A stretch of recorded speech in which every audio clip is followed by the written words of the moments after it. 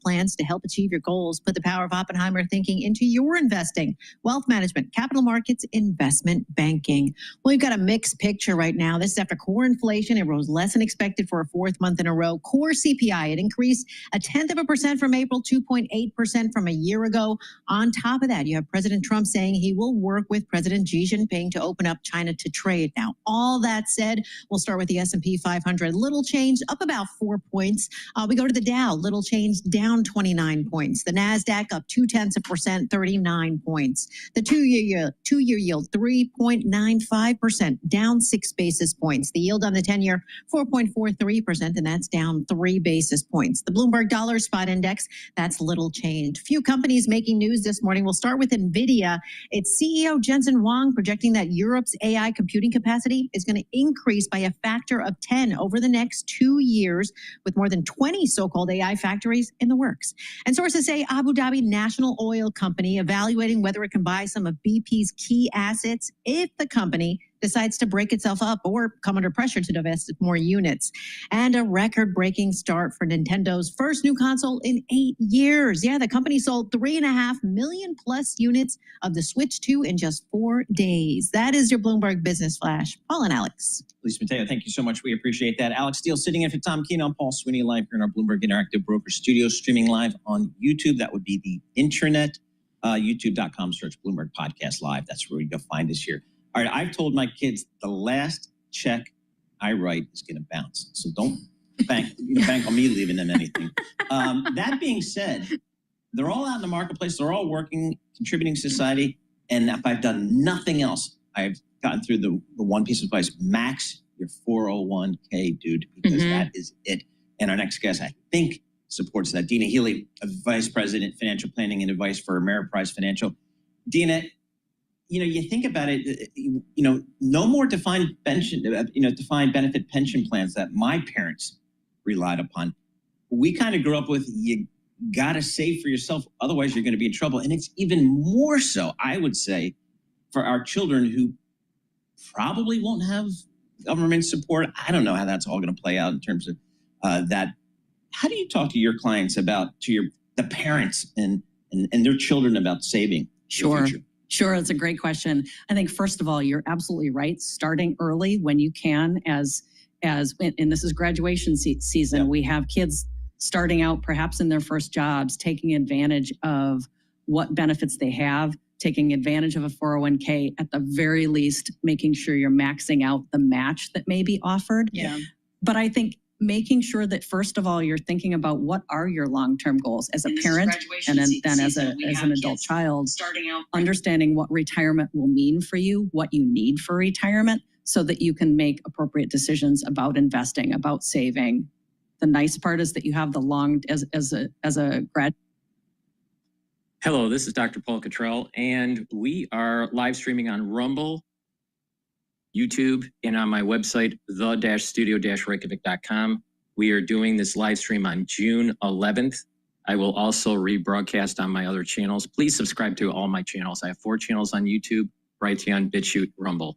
Please make sure you subscribe to all the channels to make sure that you get the different videos that I do. All these videos that I do are for free. I have thousands of videos out there for free for the audience. Please help support my work by sharing the links, asking your social media to follow me. There's censorship on YouTube. Recently, I received 2 strikes on 1 strike on 2 different channels. So it's really important that you help support the work that I do. We're going to go over the market and any breaking news, give you my perspective on that news and the market movements. If you like the work that I do, please help support. You can support by going on my website and donating. You can donate through Stripe, PayPal, or Buy Me a Coffee. The links are in the description of this video. You can also be a paid member to my Patreon channel. Again, I don't put stuff behind a paywall. So the support is to help the free show. I greatly appreciate it for the ones that do decide to donate or be a paid member. And thank you very much for the ones that have been doing this for multiple years. Greatly appreciate it. I also have great products on my website. You can get ebooks, supplements, and I built up some course material in immunology and pulmonology for you to learn about. It's only for $50. So it's a great way to learn about how your lungs work and how your immune system works. So please help support the work by purchasing the different products that I offer. With that said, let's take a look at the market. The market has opened up already. Normally I set up the show a little bit earlier, but today is a little bit later in the day. Right now it's 9:46, so the market's been open up a little bit more than 15 minutes. So the S&P 500 is trading at 6,038. VIX is at 1665. That's good. Euro USD is trading at 144. Oil is trading at 66.33. BITO, which is the ETF longing Bitcoin, is at 2194. And the Japanese yen is trading at 145. Anything above 145, I'm happy with. So it's trading at 145.14. CPI came in less than expected, so there's less inflation, so that's good. Now, when the news came out, there was a weakening of the dollar, but it's mean reverting back to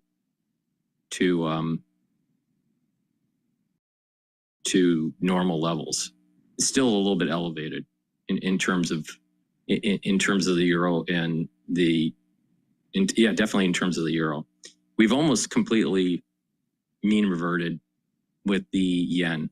There was a strengthening of the yen during the news announcement, but it's both of those currency pairs are mean reverting back. So we also have natural gas is at 3.597, and the Treasury market is the price of the 10-year is up, so the yields are slightly down, and that's because the CPI was lower. It only came in at like 0.1. It was expected to come in at 0.2, so there's not that much inflation really that's showing up in the data so far. So that's positive for Treasuries.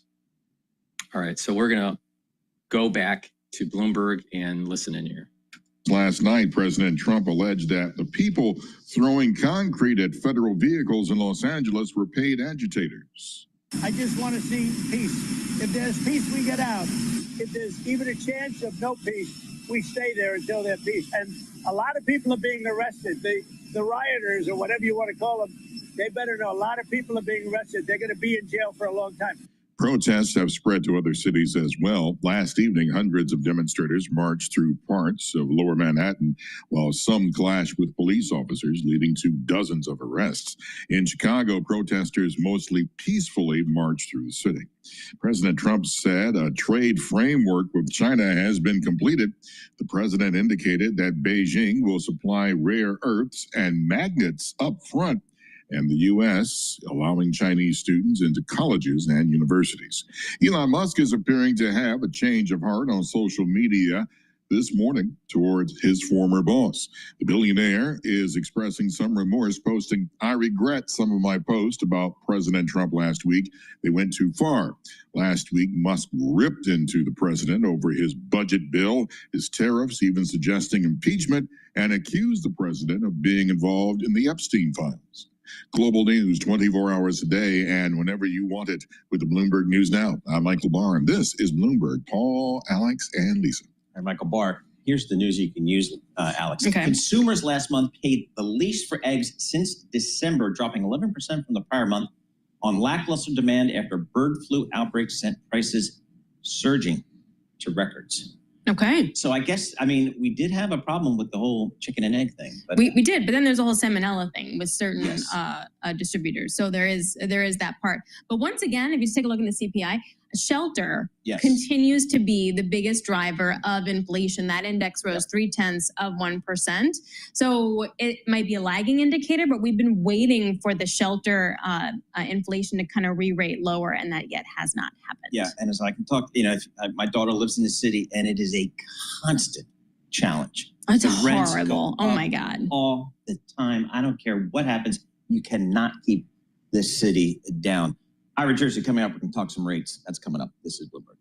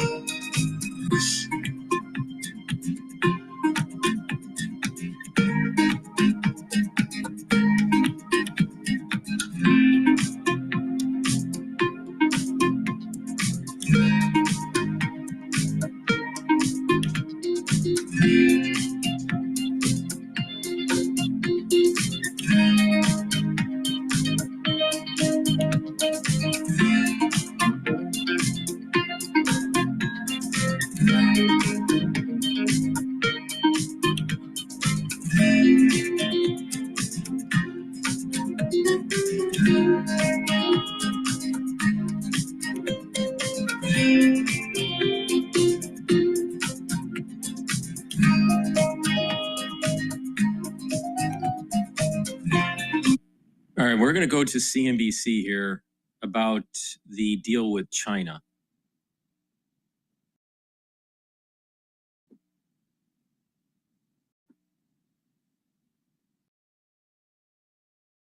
China is signaling success after 2 days of high-level trade talks in London. Megan Casella joins us right now with more on that front. Megan, we're still trying to figure out exactly what happened, but a positive move at least. A positive step in the right direction. That's absolutely right, Becky. So those talks wrapped just before midnight in London with officials from both sides saying they had agreed to a framework for moving forward. Each delegation is now briefing their respective presidents on the details, and pending approvals, then we will start to see implementation. And I should add here, guys, that just in the last few moments, President Trump actually posted on Truth Social about this deal. He is saying that the deal with China is done, subject to those final approvals. Full magnets, he says, and any necessary rare earths will be supplied up front by China. Likewise, we will provide to China what was agreed to, including Chinese students using our colleges and universities, which he says has always been good with him. He goes on to say, we are getting a total of 55% tariffs. China is getting 10%. The relationship is excellent. So clearly, President Trump has been briefed now on these talks, and he's confirming what we had been talking about for the past 2 days, that the focus really stayed on China's rare earths, which should now start to flow to the U.S. and on the U.S.'s export restrictions, which should ease up in return. Here's Howard Lutnick talking about the same topic last night to reporters. We do absolutely expect that the topic of rare earth minerals and magnets with respect to the United States of America will be resolved in this framework implementation. That is a fundamental part of that. Also, there were a number of measures the United States of America put on when those rare earths were not coming. You should expect those to come off sort of, as President Trump said, in a balanced way. When they approve the licenses, then you should expect that our export implementation will come down as well. So I'd put it this way, guys, taking everything we just heard, both from the president and from the Commerce Secretary, this is definitely a step in the right direction, but it is a somewhat small one. It roughly puts things back to where they were after Geneva, when the U.S. thought that the rare earths issue was settled. But given that there was no timeline then for China to abide by, the U.S. then felt China was slow walking the deal. Now we are back on track, clearly. Trump saying the relationship is excellent, but we have to wait to see whether there might be a timeline attached this time, and then whether and how quickly the two sides follow through. Guys. Hey, Megan, that answers some questions, but it raises a lot of others. And I'm talking specifically about the president's post on Truth Social. I mean, he said that they're going to allow Chinese students to use colleges. Doesn't mention Harvard. Does that include Harvard? Because it was just last week that the president signed a proclamation to restrict foreign student visas at Harvard in particular. That would be my first question. The second is no mention there about semiconductors and what we'd be allowing from our side on things. Rare earths is what rare earths minerals is what we were concerned about. The Chinese have had these implications on the export controls on things like semiconductors. Absolutely. A lot of questions there. A lot for me to take to the White House now this afternoon to try to clarify further in this post, having just read it in the last minute or so. I'll say on the first question, I would imagine that this includes Harvard. Interesting there that the president says it's always been good by him for Chinese students to attend U.S. colleges and universities, obviously given the turmoil of the past couple of weeks. On the semiconductors front and the export controls, what we heard from Howard Lutnick overnight in London went a little bit further than what the president was saying here. And what we've been hearing all week is that we do expect the restrictions of sort of the past 2 weeks now to ease up only once we start to see the rare earths start flowing. So that's things like the export restrictions on jet engines, the ones on the chip software companies as well that we saw impact markets last week. So I would expect that to ease up, conditional on the Chinese following through. So we'll have to see that first. The third question that I would raise, Becky, from this post, the first one that I looked at was when he said we will now have total 55% tariffs against China. It's not immediately clear to me where that's coming from. Previously, the level had been at 30%. So more questions there, more to dig into, but he does say at least that things are moving in the right direction.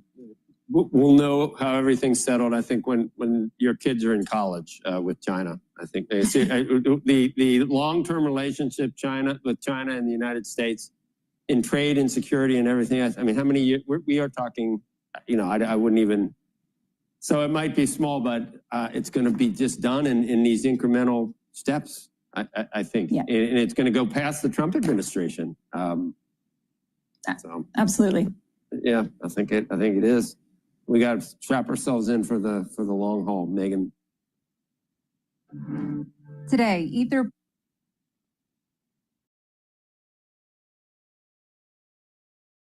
All right, let's listen to the former Treasury Secretary Jack Lew on the U.S. debt. To take on the worst of Washington, we need the best of the boroughs. That's Adrienne Adams, straight from Hollis. Joining us right now on set to talk about everything from Washington to Wall Street is former Treasury Secretary Jack Lew. He's also a former OMB director and currently a professor at Columbia University. And, you know, Jack, I was going to start with, maybe we talked some of the trade talks, some of the other things, but we've already gotten into it here in the commercial break. We balanced the budget. How long did that take? Let's just go straight to it. What are the problems we have right now with the debt and the deficit? How do we get our arms around it? The problem we have is we're on an unsustainable path in terms of the deficit and the debt, and the bill that's working its way through Congress makes it much worse. You know, you can have a debate as to whether you're adding $3 or $6 trillion to the debt. Whichever end you're at, it's too much. Well, Republicans they're not at 3 to 6. They're talking about growth. And that's what we were talking about with you. We need to raise taxes in your view. And I said, well, then we won't get the growth that we need. But you said it all comes down to Social Security. No, I think what you need to do is start with not making the problem worse. There's tax cuts that are being added, not just extended. You mean the tips and the things like that? Well, a host of things, business tax cuts, estate tax cuts. Those might be good, right? So they're not actually all showing up in the budget. They're being put in for a few years, and then there's this fiction that they're going to go away. Yeah, but we all know that sunsets never come to tax cuts. So that's why these bigger numbers of the debt impact are real. I mean, just looking at it though, are you now in favor of just extending the tax cuts from 2017 and making those permanent? I would go and pick and choose amongst them as to what are most essential. I don't think that the notion that was done in 2017 should be in place for all time is correct. I understand the concern people have that this wouldn't be a great time to raise taxes. It's not a good time to cut Always taxes. a good time, Jack. It's not a good time to cut taxes. And this bill cuts taxes. So this is making the problem worse. It seems like it would be political suicide for anybody, Democrat or Republican, to say we're just going to let these cuts expire and face a huge tax increase on American families across the board. If the debate in January, and I have a piece of running in Bloomberg this morning where I make this case, if the debate this year had started out, how do we deal with a deficit that's out of control and a debt that's out of control? You could have started with the building blocks. How do you not make the problem worse? Instead, there's a pile-on of new tax cuts. We need to go back to the Biden administration to start then, Jack. Obviously. Well, I think we could have a debate. Okay, but we are here either way, and you're talking $3 trillion. Okay, we're at 37. Yeah. My question to you is, what do you want to do with? I mean, you don't want to cut spending. I don't think Democrats ever do. But what do you do on the revenue side? Where do you want to raise taxes to balance the budget? You did it with Clinton, right? With the OMB, your OMB director. How do you do it again? Where do you get the revenue? Look, you start by not making it worse. You don't add to the problem. And well, then we got to go back to 2020. And that was my point. You don't pretend that you're paying for it when you're not, and you don't pay for part of it by taking health and nutrition benefits away from the most vulnerable in society. But Jack, we were at 800, 700 billion before the pandemic was the deficit with Trump in the first term. We got to 2 trillion under Biden, even though the pandemic was over, and we're still at 2 trillion. So, I know you just want to come and just say, you don't dig where you keep in. It's Trump's fault. It's 3 billion and all that. 3 trillion, sorry. 3 trillion.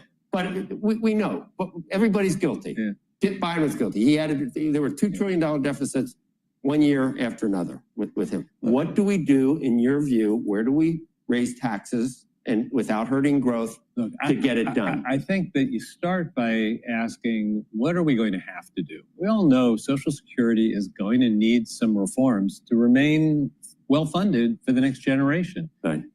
I was part of the 1983 Social Security reforms. It was hard. It took bipartisan cooperation to do things that were hard but reasonable.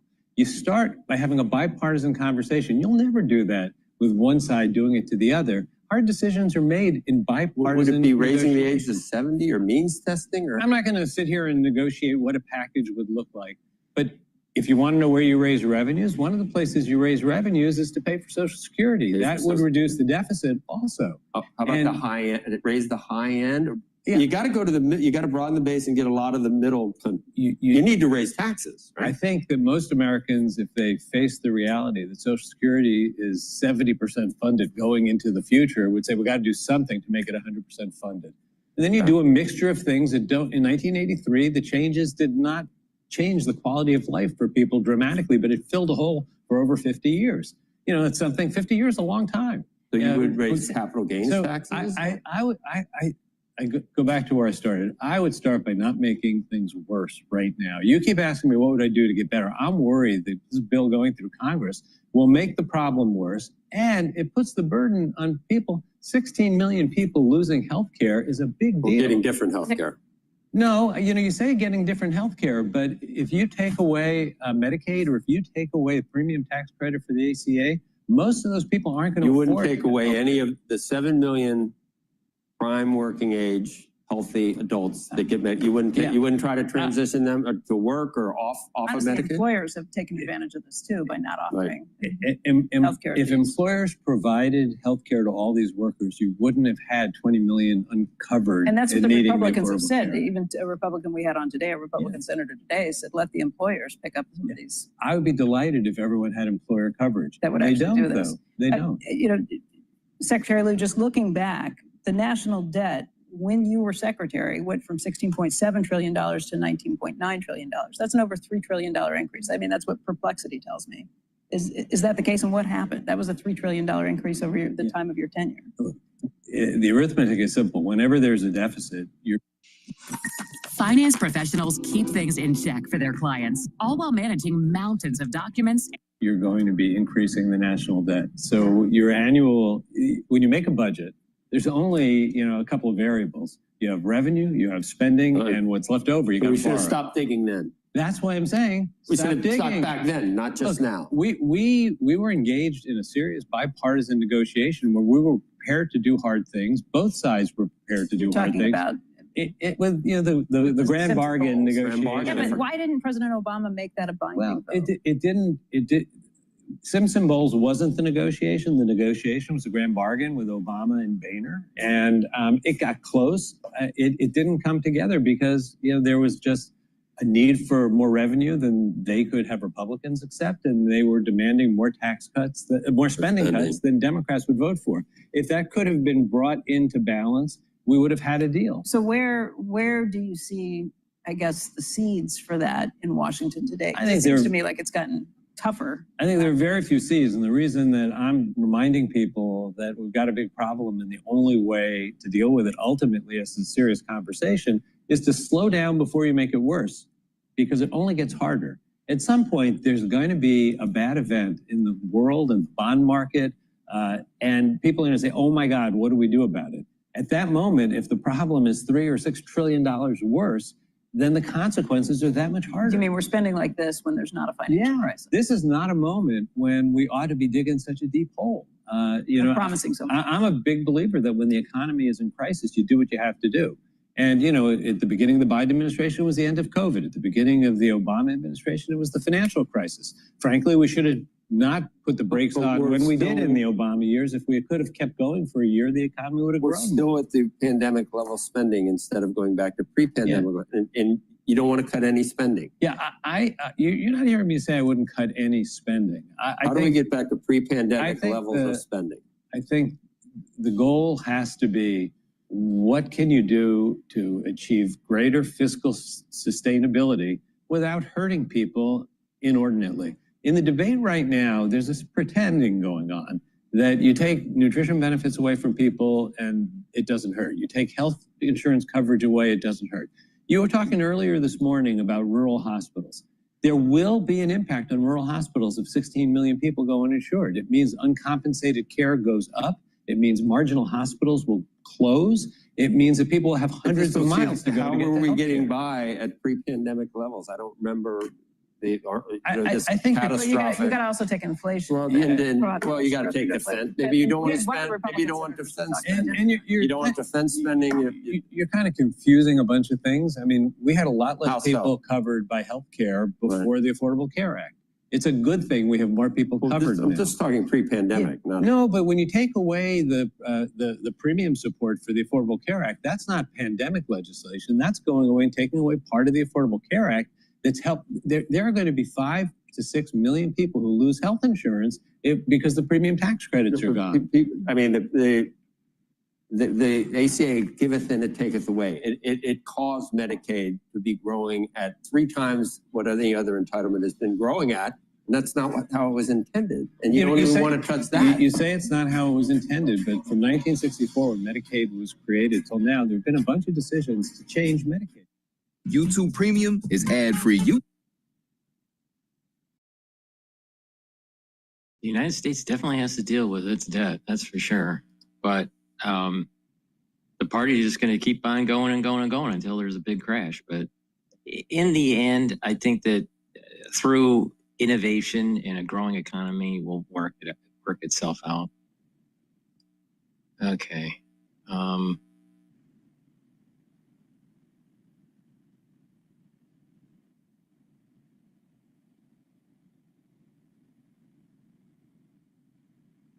Let's listen to NVIDIA's CEO talking about quantum computing. You're going to start hearing this in the news about quantum computing, quantum software, even there is such a thing as quantum trading too. But this is going to be becoming in our lexicon in the near future, this quantum computing concept. But before we do, please go to my store, the-studio-reykjavik.com, and help support the work that I do. I have great supplements that I take that slow down the aging process, boost up the immune system, help with different organ systems, and you'll have more longevity and more vitality. Now, one key pillar to anti-aging and to help detoxifying your body and helping with neural health is actually proper sleep. Now, if you are chronically sleep deprived, what will happen is that you will start to build up toxins in your central nervous system. You're not consolidating memory, and you're going to be tired. And it's been found in research that sleep deprivation can lead to early neural death. So or neural dysfunction. So it's really important to get a proper sleep. Now, Goodnight Formula is a supplement that you can take every night. It has tryptophan, melatonin, GABA, and passion flower in it. And what this will do is allow you to get into the cycles of REM sleep and deep sleep that helps to detoxify the central nervous system, consolidate memory, and to be well rested. So please go to my store, the-studio-reykjavik.com, and get the Goodnight Formula. It'll help you to get into 3, maybe even 5 cycles of REM sleep. So it's really important. And again, going to bed regularly and getting a proper amount of sleep is very important. And basically each cycle lasts for about an hour and a half. All right. So also foundational supplements like multivitamins and probiotics are really important. I have a very high quality multivitamin on my store. And this multivitamin has the multivitamins that you need for proper enzymatic activity. Enzymes need cofactors, and some of those cofactors are vitamins. So please go to my store, get this easy to digest multivitamin that helps with cellular processes, and they are cofactors for enzymatic activity. It has vitamin A and C and the B vitamins, folate, manganese. It's a great start, a great foundation. And then you add some of the other supplements that I have on my store to customize your protocol. And we'll talk about them throughout this broadcast. So please go to my store, the-studio-reykjavik.com. The link is in the description of this video and all my videos. Use discount 5, all caps, discount the number 5, and you get $5 off any order. One of the most difficult things is showing plans on a laptop or a small screen because you have to zoom in so much that... There's an inflection point happening in quantum computing. The number of logical qubits are starting to grow. Well, just like Moore's Law would, I could totally expect 10 times more logical qubits every 5 years, 100 times more logical qubits every 10 years. Those logical qubits would become better error corrected, more robust, higher performance, more resilient, and of course, will continue to be scalable. Talking about developing new materials, Jim, at the molecular level, perhaps down the road. They do have this partnership with Novo on drug discovery. Look, I've been waiting for that. Recursion was supposed to be 1, 2, and the drug person is excellent. Keep hoping that they do some big deals on cancer. You're able to, I've been listening to a lot of people who claim they have AI. And it's starting to bother me again because they're doing spreadsheets and calling it AI. After working with all of the sites that are now saying they're really good at math, they're awful at math. What bank would let them in? But you're seeing, I mean, I did a piece last night that basically said, okay, here we go. IONQ, D-Wave Quantum, Rigetti, quantum computing, go get them. And David, look at that. I'm not saying I'm a sage. No. I am saying that Jensen is giving the green light to a lot of companies that may mean absolutely nothing, but they have quantum in their name. I mean, Honeywell's been very honest and said, listen, we're not ready. Right. And IBM does have quantum. And that's one of the reasons why IBM is at an all-time high. Those are incredible moves. If you were lucky enough to have decided that quantum was where you wanted to be at the beginning of this year, you are very happy, or even last year. Well, what do you mean by that? Well, I mean, I think it's not yet proven, right? We don't know. But it's younger people who are really cashing in. And you've made sit here and tell people to buy smarter. You've made this point, right? You've made this point about nuclear and certain crypto assets. Well, it's very disheartening. I'm disheartened by it. Well, don't be disheartened. Why? By the way, What value added do we you have? want to get I read the names. You want to get heartened? Read Sam Altman's blog post from last night. It's entitled "The Gentle Singularity," and we had Jensen. I think when you talk about the leaders right now in terms of where the future is, it's Jensen, and it's a lot of it's Sam Altman. Well, they're great friends. And you remember, nothing took off. I took out a few things until that he just gave Sam I the took tips. out a few things that just struck Sure, me in please what is tell me something in good. what is a letter that I think people should read because it's got a lot of different things in it. But part of it is, of course, talking about the near-term advances that are coming. As for the 2030s, for example, he writes, intelligence and energy ideas and the ability to make ideas happen are going to become wildly abundant. We hear that word a lot, by the way, abundant. These two have been the fundamental limiters on human progress for a long time. With abundant intelligence and energy and good governance, we can theoretically have anything else. He goes on to say, if we have to make the first 1 million humanoid robots the old-fashioned way, but then they can operate the entire supply chain, digging and refining minerals, driving trucks, running factories to build more robots, which can then build more chip fabrication facilities, data centers, and the rate of progress will be quite different. And finally, last part I'll take for you guys, and the one I've been focused on, there will be very hard parts, like whole classes of jobs going away. But on the other hand, the world will be getting so much richer so quickly that we'll be able to seriously entertain new policy ideas we never could before. We probably won't adopt a new social contract all at once, but when we look back in a few decades, the gradual changes will have amounted to something big. Well, okay. Because nobody's going to have a job, so we're all going to be wandering around looking for some purpose. But we're going to have an age of abundance. An age of abundance. It drives me crazy. Thank you. We I've have succeeded. a birth rate. My work here is done. We have a birth rate that's like the Handmaid's Tale, and we need people. And you may think that and we're rounding up people in this country and sending them where God knows where. We don't let anybody in the country. We have a series of jobs now that the only people who really wanted them were people who felt, look, this is how I can get my kid to a college, which is really kind of the goal.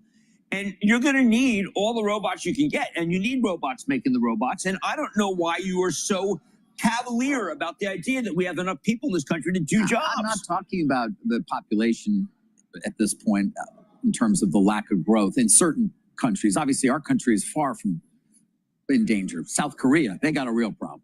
It's something like Italy has a 0.7 problem. in Italy, yeah. But all that said, I just want to point out that you're going to continue to hear, whether it's Musk or Altman or Hassabis at DeepMind, this idea of an age of abundance coupled with huge social changes that may have to take place in the social safety net, perhaps, revolution. Or a universal income. It's coming fast, Carl. How about those potentially? Now, I always sit here and remember we talked about autonomous cars 7 years ago, like they'd be here tomorrow, and they're finally just about they're about to get here. fly too. I mean, Joby just got a lot of money from the government. They're not always right. Joby's real. I got to tell you, Carl, David probably in another time sat here and bemoaned the seamstresses. Or the farmers. He misses the agrarian economies. He misses the Jeffersonian period. The man brought us tomatoes, all right? So, enough. I'm Whitney Tilson, and I'm running for mayor.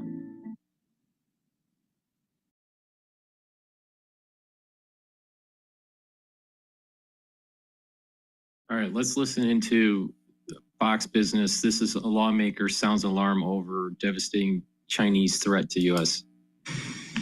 Welcome back. The Department of Justice arresting another Chinese scientist from Wuhan, charged with smuggling biological materials into America and making false statements to federal agents. The student accused of shipping 4 packages of the pathogen to the University of Michigan, both this year and last year, where she was planning on doing research, she claimed. This, the third Chinese national charged with agro-terrorism in recent weeks. Joining me now is Iowa Congressman Zach Nunn. Congressman, thanks very much for being here. And you say Chinese agro-terrorism in the heartland is threatening the U.S. food supply. Tell us about that. Yeah, Maria, you're absolutely right. Look, this is the third individual that the FBI has been able to identify on U.S. soil, trying to find ways to inject themselves into the U.S. agricultural supply. The fungus that was mentioned earlier that was discovered in Michigan labs would have wiped out corn, wheat, barley, rice. This would have left us as the United States, highly vulnerable to a food shortage and crisis. When this exact fungus broke out in 1996 in the US, it cost billions of dollars. In today's terms, that could be devastating to our ag producers. And worst of all, Maria, this isn't the first time they've done it. In my home district in Iowa, all the way back in 2011, we saw Chinese nationals come to the United States, go to a US test field, and steal corn kernels out of a test field to try and take back to China. Thankfully, the FBI stopped them as well back then, but it took us almost 5 years to be able to prosecute them. It's one of the reasons I'm leading legislation now to be able to stop this today and prevent the type of devastation that things like COVID did to the human population, this could do to our crop situation. Well, this is incredible. And we know that at least one of these individuals signed a pledge to follow the values of Mao Zedong and be in line with the Communist Party of China. Can you make the connection that the CCP is behind this? Look, I spent the bulk of my career as a counterintelligence officer working operations out of China. I feel very confident that not only is the Chinese behind this, they're directing these type of operations. We've seen it time and time again here. In the last year alone, the 3 largest cyber attacks have all been directed directly by the Ministry of State Security within China, and they've gone after things like agricultural intellectual property, so they can get not only a competitive advantage against the United States, but also potentially threaten the U.S. food supply right here in America. Well, I mean, how is it possible that U.S. trade negotiators are talking about a trade deal right now with their Chinese counterparts, and the Chinese are saying, we don't want you to have any limits on student visas, while at the same time, weeks apart, we're seeing people who are students from China bring in these pathogens? Maria, you bring up a good point. We have to monitor who's coming into this country, but we've also got to be able to hold them accountable on the front end. My new legislation, it's called the PLANT Act, Preventing Lethal Agriculture as a National Threat Act, would go after this, and it would make sure the Department of Justice has the tools to hold these guys accountable. 10 years in prison in a U.S. prison, up to 20 years with extended, and we do a much better job at the front end empowering Customs and Border Patrol, the Department of Justice, and USDA. These student visas are a effective Trojan horse into America's research institutions, if not done effectively. Right now, the Chinese already have over 500,000 acres of U.S. farmland. Our legislation has been able to put a stop to that. This is the next step in holding China accountable. Look, China's a trade partner. Let's recognize that. But let's also hold them accountable to being a good trade partner and not threaten U.S. national security under the auspice of trying to do research here in the United States, while actually looking at taking out agriculture that could be devastating for farmers and, frankly, helping feed the entire world. Yeah, I mean, I just don't know how, our lawmakers or trade negotiators are going to stop this. I mean, this is not the first time. We saw COVID, a COVID cover-up. We saw fentanyl. Right. And now we're seeing agro-terrorism. What are they trying to do? Kill Americans right in plain sight? I think they're actively, if not foolishly, looking at ways that they can get competitive advantage. Look, this isn't, for these 3 individuals, the FBI has already gone through their electronic devices, and they've determined that this was premeditated, that it was not the first time this type of espionage had been committed, and that this new form of agro-terrorism came in everything from wrapping it in tissue paper, putting it in people's shoes, and transporting it to the United States. That's the type of just reckless, malicious behavior that could get out at any airport or into any field in the country. And the result is we would have a very difficult time being able to respond once this type of lethality makes contact with an open field here in the U.S. Unbelievable. Really extraordinary stuff. We're going to be following your work on this, sir. Meanwhile, the Senate is set to huddle with committee chairs today to discuss the technical corrections they need to make in the big, beautiful bill. House Republicans wrote to Senate Majority Leader John Thune urging the upper chamber to maintain the bill's fiscal framework and avoid any budget gimmicks. I spoke with House Republican Conference Chair Lisa McClain here yesterday. Watch. Do you have an expectation as far as when you'll get it back in the House after the Senate makes its changes? What we're hearing right now is we'll get it back the last week in June, in time for us to get it passed by July 4th. Yeah, there are some family squabbles, but I think we've seen this movie before. So I'm optimistic that we're going to get this done by July 4th. Congressman, are you expecting major changes once this gets back to the House? Look, here's what I'm expecting off the bat. The same promises that Trump and House Republicans and Senate Republicans made was that we were going to secure the border, that we were going to have American energy independence, and that we were going to provide tax cuts to working class families and hometown businesses to help grow our economy. That's what's in this bill. We're working with the parliamentarian in the Senate today. We should have a heads up on some of the other things in there. But this is a 4th of July birthday present that the president's asked for, his ability to sign into law. The House stands ready to receive. I feel very confident that legislators on both chambers are going to be able to get this done. Yeah, and in terms of the SALT deduction lifting there, you know, the senators are not.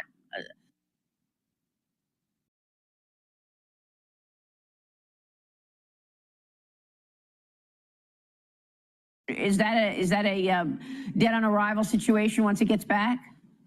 No, I don't think so. I think that this is something that particularly for, some of our blue states shouldn't lose sight of the forest through the trees here. Okay. We have 3 really important things we need to take care of. The president's promises, and it's something that we aim to deliver. I want to get your take on what's going on in Los Angeles, Congressman. Anti-ICE protests continuing, stretching into a 6th day today as more American cities are seeing rioting and protest activity breaking out. A federal judge rejecting California Governor Gavin Newsom's emergency filing. He tried to block the president's militarization and sending the troops there. The National PD arrested. All right. Basson is talking at Congress, so let's just listen in here. With low unemployment and plentiful labor demand as job openings remain high. This strength has been exemplified in the recent performance of the stock market and consumer confidence data. The president's bold leadership on these issues has laid the ground for a golden age economy. With your help, we can build on that foundation to create even more prosperity and abundance for the American people. We hope you will join us in this endeavor. Thank you all, and I look forward to your questions. Thank you. We'll now proceed to the question and answer session. One of the more absurd our Democrat colleagues is that the one big beautiful bill is focused on the wealthy, not the working class. I'm sure the waitress who will keep more of her hard-earned money under the no tax on tips policy, or the lineman burning the midnight oil to restore power and seeing a tax cut under the no tax on overtime policy would be surprised to learn that Democrats consider them wealthy.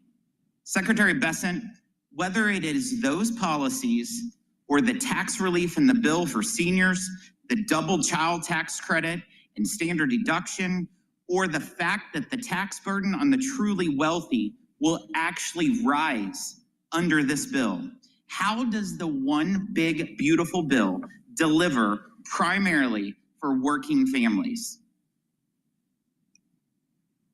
Thank you for that question, Chairman Smith. As we saw in President Trump's first term, substantial non-inflationary growth was created. Non-inflationary growth. Real wages rose and working Americans did better. Hourly workers did better than supervisory workers. We believe that this will happen again. As you outlined, no tax on tips, no tax on overtime,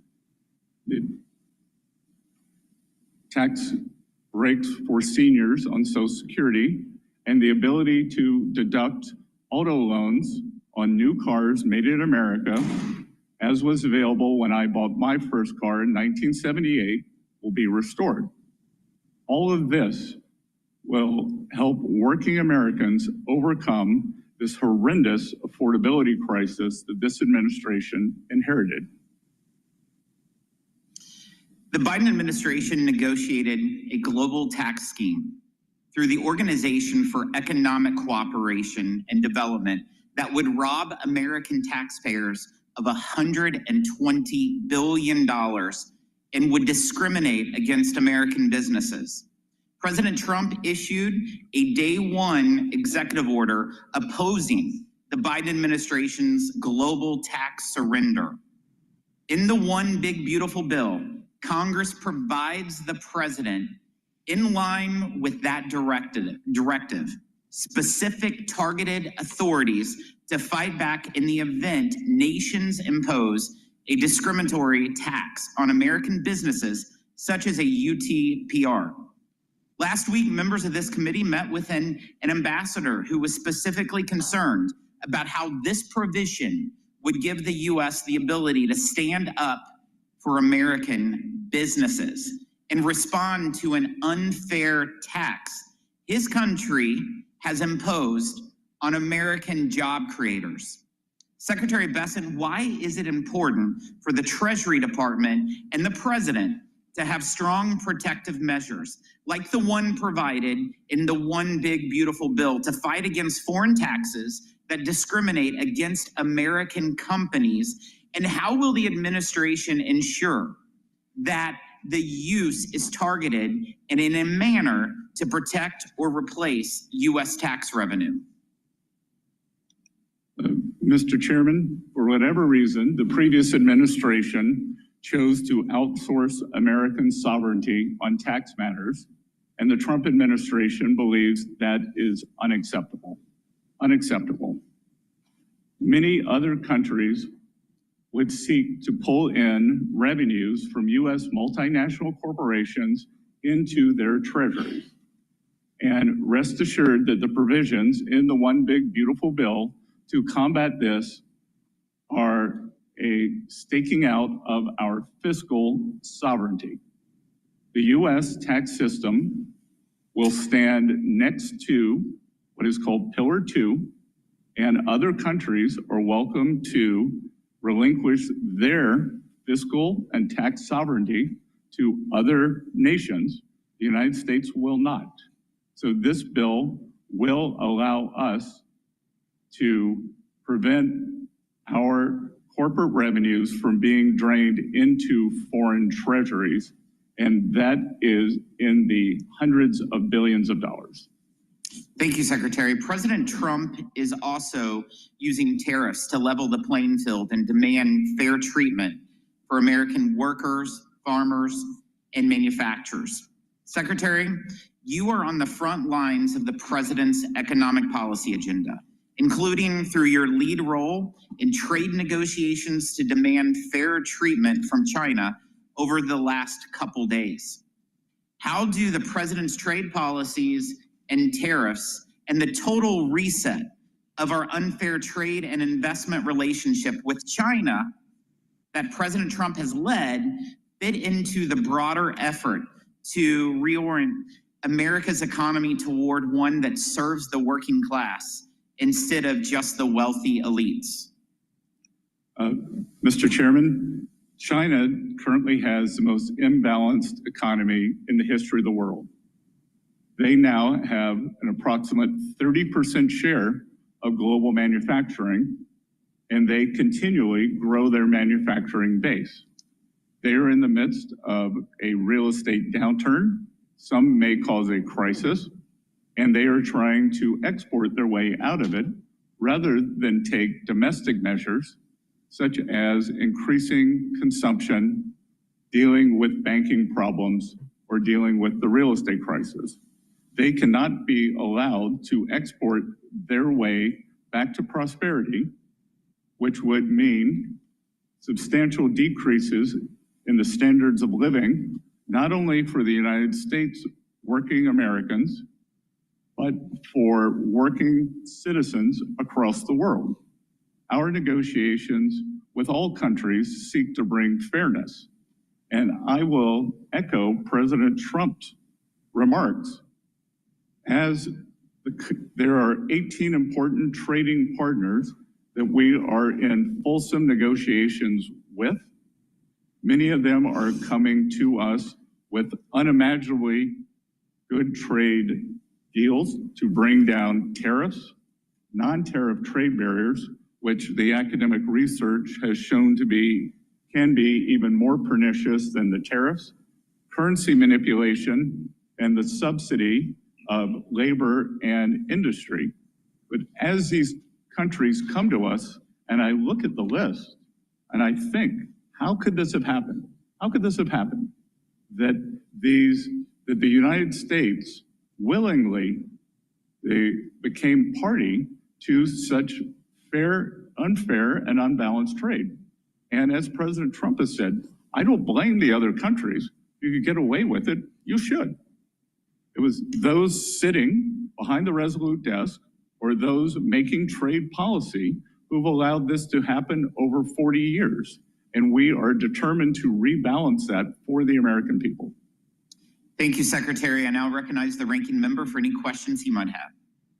Thank you, Chairman. So maybe we could stick to a couple of facts here, as previously discussed, and that is that if you made $1 million, to Richard Neal, Democrat from Massachusetts, $4,000 in tax relief with this bill. If you made under $50,000, you are likely to get about $1 a day.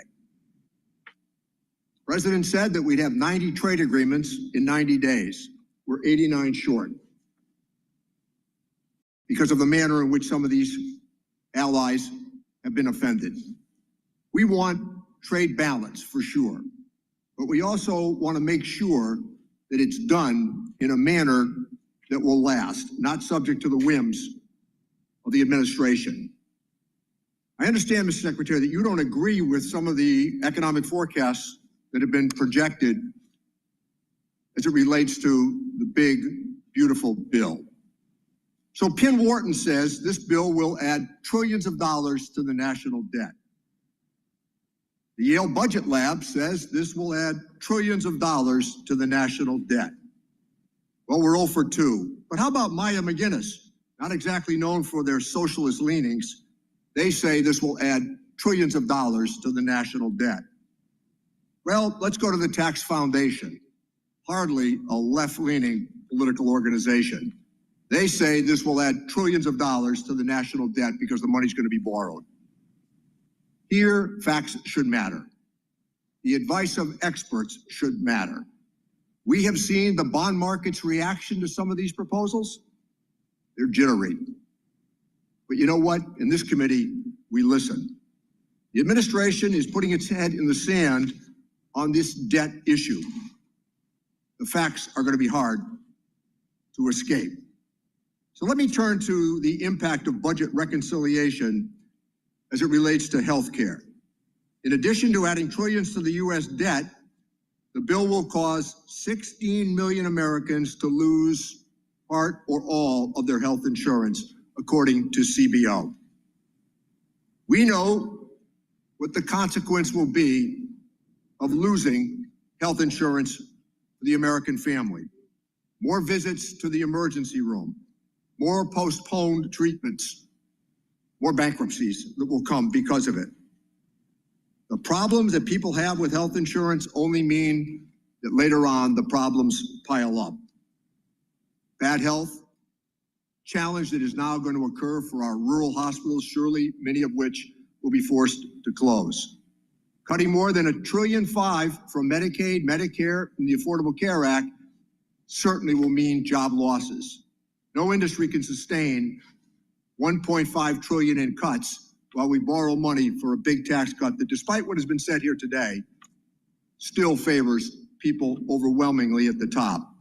Let me say, in regard to the testimony, Mr. Secretary, that you've offered, there's another key consideration here.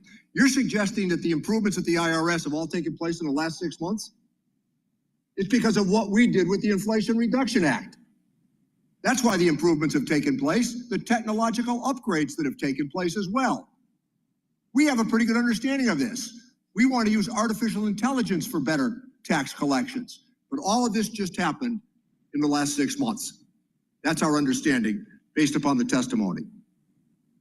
The Commonwealth Fund, cuts to Medicaid and SNAP are going to lead to the loss of over 1 million jobs. The American Hospital Association estimates that tens of thousands of hospital jobs will be lost as a result of these cuts. Furthermore, a professor at Yale has said that this will conservatively cause tens of thousands of unnecessary deaths. Worse health care, job losses, more borrowed money. The American people deserve considerably better than what we're being told. But let me offer this challenge, Mr. Secretary. We would be prepared on the minority side to work with the administration and direct tax relief back to people under $400,000 of joint income, as opposed to the suggestion that is being offered here today. And if you disagree with the number that I offered about tax relief for somebody who made $1 million last year, let me give you the last 30 seconds to speak to that. Representative Neal, I have great respect for you. We've had good conversations, but respectfully, if I weigh 1,000 pounds and you weigh 50, and I gain 10 pounds, or I gain 10%, I have gained 100,000.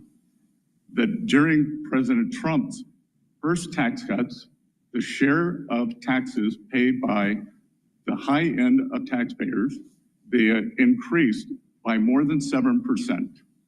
And I'm sorry, I chuckled when you talked about the IT at the IRS.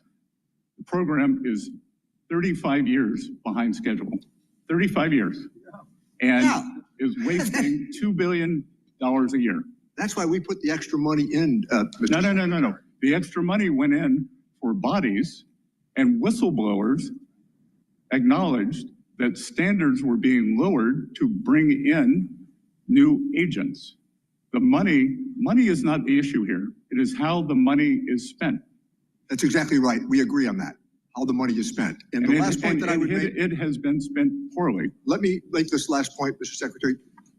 Do you agree with the idea that in 2017, that the federal government, emanating from this committee, borrowed $2.3 trillion for that tax cut? What I believe is that everyone on the Democratic side voted for the biggest blowout for the deficit in history, and that we are suffering from that. This past tax year, we will have between a 6.5 and 6.7% deficit, so I find it very difficult to be lectured to by people who created the largest deficit in history when we were not at war and not in a recession. So I negotiated with Secretary Mnuchin the pandemic relief bill. If that's the reference point, that's where overwhelmingly the money went. That was not a bad infusion of money. It worked. The Economist magazine and the Financial Times said in January, the American economy was the envy of the world. I yield back my time. Well, the spending was not the envy of the world. I'm pleased to recognize the Vice Chairman of the committee, Mr. Buchanan. Mr. Secretary, thank you for being here today. There's no doubt that your knowledge in finance and global markets bring. We're listening to Vern Buchanan, Republican member from Florida. It's fortunate to have your leadership. Since coming to Congress, I've seen administrations from both parties, I'll say that up front, in terms of what's happened with the debt deficit. I want to get your perspective. I mean, the reality is, last 20 years, over $20 trillion in additional debt. I remember in the 80s, frankly, where we had the junk bond markets. I look at all these younger people out here, what we're leaving them is deplorable. And I just want to make sure that we're giving as much consideration as we can to that. 49 out of 50 governors have to balance the budget. It's my biggest issue up here. It's not one party or the other. It's both parties have done little or nothing in this area, and it needs to get addressed. When you spend last year, you take in $5 trillion, spend $7 trillion, and you average over $1 trillion a year for over the last 20 years. We need to get real about it, because again, in the 70s, in the 80s, all the junk bond, I seen what happened with all the markets and all that. So can you I know you touched on it, but we'll get into the pro-growth things in a minute. Can you just touch on it, your thoughts about where we're at and where we're going as it relates to that? I know we've got people looking at making cuts, but I do want to get your perspective on that. Congressman, I've enjoyed our conversations in the past. You, as a very successful private businessman, understand the power of this tax bill, especially in the expensing. You and I have discussed it in great detail. And look, we do not have a revenue problem. We have a spending problem. We are right in line with the long-term revenues of approximately 17 to 18% of GDP. What we've seen here is a blowout in the spending. And as I was saying, last fiscal year was something we have never seen before. We have never seen a deficit to GDP this large when we are not at war, we're not in a recession, or not in a pandemic. Yeah, But Mr. we should call that Secretary, a war. we only have 5 And- minutes. Let me just mention just real quickly. You mentioned, and I just want to get this in, that 100% expensing is like jet fuel. And 199 is huge. These are huge opportunities to make a big difference for small business. But to me, it's because I'm so passionate about it, because they're the job creators. So can you comment on that, your thoughts in terms of 199A and 100% expensing? Congressman, I'll very quickly comment on two things. It is the 100% expensing that is powerful, and we are adding not only expensing for equipment, as in President Trump's first term, we are adding 100% for factory structures. So if you want to build your factory here in the U.S., we want it to be tax efficient. We want you to have regulatory certainty. We want you to have quick permitting, and that is likely the single most powerful aspect. As the ranking member discussed, on the 400,000 level, that unfortunately is a disaster for small business in the 199. Most small businesses are pass-through entities, and those small businesses are substantially above that 400,000 threshold. Yeah, let me just add just a closing point. I do want to make on the whole thing of full expensing. It's probably the most powerful tool, whether you're buying or selling. Someone that's been in business for 40 years or so, I can tell you firsthand, it's a powerful tool, it's a job creating tool. I did want to have you comment the other thing on making, I'd say in Florida, I was chairman of the Florida Chamber. One of the big issues there is about making the tax, whatever we do on taxes, making it permanent. So they got more certainty, they can do planning and investing in terms of going forward. Do you want to add anything to that? Yes, sir. I was with a group of business leaders earlier this week, and they were telling me that they are in fact holding back on CapEx because they need for the tax bill to pass so that they will have certainty that the 100% expensing will come back. I think that we will see a sharp upward break in terms of CapEx as soon as we pass the One Big Beautiful Bill. Thank you, and thanks for your leadership. We're excited you're here today. Thank you. Thank you, Mr. Doggett. Thank you. If beauty is in the eye of the beholder, We're now listening certainly to Representative Lloyd Doggett, Texas Democrat. so enthusiastic about this beautiful bill. It gives so much to those at the top. And of course, Trump appointees are not just in the top 1%, but the top 1,000th of 1%. I applaud your personal success, but isn't it true that for you and for a number of cabinet members and other Trump appointees, simply not having your taxes restored to the level that existed when President Bush and President Obama were in office at 39.6% will provide you very substantial personal benefit? Yes or no? That is not a yes or no question, sir. All right, if you can't answer it. As many people Thank you, reclaiming my time. If you can't answer, have different tax reclaiming my time, please, sir. And it is shown, Mr. Chairman, I don't want my time taken if the witness will not yield. I would recommend, Mr. Doggett, that if you asked a question, at least allow them to answer. You can recommend it, but you're taking my time from your him time answering is the moving, questions. so- Continue. Let me say, I understand you can't answer that with a yes or no. I'm concerned about the weaponization of the Internal Revenue Tax Code by the president and your role in it. Section 7217 of the Internal Revenue Code makes it unlawful for the president and his partners like you requesting IRS to conduct or terminate an audit or other investigation of a particular taxpayer. Section 6103, as you're familiar, protects taxpayer privacy. Yet in violation of both, the president began threatening Harvard in April, and on May 2nd, he declared, we're going to be taking away Harvard's tax-exempt status. It's what they deserve.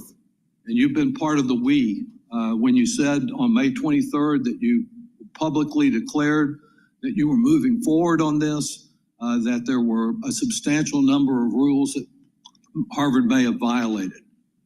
Can you tell me, yes or no, whether you can pledge to avoid any interference in IRS audits or investigations of particular taxpayers? And if you can't answer that yes or no, just say so, and then I'll move on to the next question. Sir, that is without question that I will follow the law.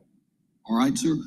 Can you tell us whether, yes or no, you can report back to this committee in 30 days after investigating to assure us that there have not been any requests by the president, any political appointee, or any family member of the president to direct or influence the audit or termination of an audit or investigation of any taxpayer or entity?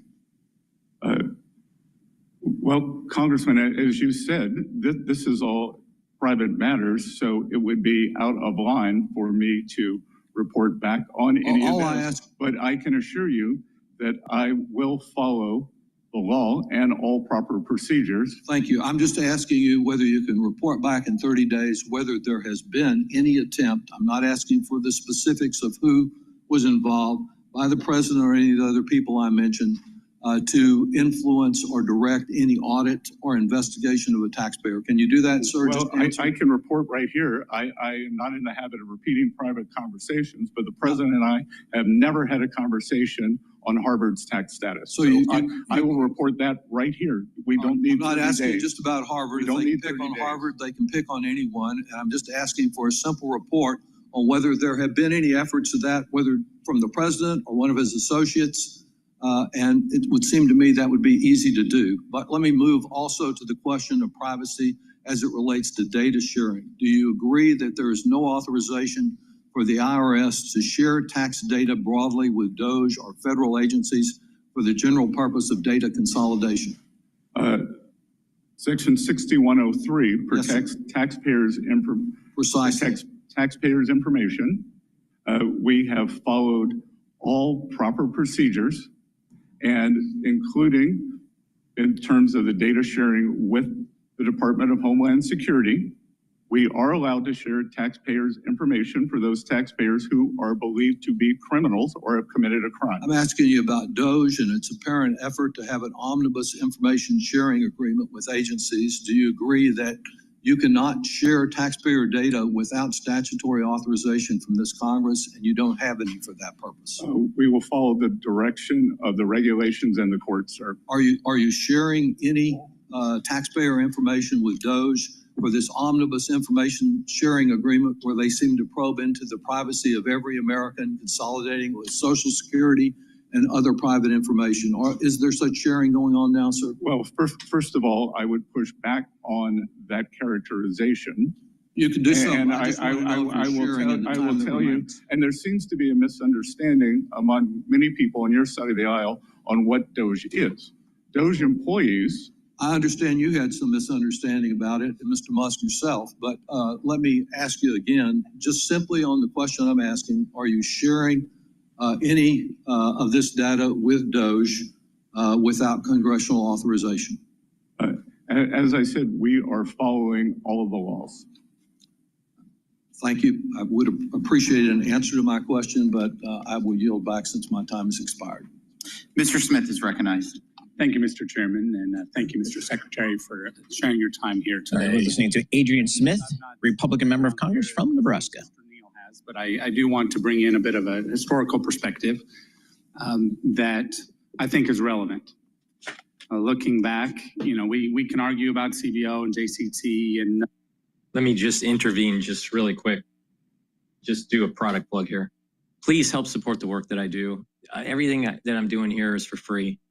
Today is a little bit slow day because of the hearing at Congress, but the equity market is trading above 6,000. So we have the S&P 500 is trading at 6,057. VIX is trading at 1639, which is a really good number. And Japanese yen is trading at 144.79. I would like to see it above 145. So that is a little bit stressful there. Oil is trading at 66.22. The euro is trading at 114. BITO, which is the longing of Bitcoin, is for ETF is trading at 22.04. I believe Bitcoin is trading at 110 right now. Let me just double check here.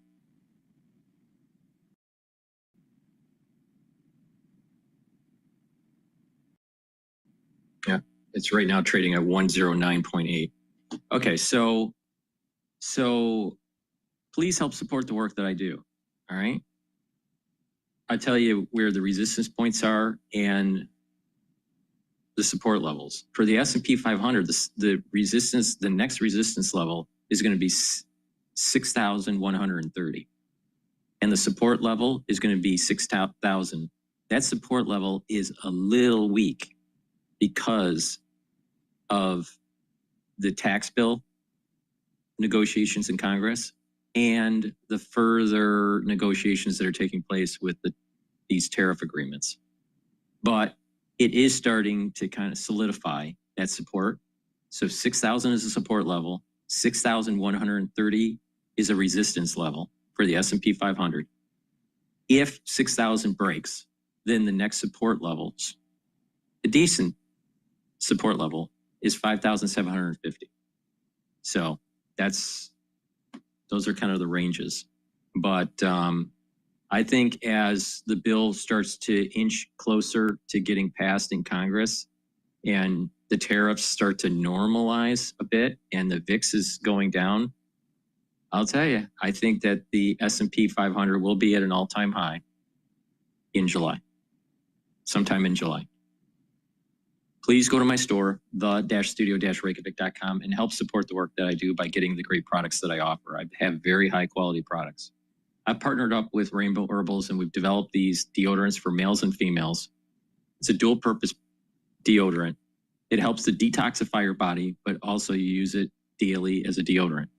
You can get it in peppermint, lavender, and tea tree, or in citrus. Again, these deodorants are for males and females. It'll help to detoxify your body, and you can use it as a deodorant. It has no aluminum, and it has no baking soda. It's made from essential oils from the Himalayas, extremely high quality deodorants. So please go to my store, the-studio-reykjavik.com, use discount 5 and you get $5 off any order. This reconciliation bill is good for workers. It's good for workers. It's good for economic expansion and encouraging investment and increasing productivity so that we can grow the economy without triggering inflation. President Biden was warned not to push more spending by Democrats, I might add. Think of Mr. Summers, primarily, advising against that. Did it anyway. We are still paying the price. We're trying to dig out from a lot of that. And that's why we're doing the bill that we are. Gosh, I have other things that I'd love to ask questions on. But I think it's important to realize that we need to deal with reality here. That's what we are doing. And Mr. Secretary, thank you. I look forward to further conversations, whether it's trade, whether it's IRS, whether it's various things that we need to do to get our country to a better place, realizing that the solutions are really in the private sector and triggering everything we can on our side to encourage the private sector to provide more opportunity. Thank you. I yield back. Thank you, Mr. Thompson.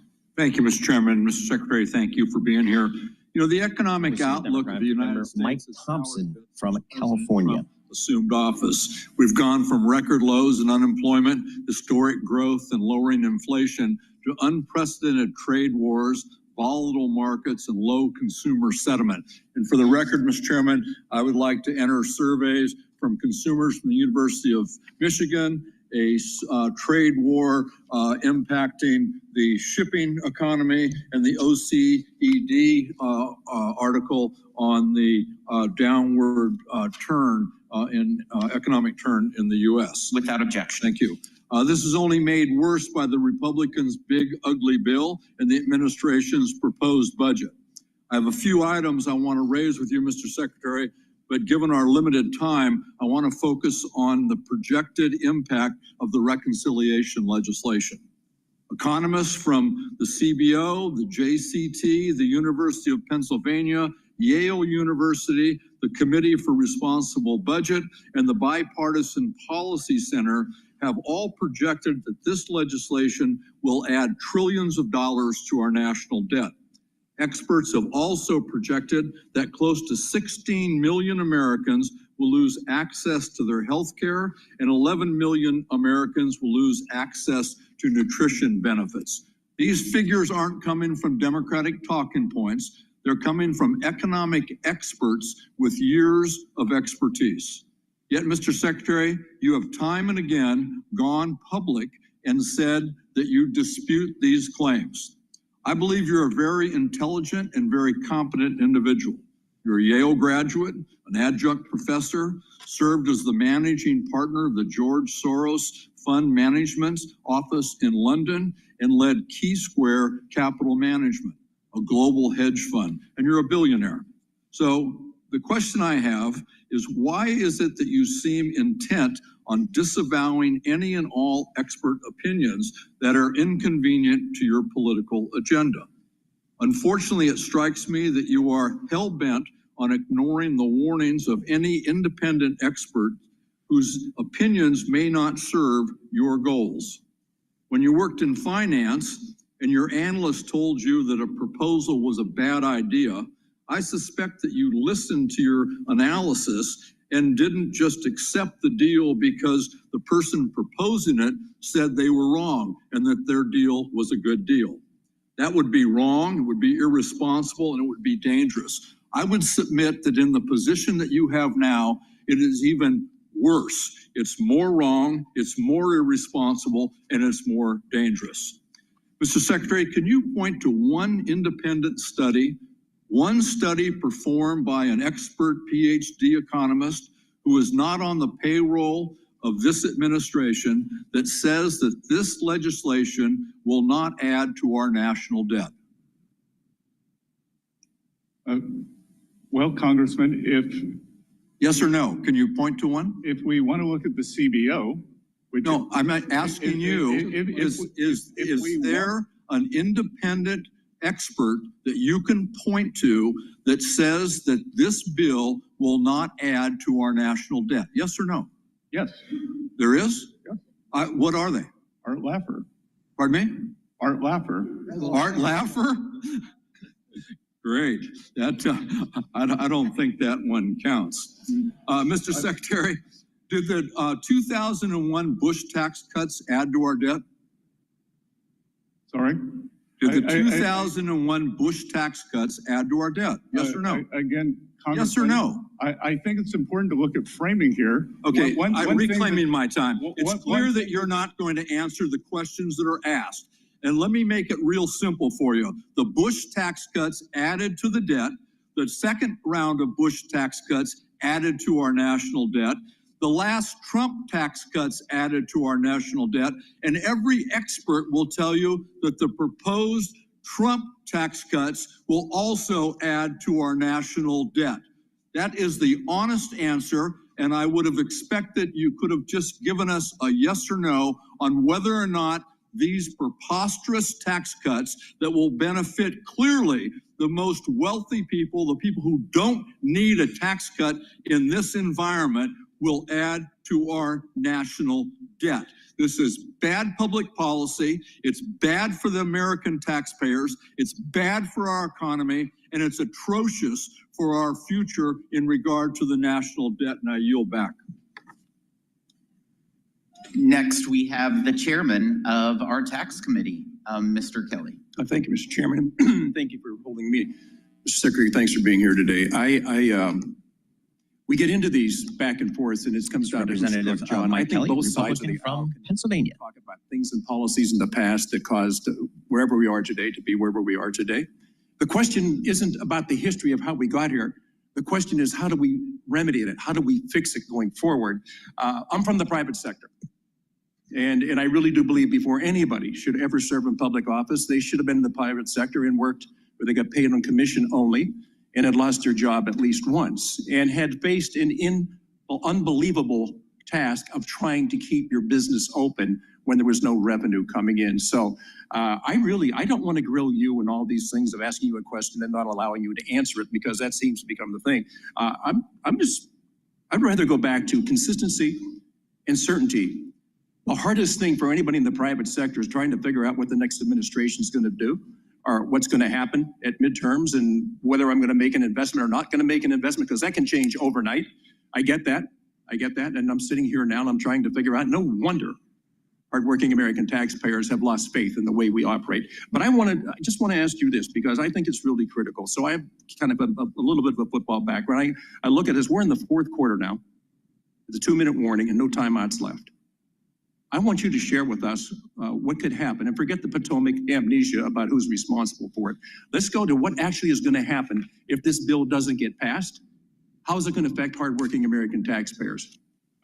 Congressman, good to see you again. It is what we call in economics a sudden stop. It would be cataclysmic. It would be the largest tax hike in history. It would be a disaster for businesses, for working Americans, and for our status in the world. That to have this happen, we would see increases in taxes on thousands of dollars of working Americans. We would see business contract, and we would see a substantial increase in the unemployment rate.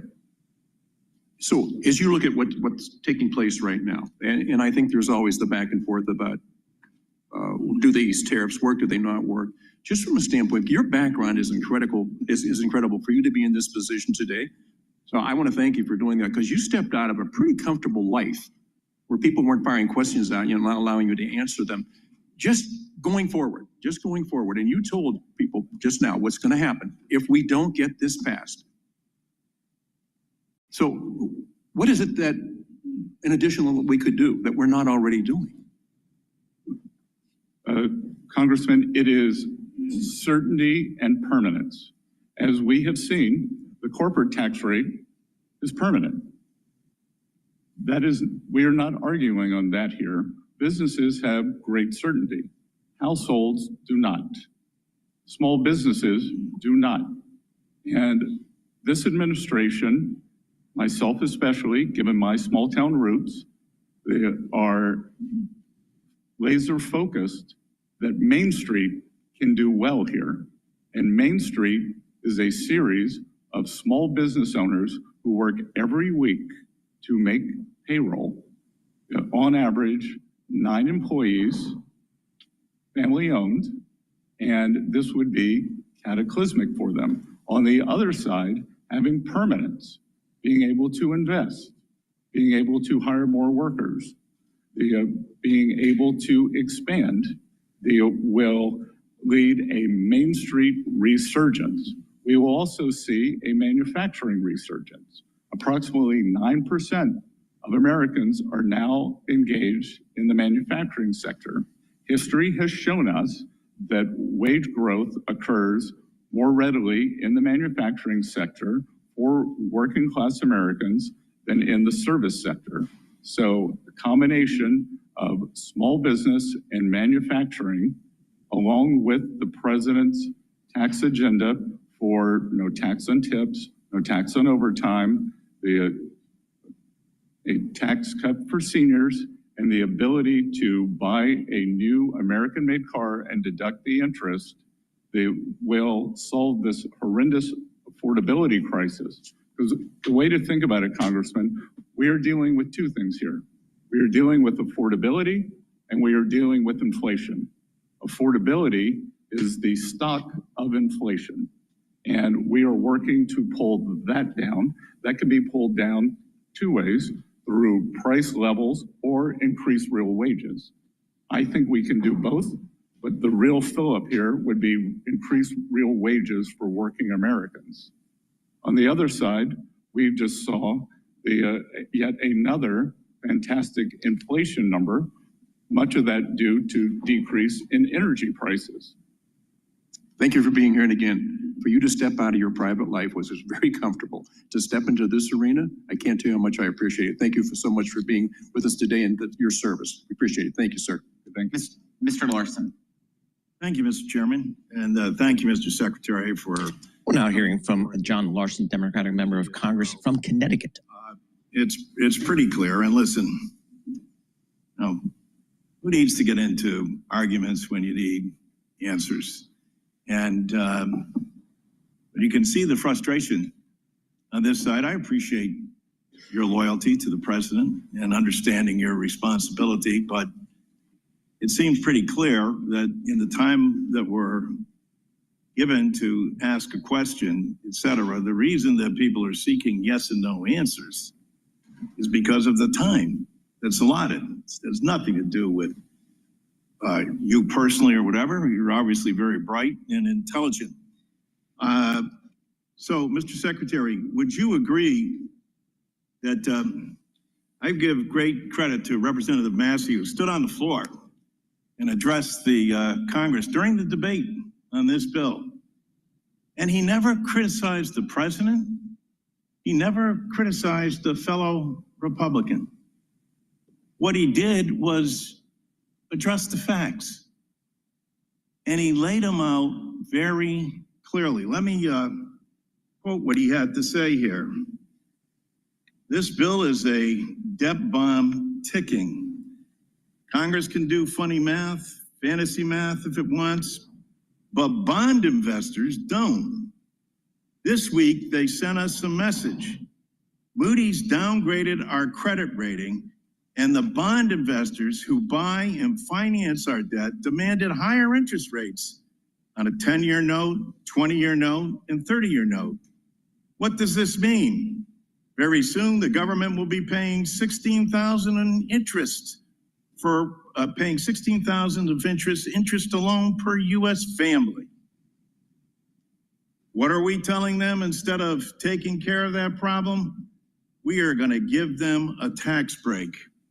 The frustration you hear up here, of course, is that there's denial that tax breaks don't add to the national debt.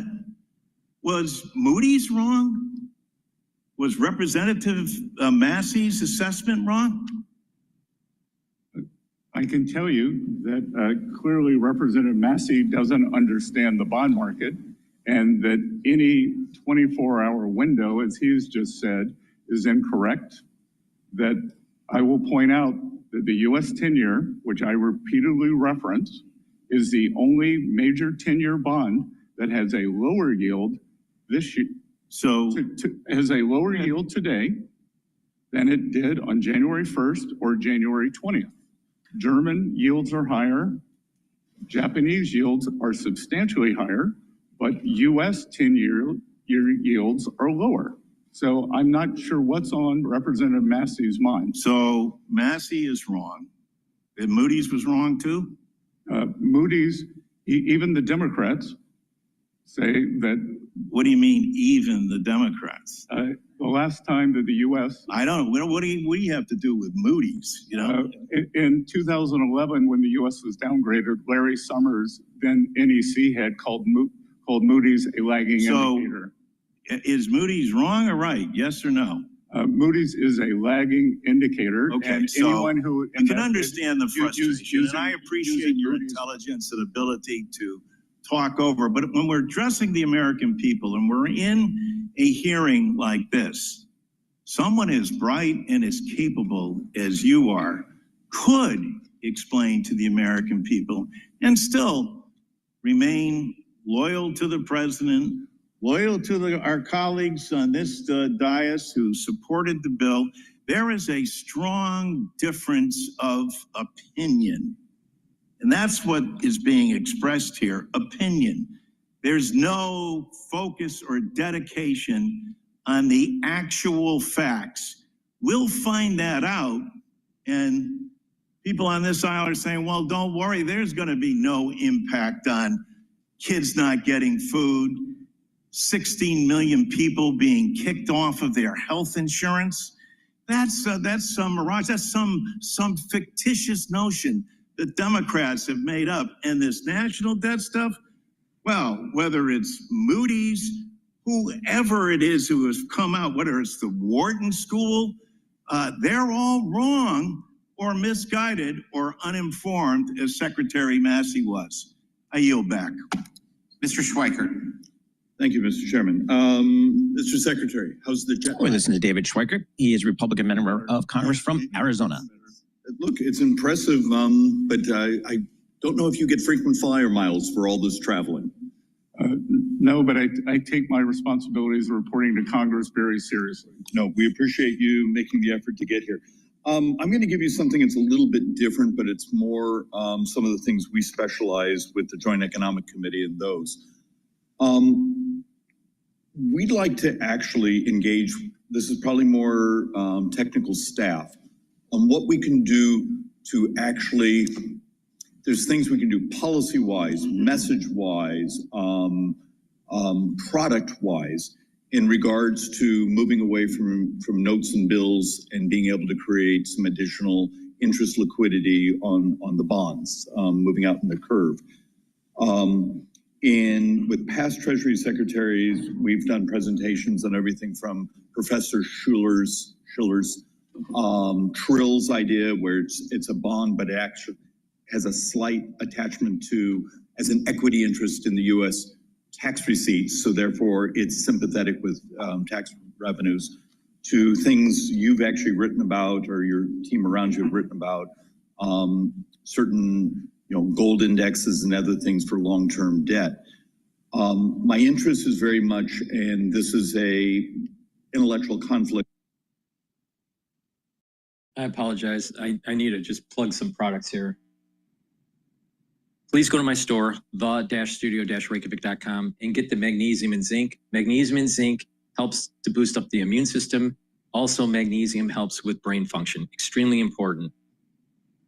As we get older, our brain doesn't function as well, especially post the crisis of 2020. It's really important to take supplements and apply a holistic approach to improve your brain function. We'll talk about that throughout this transmission, but supplementation is a big part of it. Also, make sure you drink filtered water and stay away from processed foods and reduce your sugar intake. So also take vitamin C and magnesium. Vitamin C helps with the skin, your immune system. And again, magnesium helps with the brain function. So this is a great way to boost up your immune system. Take the vitamin C, magnesium, and the magnesium and zinc. Now, make sure you drink it with filtered water. I also have very high quality soaps.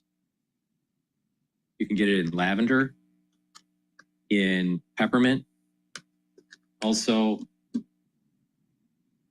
in lemongrass and charcoal tea tree. They're made from structural nanosilver. So please go to my store, the-studio-reykjavik.com. Very high quality soaps. Help support the work and use discount 5 and you get $5 off any order.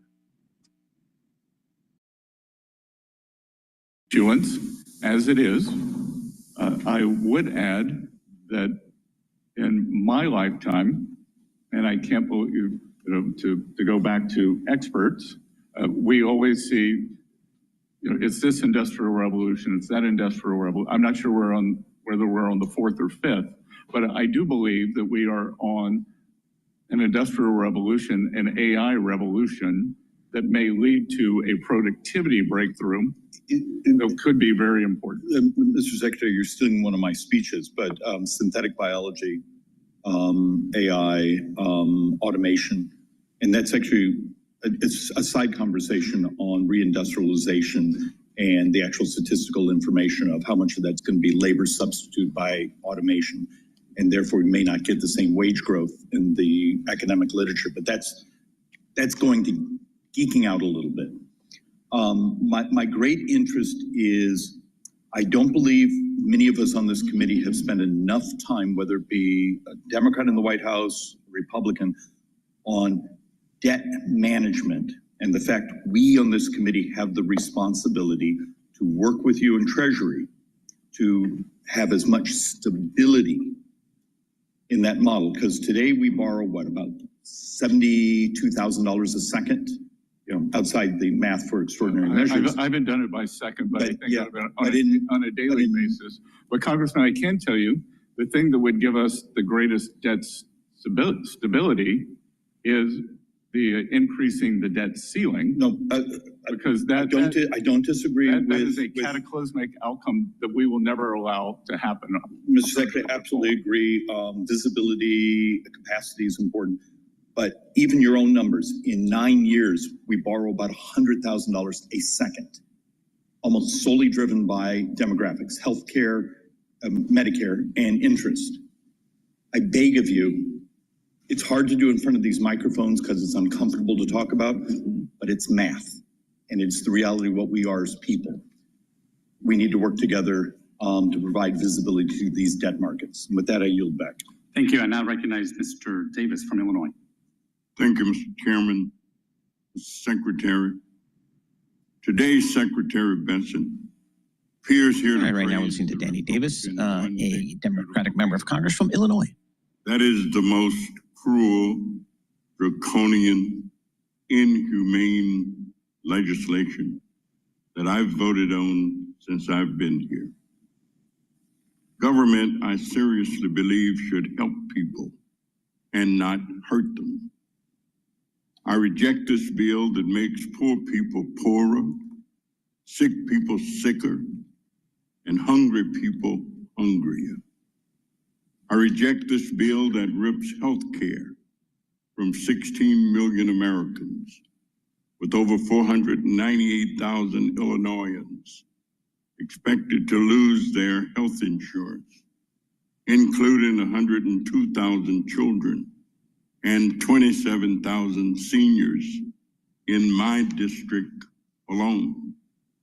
I reject this bill that threatens my constituent Deborah and her 2 children, whom she adopted from foster care. The picture behind me shows Deborah's children, who are medically fragile and rely solely on Medicaid for their health care. I reject this bill that will close hospitals in my district and kick people out of their nursing home, not only in my district, but across the country, especially in urban inner city communities and rural communities for sure. I reject this bill that explodes poverty and suffering while giving wealthy trillions in tax cuts. And I reject this bill's irresponsible explosion of the deficit that triggers statutory cuts to critical programs supporting children and families.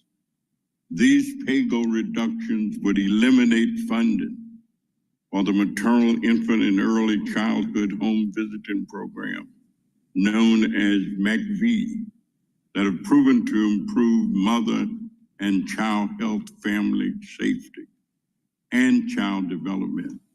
It would eliminate the guaranteed funding for the Mary Lee Allen Promoting Safe and Stable Families program that we know helps prevent child maltreatment and strengthen families. It would eradicate the social services block grant that provides substantial investment in child care, child welfare, and adult protective services. These egregious cuts alone will cost Illinoisans over $72 million and hurt Illinois children, seniors, and families. I reject this bill that gives tax cuts to the wealthy, paid for by denying and depriving low-income, poor people, senior citizens, sick people, unhealthy people, the health care, food assistance, housing assistance, and economic development opportunities that they need. This bill reminds me that there is something rotten in Denmark. There is something wrong with the thinking that puts such a bill in front of us. This bill is actually what we call the Robin Hood in reverse. Take from the poor, take from the disabled, take from the sick, take from the hungry, and give to the wealthy. It is not good. It is immoral. I reject it, and I yield back the balance of my time. The gentleman yields back. Mr. LaHood is recognized for 5 minutes. Thank you, Mr. Chairman. Mr. Secretary. We're now receiving Darren LaHood. He is a Republican member from the state of Illinois. I would argue, Mr. Secretary, that President Trump got elected last November on two issues, fixing the unmitigated disaster at our southern border and fixing the economy. And obviously you play a big role in fixing the economy and working with us on that. Go back a year ago, we had high inflation, high interest rates, unaffordable energy costs, supply chain frustrations. And that factored into people going to the polls and wanting a change on the economy. And as we think about the bill that we've put together, the One Big Beautiful Bill, there's lots of things in this bill that help this economy. But fundamental to that is making permanent things like 199A, bonus depreciation, research and development tax credit, the affordable housing tax credit, unleashing American energy, all included in this bill. And I think we predicate this bill on how do we have predictability and certainty long-term in this economy. And those investments that are made by small, medium, and large companies, whether you're a plumber in Peoria, Illinois, or you're a Fortune 100 company, you want predictability and certainty. And as been alluded to earlier, if we do nothing and this bill doesn't pass, you're going to have $4.5 trillion tax increases. And if you think there's uncertainty in the economy now, wait until that happens. And so the other, I think, observation that's been made is there's a lot of money and resources sitting on the sidelines waiting to be invested. But we need that predictability and certainty. And I would argue we do that in this bill. I wanted to ask you if you can comment on what this bill will do to the economy and on predictability and certainty. Good, Congressman, thank you for that. And I would also like to talk about what this bill will not do to the economy. Because what we saw in the tax bill of under the Biden administration, which I believe was immoral, was rampant inflation, which is the best way to steal from working Americans. And the basket of goods and services that working Americans require had a substantially higher inflation rate than the 21% reported by the Bureau of Statistics. So in excess of 30% of purchasing power was stolen from working families. We had in the summer of 2024, we had a record amount of food bank usage in the United States of America at the same time that the previous administration's tax bill, we had a record number of trips to Europe. And that is not an America we want. Record trips to Europe, record food bank usage. So anyone who voted for that tax bill, that was the outcome. What we are doing is trying to get back, as you said, to President Trump's private sector job growth creation. And the tax bill will incentivize private sector growth. Equally important, this administration's economic plan is a three-legged stool. It is trade, it is taxes, and it is deregulation. And what we saw under the Biden administration that created the great inflation was we saw the impetus in spending as the government flooded the zone, but we saw substantial regulatory increase, so a demand shock was met with supply constraints. What we are doing with the help of this committee, and congressmen like you, we are creating a private sector demand shock that is going to be met with a deregulatory release. So we will go back to 2018 and 2019, we will have strong growth and will be non-inflationary. Thank you, Mr. Secretary. I yield back. Thank you. Ms. Sanchez is recognized for 5 minutes. Thank you, Mr. Chairman. Welcome, Mr. Secretary. You're listening to Linda Sanchez from California, Democratic member. And I know that because I served on this committee during that administration. So I just wanted to clarify that. And in the interest of time, because our time here is limited. I'm going to ask you to please limit your answers to yes or no questions, and I'm going to jump straight into those questions. Mr. Secretary, do you still believe that the president's tariffs are going to be a one-time price adjustment for American families? If prices go up, they will be one time. Okay, well, unfortunately, you appear to be talking out of both sides of your mouth, because you yourself have admitted after conversations with Walmart that some tariff costs are going to get passed on to consumers. And in fact, we've already seen that prices are rising on many everyday goods. Congresswoman, please don't interrupt me. The time is mine. The time is mine. Please don't interrupt me. I will ask you questions and I will grant you an opportunity to answer them, but please don't interrupt me during my time. With pleasure. Okay, I know I'm a woman, but please try to limit yourself to answering my questions. No, I'm sorry, but we get talked over all the time, and I don't want that to happen at this hearing. I would remind members. Gentlelady is recognized. Please proceed. Thank you. The time is mine. Clothing is going up 20%. Shoe prices and canned goods like chicken noodle soup and canned fruit and microwave meals have gone up 15%. Toys are getting more expensive. Walmart just raised the prices of dinosaur action figures by 38% and baby-born dolls by 43%. Household goods like drills, toolkits, vacuums have also gone up. Stanley Black & Decker recently announced higher prices for all of their products, and these are just some of the products that are affected. On average, Trump's tariffs are estimated to cost households $3,000 more for the same goods than they would have last year. And that's money that could be going to...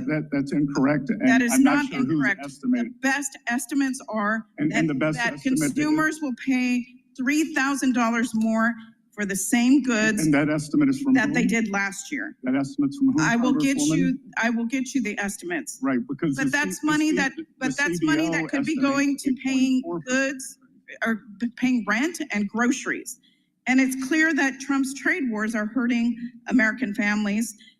Yet all we have to show for the economic pain are news reports of these flimsy trade deals. And I understand, Mr. Secretary, that you are co-leading the China trade negotiations. Do you think that China is a reliable trading partner? I think we will see. Well, pardon me for being skeptical of this administration's ability to get anything meaningful out of trade negotiations with China, because this administration is too swamped with trying to negotiate with 90 countries around the world. And to me, a poorly negotiated trade deal with China is probably not worth the paper that it's written on, because this is China's China's track record. These are facts. In the Trump administration's phase 1 trade deal, China promised to increase purchases of U.S. goods and services by $200 billion over 2 years. Countless reports and you yourself have noted that China has failed to meet these purchase commitments. Those were purchase commitments that were negotiated by Trump in his first administration. They met their agreements under President Trump in 2020, and President Biden did not enforce them, and the Chinese delegation told me that they did not believe they needed to adhere to them. I'm reclaiming my time. That's incorrect. China has also not made the structural reforms that they promised Trump that they would. Many U.S. companies still reported widespread intellectual property theft and counterfeiting. So excuse me if the last attempt by the Trump administration to secure meaningful change from China doesn't exactly inspire any confidence in the current negotiations. And, you know, quite frankly, negotiating trade agreements with China requires more time and effort than this administration has given so far. And that's why I was alarmed to hear this morning that Trump said that the U.S.-China deal was done after just 2 days of talks in London. Mr. Secretary, the press release on this so-called deal looks more like a framework. Congress, who has the constitutional authority over trade, needs the details of this supposed deal. So I'm asking if you will provide this committee with the actual details of this deal, because there has been, unlike what was said earlier, there has been no consultation with our side of the aisle, at least, on the China negotiation. Will you commit to giving us the specifics of that deal, the details? The Congresswoman, I flew back at 4 a.m. this morning to be here this morning, and we are... It's a simple yes or no question. No, it is not a simple yes or no question. We are in the midst of constructing it, and back to your question, China has proven an unreliable partner in strategic. Will you commit to consulting with us on trade deal with China? Gentlewoman's time has expired. I would ask the witness be allowed to answer that last Gentlewoman's question. time has expired. I It's now a yes or no recognize- question. It's very simple. Representative, I raised many of your concerns to the Chinese delegation, and it will be a longer process. The trade deal today, or last night, it was for a specific goal, and it will be a much longer process. And I will note that the previous administration did nothing. But excuse me, the Mr. question Harrington was is whether now or not you recognized. would The consult gentlewoman's with time has members of expired. Congress. Mr. Harrington's time. Please go to my store, the-studio-reykjavik.com, and get the collagen. This is a multi-purpose supplement. It's a powder. You mix it with soft foods, filtered water, a smoothie, or even milk. But take it every day. This is a month's supply. You get a big scooper, take 1 scoop a day.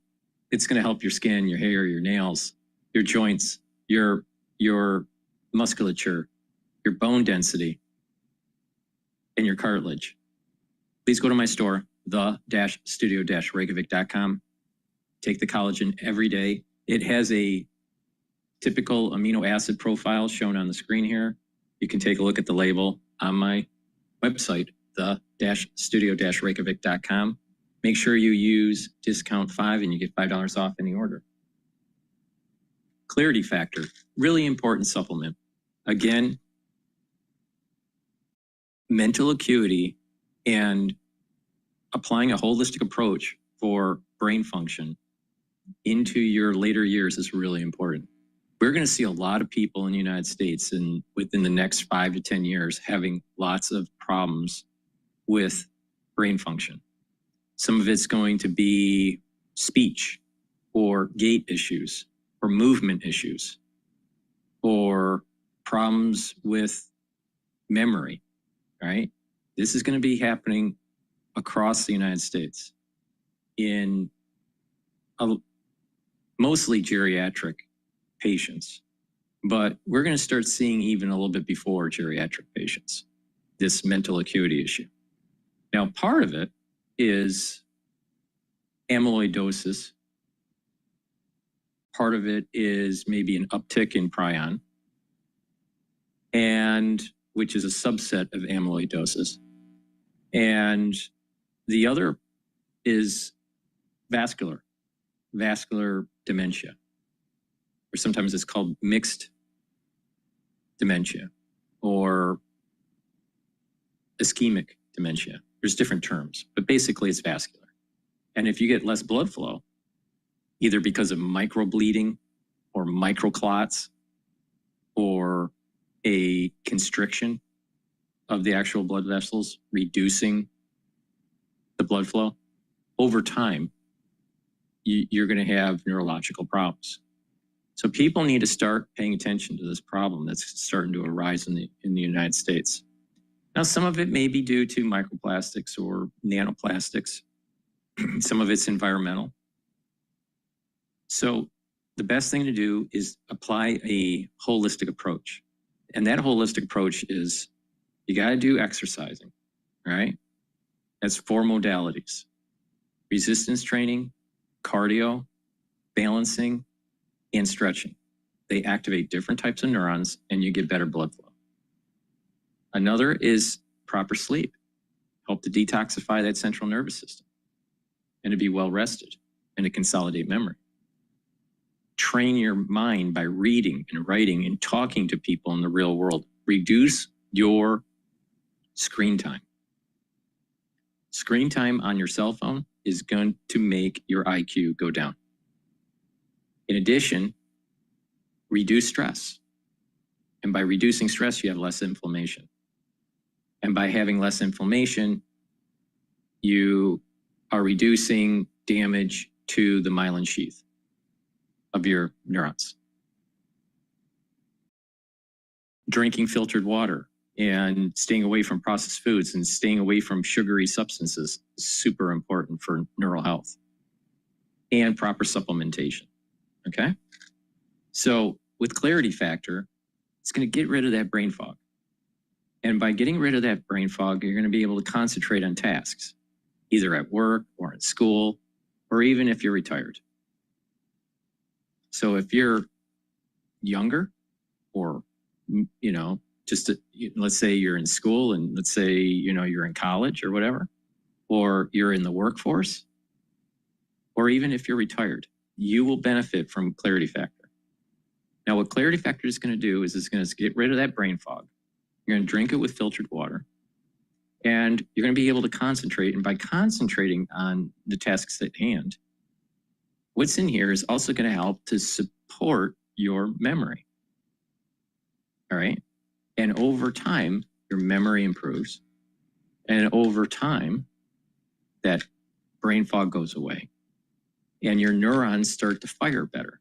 So you're going to have something called positive neuroplasticity, where you're going to have more dendritic connections, more connections between the neurons that allows for you to think faster, and it'll improve that memory. But you do this holistic approach that I just mentioned. You're giving the nutrients in that microenvironment to allow for that neuroplasticity. If there's lots of inflammation, you're not going to have positive neuroplasticity. If you have high sugary diets, you're not going to have positive neuroplasticity. You're causing inflammation because it's high sugar bloodstream, and that's inflammatory, right? If you're not sleeping well, you'll have high cortisol levels, and you're not consolidating memory. You're not going to have positive neuroplasticity.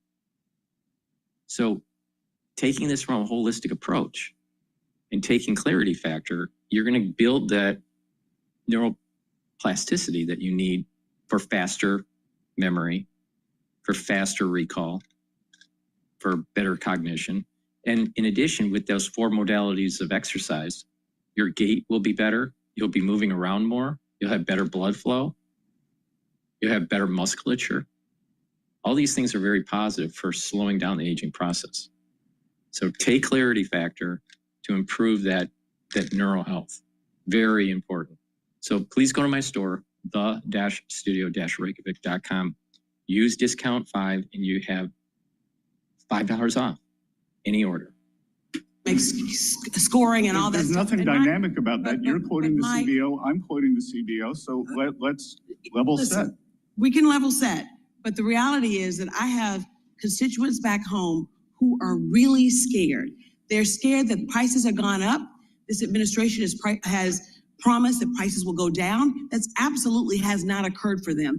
And every time they hear the word tariff, they think of the fact that it's another tax on them that will be passed on to them for goods and services.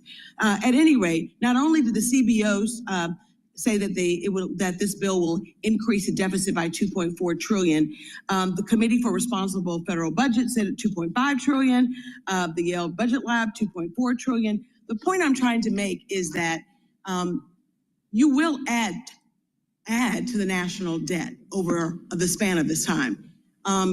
The second question that they wanted me to ask is, will all Americans have a net benefit from this beautiful big bill?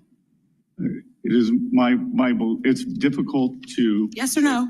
Again, it's impossible to say all Americans. It is ridiculous for me to give an answer for 337 million. Well, I can tell you what I can say the balance of probability is that Americans will get a substantial increase, especially if you're referring to working people in your district. Yep.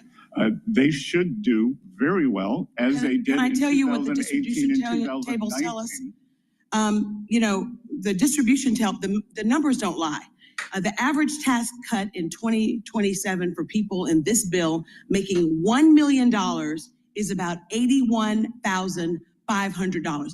So someone who makes $1 million, and no one in my district makes $1 million, to my knowledge, will get a tax increase, will get a tax benefit of $81,000. That's $223 a day.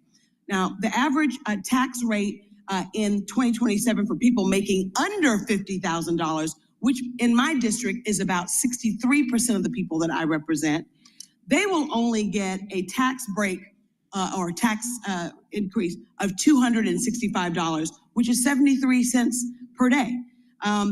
That's pittance. When you think about the fact that the IRS, which this administration has decimated, closing field offices everywhere, laying off or dismissing thousands of workers from the IRS. The folks in my district often get, bombarded with inquiries about their earned income tax credits, and billionaires that are going to get $81,500 more don't.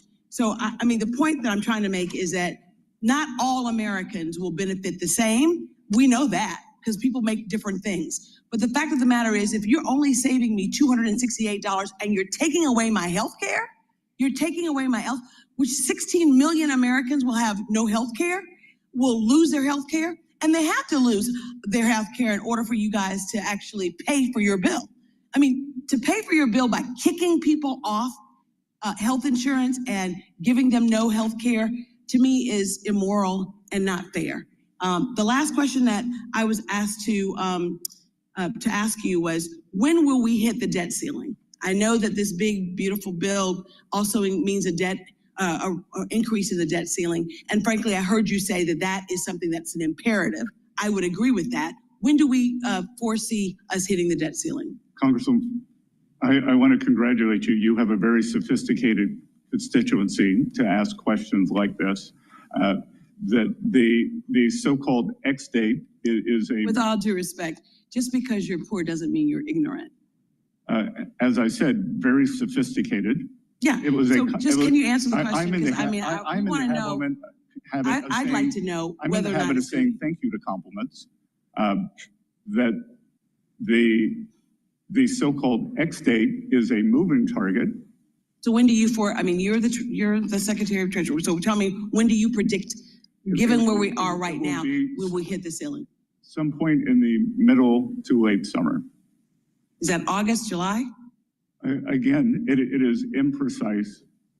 Well, sir, I just think that it is an abomination that we are actually giving bigger tax cuts to the wealthiest Americans who don't need a tax cut. Gentleman's time Meanwhile, we're taking away food assistance and health care from people who desperately need it. Gentlewoman's time Thank you, and I yield back. I now recognize Mr. Estes for 5 minutes. Well, thank you, Mr. Chairman and Secretary of Assent. Listening Thank to you for Ron being here. Estes, I know, Republican member I've been from the very state busy the last of few days, Kansas. and appreciate you coming back with struggling through the jet lag that you're obviously feeling. I just want to, I have some remarks here. I just want to throw out a couple of comments that have been talked about.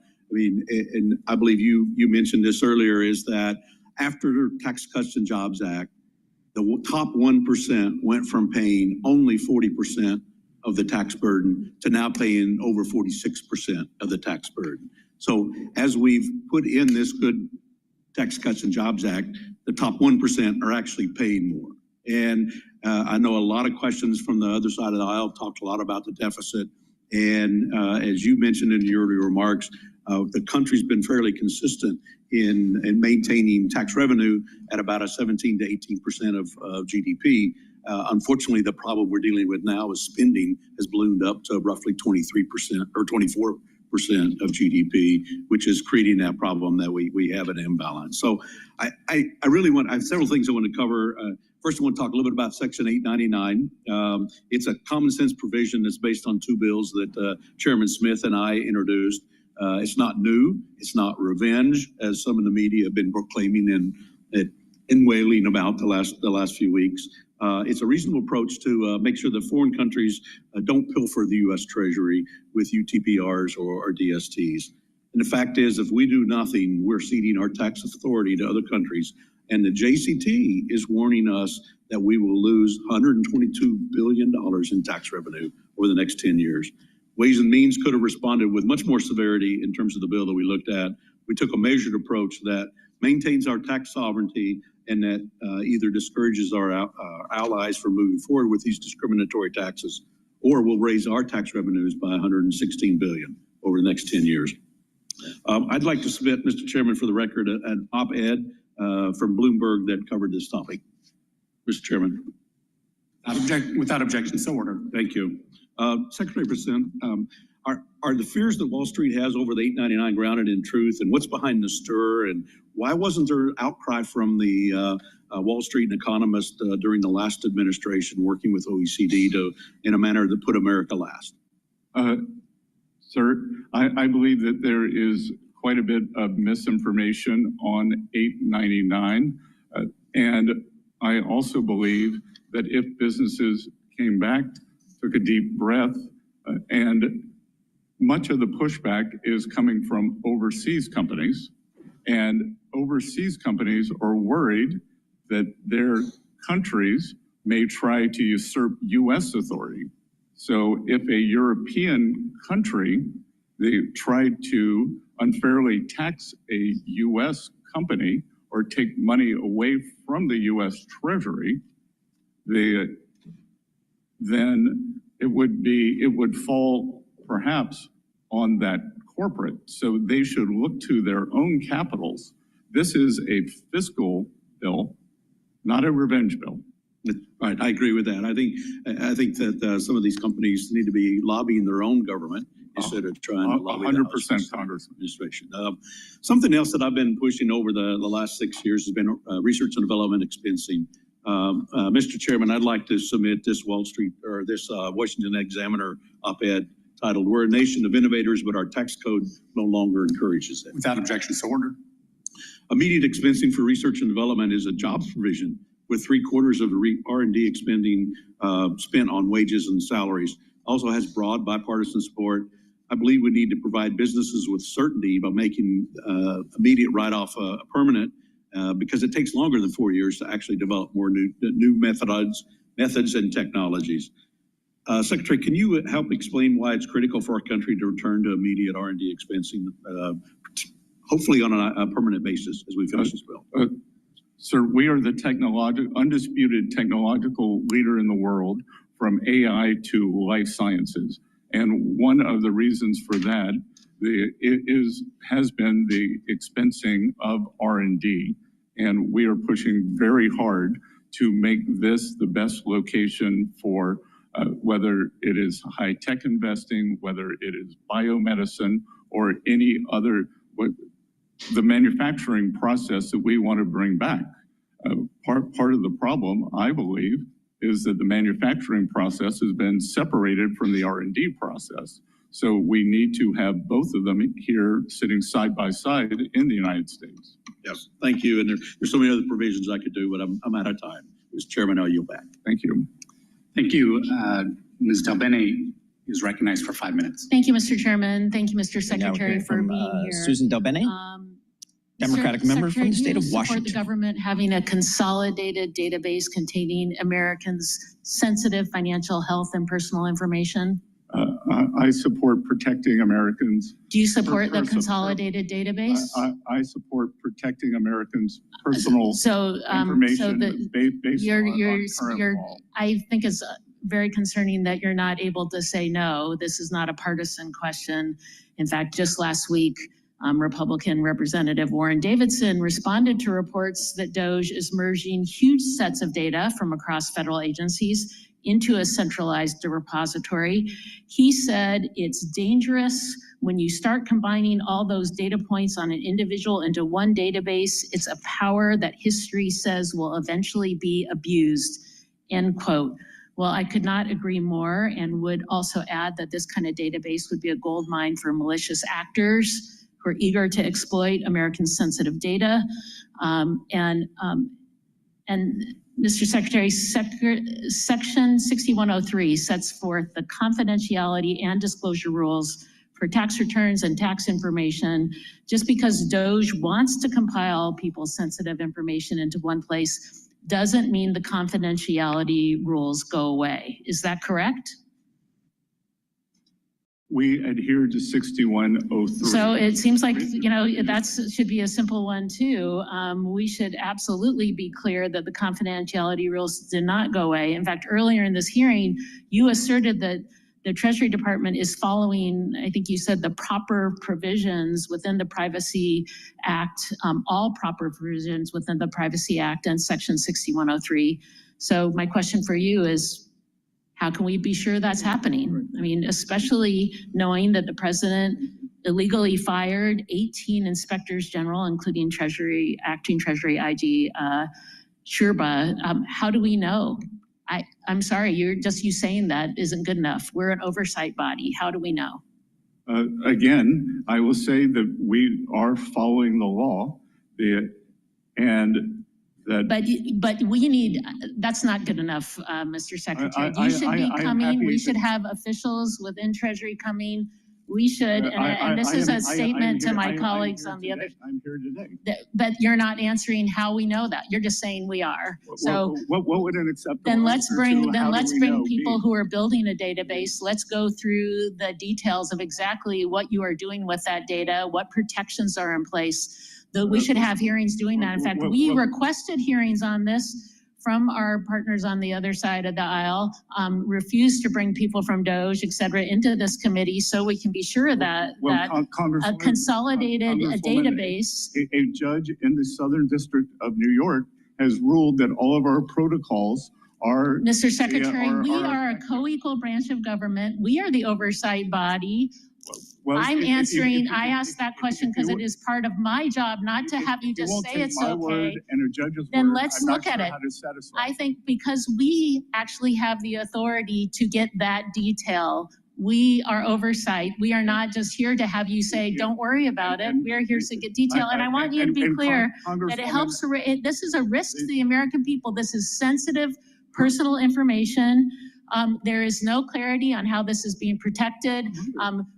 Early on in this administration, people were given access to information with no controls. We have not had folks come into hearings. That's not good enough, Mr. Secretary, and I'm supportive of making sure that we are using technology in smart ways. I'm also very supportive of making sure that we are protecting people's personal information and we are following the law. 6103 is clear, and there is no, and now this consolidation, there's no approval on how this consolidation takes place. And you can't even be clear to me that you're about where you stand in terms of making that happening. So I don't think we're getting the information. Maybe it did not filter up to you, but we provided a staff level briefing several weeks ago. Then let's bring folks. I want to ask the questions, frankly. It's not about whether or not you had a staff level briefing. Let's bring experts to answer detailed questions in this body so that we get those answers. I have a technology background. I'm happy to have those detailed conversations of exactly who's given access, how that access is given, and how we are making sure that information is protected. We absolutely have to make sure that there are no violations, that there are the right protocols put in place. We have no data to say that. We just have, you'd say, just trust me, it's okay. That's not good enough. And Mr. Chairman, Mr. Chairman, I yield back. I now recognize Mr. Smucker for 5 minutes. Thank you, Mr. Chairman, and thank you. We're now listening to Lloyd Smucker, Republican member from Pennsylvania. What appears to be a great deal with China potentially, and a reset of our relationship, and a deal that'll be great for American business. An excellent start, Congressman, but a start. Yeah, I'm really continue to be proud of the work that we've done with the Tax Cuts and Jobs Act, the impact that it had on my constituents, where average families in my district saw an increase of about $6,000 in their wages in the years following that. Inflation was low. I'll put up any day the record of the previous Trump administration with what we've seen, the disaster that we've seen in this past administration. And so grateful to have the opportunity to work with you to extend those benefits once again to every American. And we're hearing a lot from the other side here today on things that just simply falsehoods about the bill, things that are not in this bill. And I just want to remind our listeners what Democrats are voting for by voting against this bill. They will be voting for a vote against this bill is a vote for the largest tax increase in American history, a tax increase that will affect average households at every tax bracket level. They're voting for a decrease, in fact, a 50% decrease in the child tax credit, which is so important, provides important relief to every American family. They're voting for allowing Medicaid dollars to go to people who are here in the country illegally at the expense of American citizens. Yes, sir, 1.4 million of them. And they are voting to allow Medicaid dollars that are intended for people who really need them to go to individuals who could be working but choose not to. They are voting for Medicaid benefits not to go to women and children as they should. They're also voting against policies they voted for before that will be critical to grow this economy and provide additional opportunity. Policies like full expensing, they voted for that last cycle or last session. Full deductibility of R&D, full expensing, I mentioned full expensive, and then we're adding full expensing for structures, which will re-energize American manufacturing. All of the things Democrats will be voting against by voting against this bill. Yes, sir. So I want to again say that we're doing this is going to be beneficial to every American, and we're also doing it in a responsible way by finding savings that will drive more efficiencies in some of these programs, but will ensure that we will not add to the debt, assuming we meet very, I think, conservative estimates on growth. Do you agree with that? Yes, sir. And to go back to the CBO, the CBO produces a black box. And that black box says the growth is 1.7 or 1.8%, whether we make the TCJA permanent and continue, and that permanence causes stimulus, or, as you said, whether we have the largest tax cut in history, which would be cataclysmic, obviously, but it also assumes no change in growth. So obviously both cannot be true. Exactly right. So we're going to do this in a fiscal responsible way. Now I do have one question for you, and I only have a minute left. One of the things that I was impressed with when during your confirmation hearings and leading up to your appointment as secretary was your 3-3-3 plan. And particularly in the short amount of time I have, you have a stated goal at least of getting to the deficit at being at 3% of GDP, which I know how much you're concerned about the debt. The Democrats today are raising concerns about the debt. I share those concerns. I think that's a great goal. Do you still hope to achieve that 3% debt to GDP, deficit to GDP by the end of Trump's term? Yes, sir. It's a deficit to GDP, which the other side of the aisle doesn't seem to want to talk about, or the total debt to GDP, which Secretary Yellen and I agree on. It is those two numbers that matter. The absolute number, while daunting, those two ratios are much more important. And I said that we would like to have a 3 in front of the deficit to GDP by 2028, the end of President Trump's term, which is the long-term average. And I think this sets, Gentleman's time is expired. This sets the basis for being able to achieve that. There's going to be a lot more work to do, and I look forward to working with you to achieve that goal. Thank you. Gentleman's time has expired. I now recognize Ms. Chu for 5 minutes. Secretary Besant, my constituents are sick with worry Representative about Judy Chu, losing Democrat from their California, coverage. questioning Treasury The Secretary Besant. nonpartisan Congressional Budget Office just determined that more people will lose. Please go to my store, the-studio-reykjavik.com, and get the vitamin B complex. This is a vitamin complex that you should be taking every day, especially if you're 40 years of age or older. The first 4 B vitamins will help the mitochondria. They'll boost up that ATP, which is very important for energy levels within the cell. They'll also help with cellular metabolism, and vitamin B complex will help to protect neurons. So please go to my store, the-studio-reykjavik.com. B12 is super important for neurons. Digestive enzyme complex, very important for your pancreatic health. Reduce the load on your pancreas. If you're age 40 or older, you need to start taking care of your pancreas. I don't care how healthy you are, you have an aging pancreas, right? So taking the digestive enzyme complex is going to help to break up the carbohydrates, lipids, and proteins, reduce the load on the pancreas. And what that's going to do is you're going to be able to digest your foods easier. So please go to my store, the-studio-reykjavik.com, and get the digestive enzyme complex.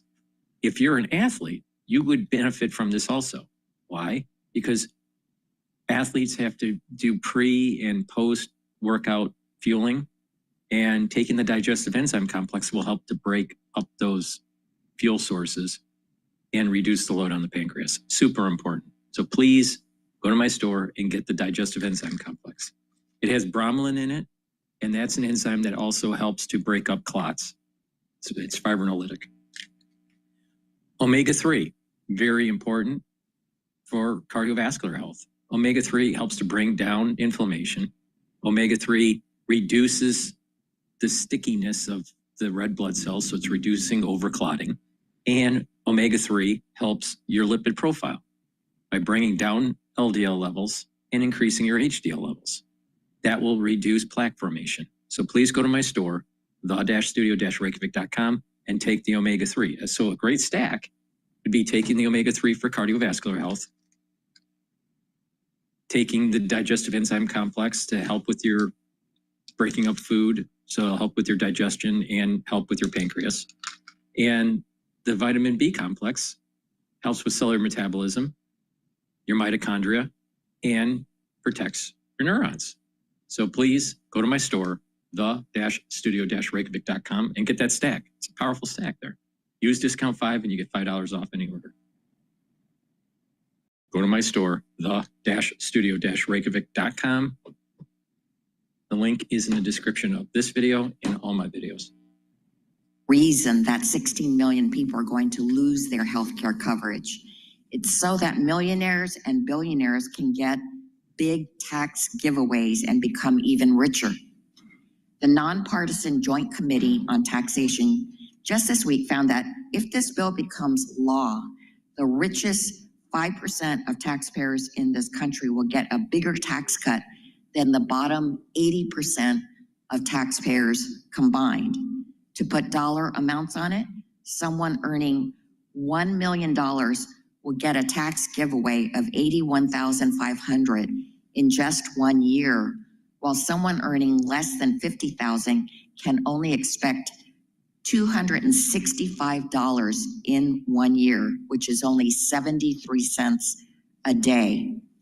That millionaire will get a tax cut in 1 day that's almost as big as what the middle-class person will get over the entire year. And of course, this does not account for the burden of paying more for basic necessities because of Trump's tariffs, nor does it account for the loss of life-saving benefits like Medicaid coverage or SNAP food assistance. When the University of Pennsylvania included the benefit cuts into their analysis, they found that the poorest 20% of households in this country will lose $30,000 over their lifetime if this bill gets signed into law. It's quite literally a reverse Robin Hood scheme, taking from the poor and giving to the ultra rich. That's why I had an amendment that said there should not be tax giveaways for those earning more than $10 million per year. And so, Secretary President, I only want a yes or no answer. Would you have voted yes or no on my amendment? Again, no. I yield back. Mr. Hearn. Thank you, Mr. Chairman. Mr. Secretary, it's good to see you again. Thanks for sitting here. Your predecessor, Janet Yellen, pushed Congress for the last 4 years to adopt the OECD global tax deal. I'm grateful that you and the administration have been working to stop this. There's a lot going on in that space. And as the current global tax deal is formulated, U.S. multinationals are disadvantaged in two critical ways. First, they face 2 layers of minimum taxes, the existing robust U.S. system and the emerging OECD system. And 2, their traditional income-based tax incentives face stricter scrutiny against the corporate welfare regimes in China and the EU. The global tax deal fosters a kind of a Hunger Games style race for government handouts, cash subsidies, and refundable tax credits. The system rewards political connections and authoritarian regimes over innovation. And Mr. Secretary, as you know, countries are pressuring the U.S. to sign on to the global tax deal and want to push subsidies out of the income tax system into the hands of bureaucrats, distorting markets, picking winners and losers, and leaving their taxpayers footing the bill for political pet projects with dismal economic results. If other nations want to tie their economies in knots with that nonsense, that's their funeral. The U.S. should not play the role of global nanny, dictating domestic policy to sovereign states. Countries around the world are free to determine a domestic policy that meets their political and economic demands, but not at the expense of the U.S. taxpayer and our great U.S. companies. My concern, Mr. Secretary, is that there is an on and off switch associated with the implementation of this global tax deal. A lot of uncertainty of what's happening after your time in office and the president's time in office. The tax sovereignty of this nation is under attack. The last administration gave away U.S. leverage trying to sell the jurisdiction and purview of this committee to the OECD in Paris. We must not let that happen.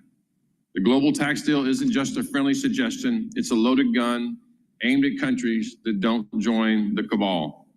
I, for one, don't want the U.S. to be looking at the end of their loaded gun under the next administration or the one after that. Mr. Secretary, will you commit to working with us to put a nail in this coffin on the global tax deal once and for all? My staff met with the OECD in Paris just last week, and we are pushing back and working toward a solution as soon as possible, Congressman. Thank you for your work on that. And then one last thing, the current tax code has certainly been biased against investments and structures, and I've been working on this issue for a number of years since I've been on the Ways and Means, including a bill I introduced that implements a neutral cost recovery for structures. While we should continue to do more in this space to drive down the cost of investment in structures, I know that's part of the big plan to get manufacturing back here quickly. I'm happy that we're moving in this right direction, and long depreciation schedules, as you know, and as you've worked on, erode the value of deductions, hindering growth on domestic manufacturing. The provision that we included in the big one, beautiful bill that allowed full expensing of factories coupled with restoration of 100% expensing for equipment and machinery will be crucial for the President Trump's agenda to boost American manufacturing. We're hearing a lot of great things about that. Mr. Secretary, I want to reiterate my thanks, certainly the Republican Party's thanks for your immense support in this provision to implement full expensing of factories.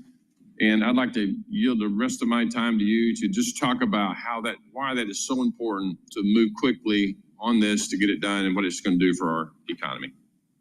Congressman, it provides great surety, but more than that, it provides the impetus for businesses to make capital allocation very quickly. And in a way, it puts us on an even playing field with the countries that heavily subsidize their industry.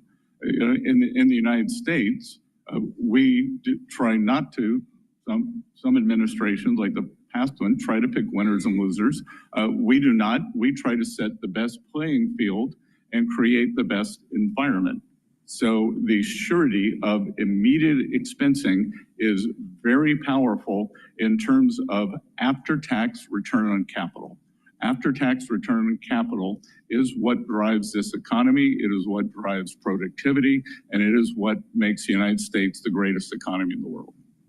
Mr. Secretary, again, thank you for being here. Appreciate your words, and I yield back. Ms. Moore. Thank you so much, Mr. Chairman. I'd like to yield. Gwen Moore, Democrat from Wisconsin, now with Scott Bessent, live on Bloomberg. Thank you, Ms. Moore. I would ask unanimous consent to enter into the record the nonpartisan policy research Yale Budget Lab analysis, which shows that $3,000 cut to household income because of Trump's tariffs. Without objection. Thank you. I yield back to Ms. Moore. The Yale Budget Lab is staffed by Thank you. This is my time, former sir. Biden officials. Where's the gavel, Mr. Chairman? He's taking up my time. Proceed, the clock's moving, Ms. Moore. Thank you. I want to join my colleagues on a bipartisan basis in regaling the life and times of Charlie Rangel. And actually, Mr. Chairman, were he alive today would be his 95th birthday. This is so irrelevant. Please go to my store, the-studio-reykjavik.com. Help support the work that I do. We're going to be going over the Bitcoin ETF that I've been looking at. So let me just plug this set of products here. Olive leaf extract is really important because it's a dual purpose supplement. Olive leaf extract will bring down inflammation, which is very important for your immune system and for your cardiovascular system. By bringing down inflammation at the cardiovascular system level, you're reducing the chance of plaque formation. Now, olive leaf extract also helps with lipid profile. It helps to bring down LDL levels and increase your HDL levels. This stacks really well with omega-3. And by bringing down those LDL levels, you're reducing the chances of plaque formation because it's through oxidized LDL that leads to plaque. So please go to my store, the-studio-reykjavik.com. Link is in the description of this video, and get the olive leaf extract. Take it every day. Now, another very important foundational piece to your health protocol is a probiotic. I have two types. I have the veggie cap version, and I also have a powdered version. I take the powdered version because I take all these different powders like collagen and lignans and boomer boost and gladiator barley. So it's just easier for me for lunch. But take a probiotic, either the veggie cap or the powdered version. Take it every day, drink it with filtered water. And a good probiotic is going to do this for your body. You're going to notice that your skin's better. You'll also notice that your mental clarity will be better. Your sleep will be better. In addition, a good gut biome is going to help you absorb your nutrients. Your metabolism will be better. Your immune system will be better. The mucosal lining within your gut is going to be thicker and more protective. And you're going to have a better gut biome. Your metabolism is going to be better, like I said. And the concentrations, your IgA, will also improve, and therefore your immune system is going to be better. That communication between your gut and your liver and your gut and your brain will improve. And over time, what you're going to be able to notice is that your body is processing better. So a good foundation to start with is that multivitamin that I have on my store and the probiotic. And then you add to, like the olive leaf extract or omega-3 or some of the other supplements that I've been talking about. So please go to my store, the-studio-reykjavik.com, and get the probiotic. It's an important foundational piece. Stacks really well with the multivitamin as a foundational piece. And again, the olive leaf extract is a dual purpose product. It helps with your immune system and your cardiovascular system. I'm just a simple question. Is that waste, fraud, and abuse? My priorities are collection, privacy, and customer service. Okay, but you didn't. We're not collecting that, and you cut 31% of the budget from the IRS that would have actually, processed these claims. The largest budget cut was in the IT department that began the modernization in 1990. Okay, the true cost of economic security has determined that 50% of Americans are financially insecure. 50% of Americans. So do you think that any of them are going to suffer from the cuts in Medicaid, SNAP, and ACA not to have these resources available to them? Yes or no? I believe that they will be better off under this tax bill, just as they were under President Trump's last term, as opposed to the ravages of inflation under President Biden's term. Well, let me just ask this. Why is this bill designed to take away some of the benefits that you claim people are going to have? They expire. They're trying to get rid of the fraud. Expires, all of these things that these families are supposed to get. If you're so into uplifting their needs, why do they expire? All right. Let's talk about Bitcoin for a second. All right. The BITO is the ETF longing Bitcoin. The short Bitcoin ETF, BITI. Now, it's a leverage fund, and you're going to have leverage decay, so you got to watch what you're doing. You got to kind of be sophisticated. Now, what you're going to notice here is that Bitcoin is trading at 109. It's having a hard time staying above 110. All right. So it'll go up to 110 and then it'll come back down, maybe go to 108 and then come back up. And so it's having a hard time at 110. Now, BITO is trading at 21.95. Now, BITO's next support level, nearest support level, is 21.40. Yeah, 21.48. That's the next support level. And the resistance level has still been, and I've been saying this for several sessions here, 22.50. 22.50 is the resistance, and that seems to be around the 110 mark.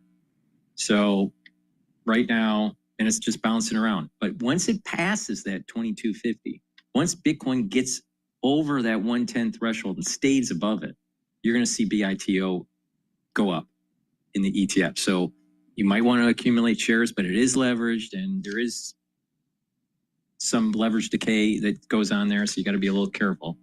But that's a interesting way to play Bitcoin. There's lots of ways to play Bitcoin, you know. So some people want to do the pure play, some people do ETF, some people do a basket of crypto, whatever. All right, so this is the way I do it. So BITO 22.50 is a resistance level. 21.48 is a support level. And Bitcoin needs to get above 110 permanently for this really to accelerate. But when it does, it will accelerate.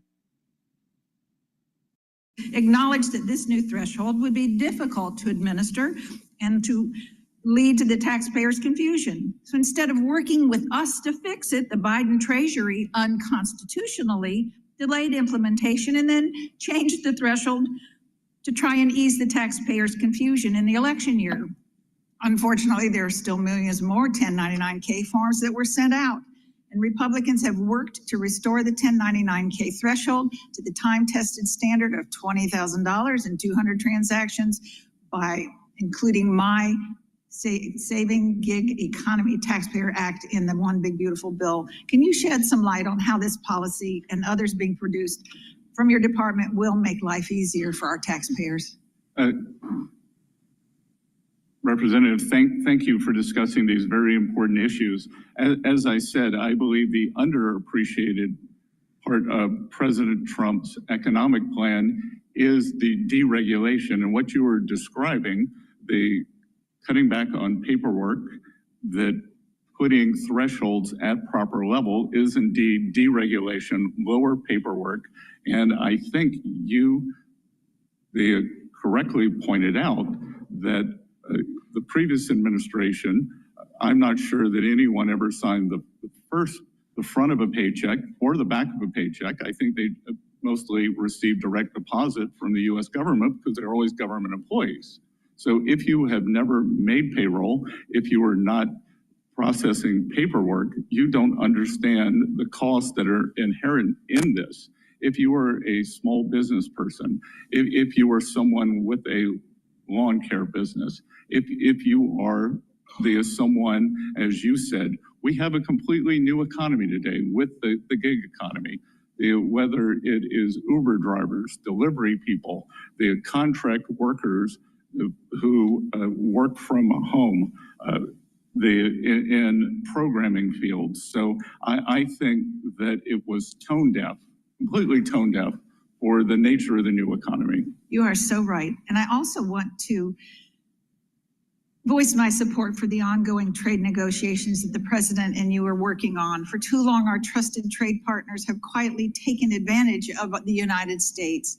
And I'm a firm believer that trade truly is the great equalizer and a powerful tool to bring the world together.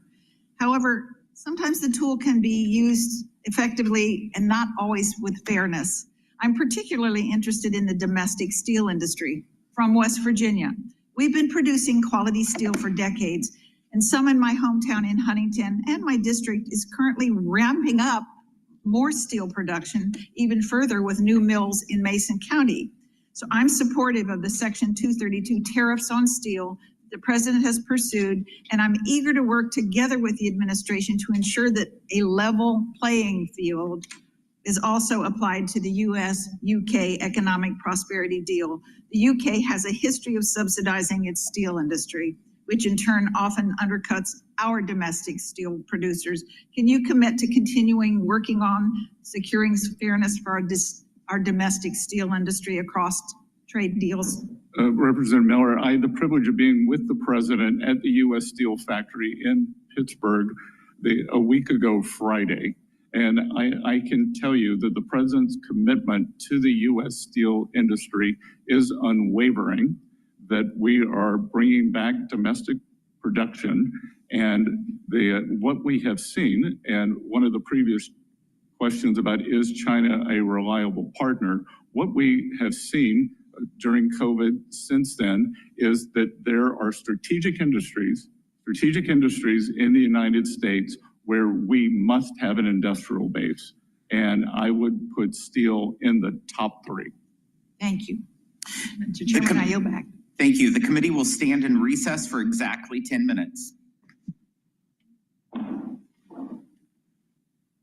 Live from Capitol Hill and here on Bloomberg Radio, the chairman of the Ways and Means Committee, Jason Smith, there dropping the gavel for a bit of a break here. Treasury Secretary Scott Bessent has not had a lot of sleep, as you might think back to the late edition of Balance of Power yesterday when he was just leaving London following U.S.-China trade talks in for 2 rounds today. He will actually be back on Capitol Hill at 4 o'clock, and we'll resume our coverage of this hearing before the Ways and Means Committee with questioning on the U.S.-China trade deal, on reconciliation, and the greater strength of the economy. Wall Street is not getting a real lift out of this conversation if traders are paying attention, and we do want to update the markets right now. Charlie Pellet is at World Headquarters in New York with the trade. Charlie? Thank you very much, Joe Matthew. Indeed, earlier gains have fizzled. The S&P 500 index now in the red, trading lower by 5 points, a bounce off the bottom, but still lower. The Dow holding on to a gain of 89 points, up 0.2%. NASDAQ Composite Index right now is down 37, drop there of 0.2%. The 10-year on this CPI Wednesday, 4.42%, with the 2-year that's currently yielding 3.95%. Gold now at $33.31 the ounce, up $7, up by 0.2%. West Texas Intermediate crude oil up 2.5%, surging to $66.58 a barrel. And Bitcoin just about flat on the day, down 0.4%, 109,573 on Bitcoin. So bottom line here, we do have stocks shuffling between small gains and losses as traders look past that upbeat report on cooling consumer prices. We're also assessing the outlook for global trade. Recapping, S&P down 3, drop there of 0.1%. Balance of Power continues. Back we go to Washington. Once again, your host here is Joe Matthew. Hey, Charlie. Many thanks to Charlie Pellet. He'll be back a little later in the broadcast as we keep tabs on Wall Street. And in the meantime, waiting for the Treasury Secretary to return following a brief intermission in the hearing before the Ways and Means Committee, we wanted to spend a bit of time with Stuart Paul, of course, U.S. economist at Bloomberg Economics, just to hash out a bit of what we heard and also talk about the data this morning. Of course, an important day here with U.S. core inflation rising less than forecast. He had the wind at his back, Stuart, when it came to CPI this morning and kind of the backdrop for this conversation. And we're getting a real I told you so out of the White House when it comes to Trumponomics, or whatever we call it. How good is this news and what does it mean for the Fed? That's right. So he started off this testimony before the House Ways and Means Committee with a bit of a victory lap because this morning's consumer price inflation data came in lower than expected. The headline rising just 0.1%, same for the core on the month. And I think that what most folks are breathing a little bit of a sigh of relief about is that the headline has not been blown out because of tariffs that had gone into effect.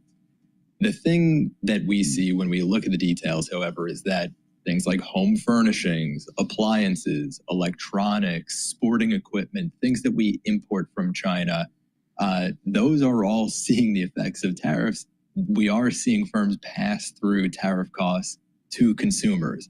Where we're seeing disinflation offsetting that effect is in a lot of these services categories. So we're seeing shelter prices rising just a little bit less.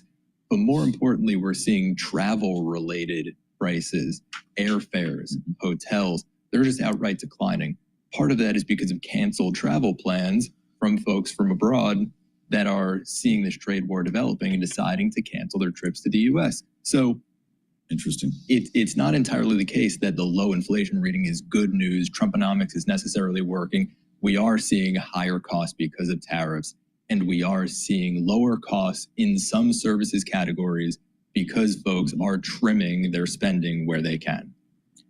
Well, part of the argument here from the administration now is that the reconciliation bill, the one big beautiful bill that's in between the House and the Senate at the moment, is going to goose the economy. It's going to create growth that is not being quantified by the Congressional Budget Office or mainstream economists.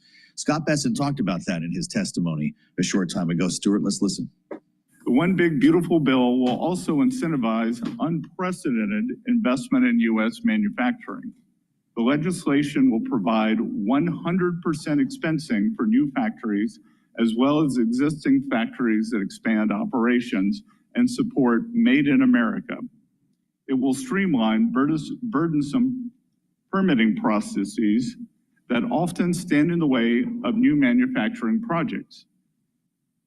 The problem, Stuart, and correct me if I'm wrong, is you cannot quantify the benefits of cutting red tape when it comes to economic growth, right? Can you put a number on that as an economist?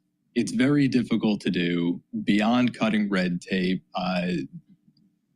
Secretary Besson put forward the idea that the dynamism that you get from more efficient allocation of private capital that comes with tax cuts or permanent extensions or longer term extensions of existing tax rates, that helps to propel growth. What was interesting during the hearing, Joe, and I'm sure you saw this also, is that I believe it was Ranking Member Neal asked the question, Secretary Besson, can you name a single independent economist who would say that the dynamism created and the growth created by cutting these taxes more than offsets the cost of the bill, the reduced revenue? There were audible laughs in the room when Secretary Besson pointed to Art Laffer. It is a clearly politically wrought person in the field of economics and a politically wrought topic for folks to deal with. It is the case that the one big beautiful bill will undoubtedly add to the national debt on the order of a few $1 trillion. It is difficult to account for the dynamism created by cutting red tape, but that's because these are some of the consequences of the aggregate economic measures. It's not just so much the case that we could just mark down a number by waving our finger in the air and feeling which way the wind is blowing. Right. Well, look, we have a smart audience here. You're talking, we hear a lot of references, Stuart, to the Laffer curve, specifically when Republican lawmakers are trying to make that argument to connect the dots between tax cuts and growth, right? Between tax rates and total tax revenue. What should our listeners and viewers be thinking when they hear that reference? Sure. So the basic premise of the Laffer curve is that if you set tax rates exceptionally low, let's say at 0%, you will get zero tax revenue. If you set tax rates exceptionally high, let's say 100%, you crush economic activity so much that you also get $0 in revenue. There is some tax rate between 0 and 100 that gives you the maximum amount of revenue. And the question is always, if the tax rate is too high, then by lowering it, you can unleash economic activity and generate additional revenue. That's if you're above the point that we would associate with a peak of this so-called Laffer curve. Alternatively, and this is what Democrats typically argue, if your tax rate is below the point of maximum revenue on the Laffer curve, you raise taxes and raise revenues. It's one of those circumstances where when we look at current tax rates, most folks would say that raising rates would raise additional revenue.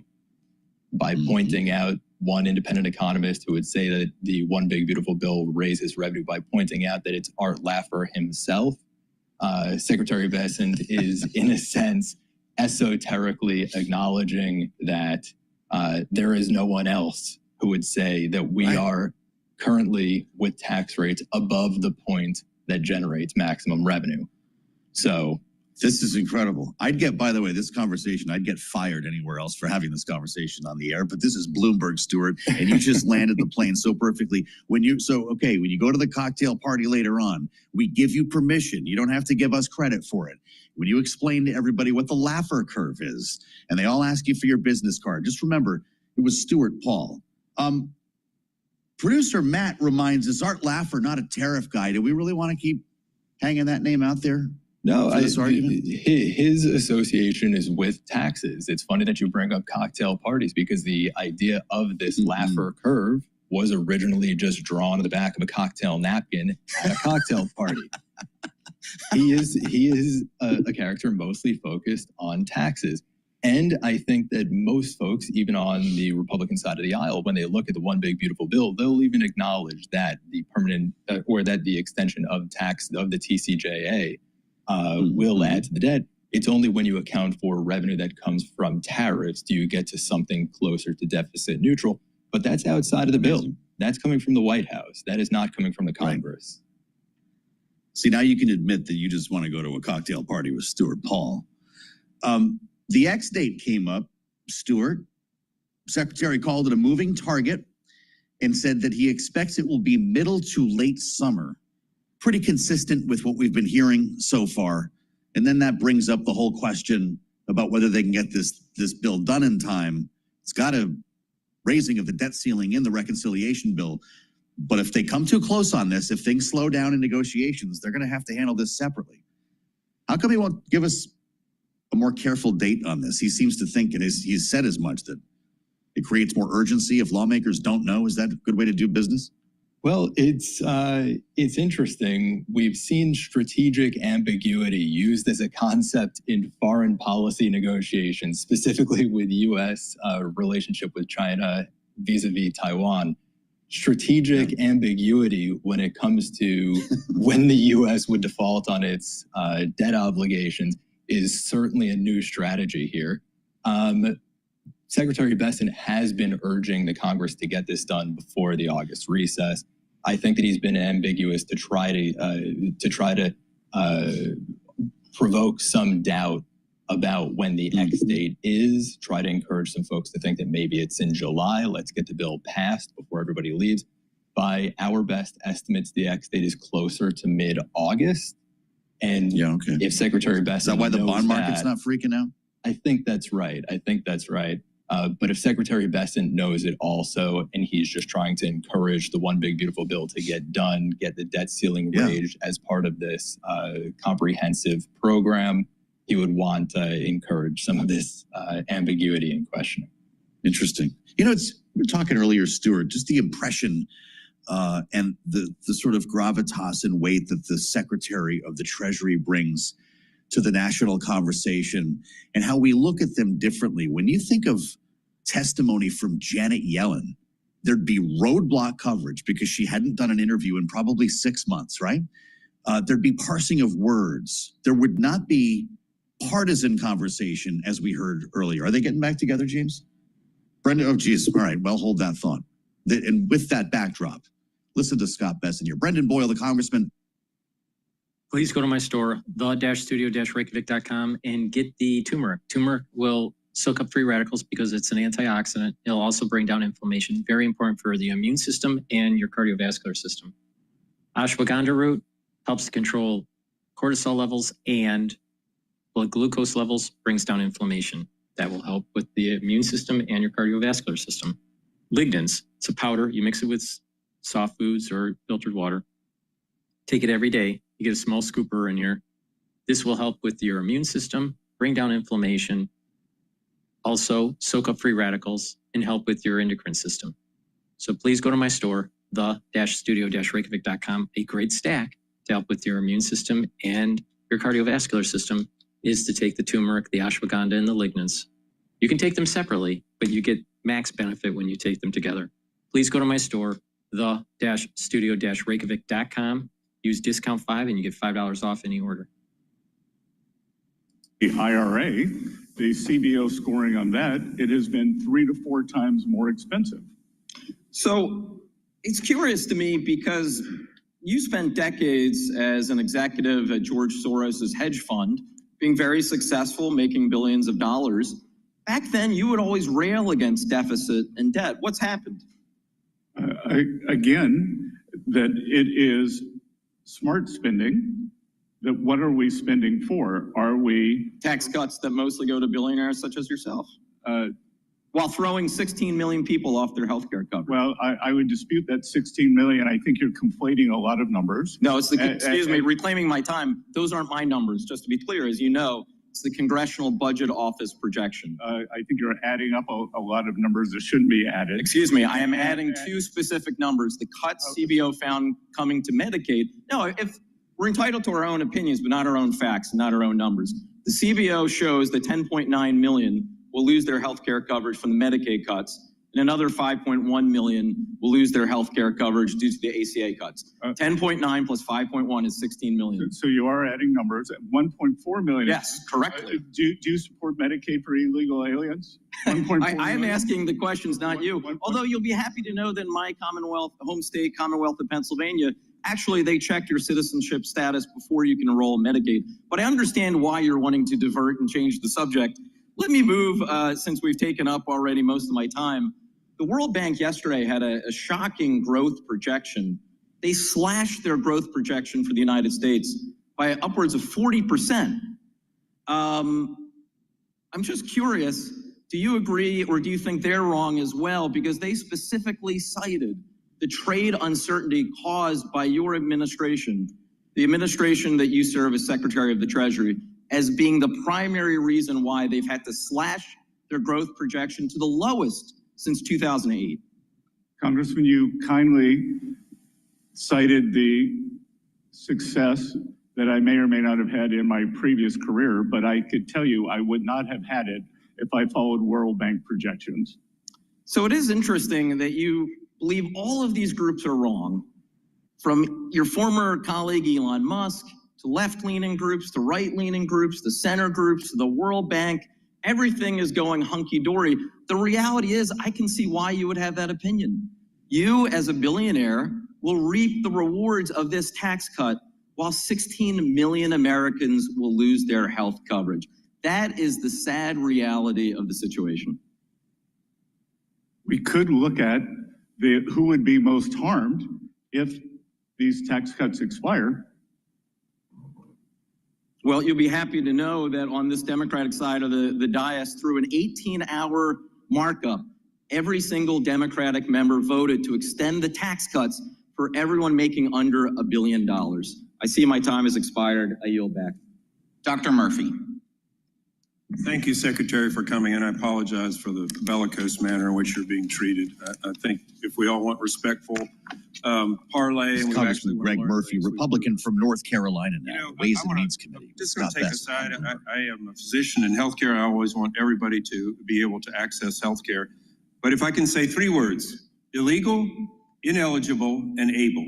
So let's go to the illegal part first. The last party let in anywhere between 13 and 20 million people in this country illegally. And now they're placing their healthcare burden on the rest of the American country. So let's talk about the illegals, providing healthcare for illegals. By the way, those aren't American citizens. 2, ineligible. Last administration did not allow states to audit their Medicaid rolls. Guess what you're supposed to do? You're supposed to say, hey, you're still fit eligibility, you're a impoverished child, you're a pregnant woman, you're a disabled person, you're an impoverished senior citizen, you are eligible. But if you're not, you are not eligible for Medicaid, period. Able-bodied. Who can be against able-bodied individuals working to get health care? I mean, my gosh. So I'm hearing this ridiculous statistic of 16 million people who should not be eligible, who are not eligible. It is just embarrassing every time they bring this thing up. So anyway, I do want to get back to the fact that our nation now, and this is blames on Republicans and Democrats, has gone far too long as far as where our economy is. We've become a service economy. We've become a government employment economy. We make some things, we assemble other things, but we don't manufacture things. We've talked about this. I look at this, or what's happened in North Carolina, the drying up of cities, especially in the East. I want to talk a little bit about tariffs, and this is a difficult discussion. I'm hearing more and more from manufacturers in North Carolina that the tariffs in the short term are harming them. Specifically, tariffs on inputs used in manufacturing, driving up costs and making products uncompetitive when exporting to third country markets. These export markets are highly competitive, and U.S. companies have to compete with the EU, with China, other countries to be able to offer their products cheaper. Who can offer their products cheaper than U.S.? I really just would like to know how we're going to navigate this. I really believe our tariff policy was necessary. You can only affect economic policy by one of two ways: militarily, which no one wants, or by tariffs. And to get our country reversed back on a path it should be, we have to do this. But help me understand how the U.S. is going to help our companies in this difficult time remain their competitiveness. Well, Congressman, as I discussed earlier, the most powerful thing we're going to do is give them great certainty and permanence in this tax bill. We will also allow 100% expensing, both for the new equipment and for factory structures. And that will provide a substantial savings and impetus. So I believe that that will aid in the manufacturing here. We are also working with industry. And again, it is across a wide range that we will see. Some companies will make less, some will make more. Right, I appreciate that. You know, I love to see our growth in our manufacturing. During the last administration, we had 3 to 7 million individuals who are able-bodied adult of working age come off of the workforce. We need workers. And guess what? Some of those people will come off Medicaid and actually get insurance by their jobs. So again, just a little bit of truth. Real quickly. And Congressman, as I said earlier, that we have approximately 9% of the workforce that is in manufacturing. Historically, real wage increases accrue to manufacturing workers faster than lower end service economy workers. So I think we could still see real wage growth there also. Right, facts matter. Quickly, I'd like to talk to you about transshipment. Transshipment by Chinese companies have undermined President Trump's Section 301 tariffs, and the problem seems to be getting worse. Can you elaborate by any chance if any discussion with China was done about transshipment, or is that in order? Is that going to be discussed? Well, we, as you can imagine, they pushed back on the de minimis exemption, which we have gotten rid of, and we are going to, we are tariffing all the de minimis imports. We are going to set a level, and it will be a global level, not only for Chinese imports, although China floods the zone, because that is their business model, is to export their deflationary impulse, which is unacceptable to the rest of the world, especially for U.S. citizens. So we are going to set a global level for these de minimis imports. Thank you. It's nice to see an administration actually do something on trade. We did nothing in the last 4 years, and I'm sorry if it hurts people's feelings that they've tariffed against us and we're retaliating, trying to do things better for the American people. Support what you do, and thank you very much. Thank you. Mr. Kustoff. Thank you, Mr. Chairman, and thank you, Mr. Secretary, for being here today and after your long days of travel. So thank you very much for being here. If I could ask you, Mr. Secretary, there's been a lot of attention lately and a lot of conversation around the bond markets and rising yields for Congressman US David Treasuries. Kustoff of Tennessee now. If I could get Treasury you Secretary to Scott Bessent. address that, maybe some reassurance. Maybe a couple of questions. First of all, what is your current assessment of the bond markets and your view of the upward pressure on Treasury yields recently? Congressman, if I could break that down into three pieces. One is the smooth functioning of the bond market. So even during the April high volume, high volatility period, the bond markets functioned very well, trades cleared. There was never a question of financial stability.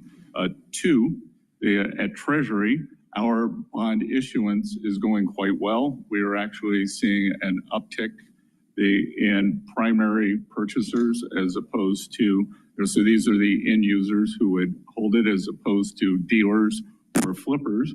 And then three, as I said earlier, the United States 10-year is the only major 10-year yield in the world that is down on the year, down in the year. So for all the sky is falling and cries of what's happening, or that a crisis is inevitable, the U.S. continues to be the most stable bond market. You've had a lot of questions today about the One Big Beautiful Bill, and a lot of questions, very detailed questions. What would happen to the economy if Congress were to fail to pass the One Big Beautiful Bill and the majority of the tax cuts from 2017 were to expire? Well, again, Congressman, there are two parts there. So one, the OBBB, as I call it, contains the debt ceiling raise and extension. So that cannot happen. That must be raised and extended. And so we will not even talk about the ramifications of that because it will never happen. Two, as I said, it would be an economic sudden stop where we would see a cataclysmic event for working Americans, for job creation, for the financial system. So it's unthinkable that this could happen. It would be the largest tax increase in history. And again, I'm not necessarily, I was criticized for my criticism of the CBO. I'm not necessarily going after the men and women who work there. I'm going after their insufficient models, because their insufficient models say that if we make permanent the tax bill, that we don't get an increase in growth. But to your point, if somehow the One Big Beautiful Bill were not passed, that growth will remain the same, which is obviously the ridiculous assumption. Wouldn't it be devastating for the economy if we failed to pass the One Big Beautiful Bill? Sir, I think it could set off the financial crisis, the likes of which we have not seen since 08-09. Mr. Secretary, you would rather be Treasury Secretary than Chairman of the Federal Reserve, wouldn't you? Sir, I think I have, with the, other than some congressional reporting, the best job in Washington. And I am happy to do what President Trump wants me to do. And I think that we are making great progress at Treasury. I can tell you that having been in the business building now since January 28th, the professional staff is incredible. And the political staff that we brought in, everyone is working well together. We are working to enhance the economy for the American people, maintain the reserve status of the US dollar, and to your first question, make sure that the US Treasury market, which is the largest and soundest and bellwether for the world, maintains that status. And I would like to stay in my seat through 2029 to do that. Thank you, Mr. Secretary. Mr. Secretary, my colleagues on the other side of the aisle have repeatedly said that there are no outside experts who support the One Big Beautiful Bill. And I would like to correct that for the record for a moment. So, Mr. Chairman, if I could, I'd like to submit for the record a letter that was sent to President Trump, Speaker Mike Johnson, and Leader John Thune on June 3rd, showing 300 economists support for the One Big Beautiful Bill. They urge speedy adoption of legislation to enact pro-growth tax policies. And Mr. Chairman, I'd like to submit that for the record. Without objection. Thank you, Mr. Secretary, and I yield back. Good, and Congressman, I believe I may have been in London when that was published, so I look forward to perusing the names of the economists on that list. Thank you, Mr. Secretary. Please go to my store, the-studio-reykjavik.com, and get the Max 14, Max 35, or Cleanse. Cleanse is 30 parts per million. Max 35 is 35 parts per million, and Max 14 is 14 parts per million. You take it with a teaspoon, swish it in your mouth, gargle, about 20 seconds, 30 seconds, and then swallow. Do that every day. If you're not feeling well, take a tablespoon or two a day. All right? But the key is to do it every day. I've been taking max 14 or max 35 for 5 years every day. All right. And what it's going to do is it's going to improve your oral hygiene. It's going to help with your oral cavity and your oral pharynx, which is the back of your throat, and help with that mucosal barrier and help with the health of the epithelial lining.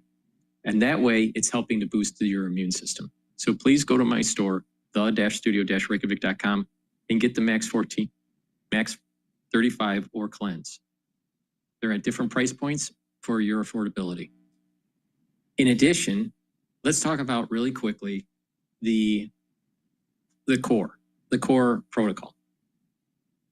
There's 4 pillars. The first pillar is max 14, max 35 or cleanse. That will help to boost up the immune system. The second pillar is C60. That's going to help to soak up free radicals. The third pillar, the turmeric, the ashwagandha, and the lignans will help with the immune system and the cardiovascular system. Bring down that inflammation, super important. And the fourth pillar is Boomer Boost. That's going to boost up those energy levels and rev up your metabolism. So you're increasing energy, you're soaking up free radicals, you're bringing down inflammation, you're boosting up the immune system. That's the core of the protocol. Now you have 2 foundational pieces, the probiotics and the multivitamin, and then you add stuff to this based on what you want to target. Neurohealth, cardiovascular, digestive, musculature, bone density, whatever you want to target. So please go to my store, the-studio-reykjavik.com. My protocol works. It's what I do every day.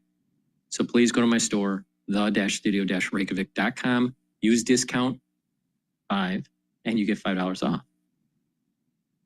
Justification for the tariff mess, pretending that the erratic policies have been the result of a clever, thoughtful plan, which is impossible to believe. There's a common assertion with these tariffs that I'm struggling to understand. The committee just passed a reconciliation bill that's going to explode the deficit by almost $3 trillion. The president tells us that's just fine because according to the CBO, if all of his tariffs policies remain in place, we're going to see $2.8 trillion in new taxes from the tariffs. You used that number earlier today over the next 10 years. But here's my question. If you're supposedly cutting all these deals, 90 deals in 90 days, and the president's going to retain the power to adjust tariffs on a whim, how can we be reasonably expected that those $2.8 trillion in new tariff revenues are going to be real? Isn't this just one more example of how the lack of a plan is going to lead to an explosion in the nation's debt? How do you have your cake and eat it too? Well, you claim the tariff revenue is going to offset the increase in debt, and yet you also say you're going to get rid of that tariff revenue by negotiating 90 new deals. Well, Congressman, 2 things. It sounds like you're questioning the CBO because that's a CBO score, not my number. You used it today. Yeah, but it's the CBO score. So if you want to use CBO, let's use CBO.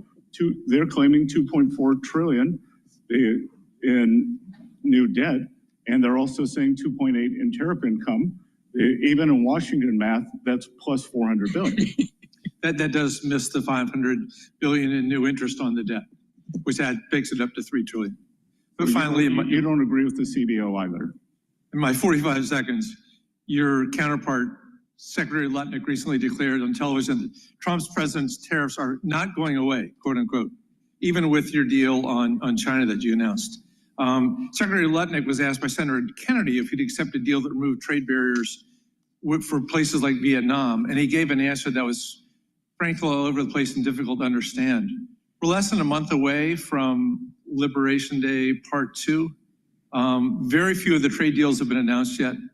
I think most people in Congress and around the world would like to know what's going on. Should America be preparing for Liberation Day 2.0? Should we plan, what do we plan for July 9th and July 2nd? I would say, as I have repeatedly said, that there are 18 important trading partners. We are working toward deals on those, and it is highly likely that those countries that are negotiating or trading blocks, as in the case of the EU, who are negotiating in good faith, we will roll the date forward to continue good faith negotiations. If someone is not negotiating, then we will not. Mr. Chairman, I yield back. Thank you, Mr. Stubbe. Thank you, Mr. Chairman. Mr. Secretary, the Democrats and the left continue to say that this is just a tax cut for Republican Congressman Greg Stubbe of Florida now with Scott Bessent live on Bloomberg. As we saw last time, the impetus or the higher collections were on the upper bracket. So the top 10%, the top 1% pay more. If I weigh 200 pounds and my sister weighs 100 pounds, which is approximately right, and we both lose 10% weight, then I lose 20 pounds and she loses 10. So they prefer to speak in absolute rather than percentages. So the percent increase, as the Congressman Arrington said earlier, that we went from approximately the top 10% paying 38% to 45%. So that it's a very loud talking point that lacks all logic. And so who would be hurt the most if Trump's Tax Cuts and Jobs Act expires? As I have said, a sudden stop in the economy always hurts the working Americans. So the bottom 50% of wage earners would be hurt by far the most, as they always are. And on the other side, they will be helped the most, as they were during the first Tax Cuts and Jobs Act. The working Americans did better. The minority households did better.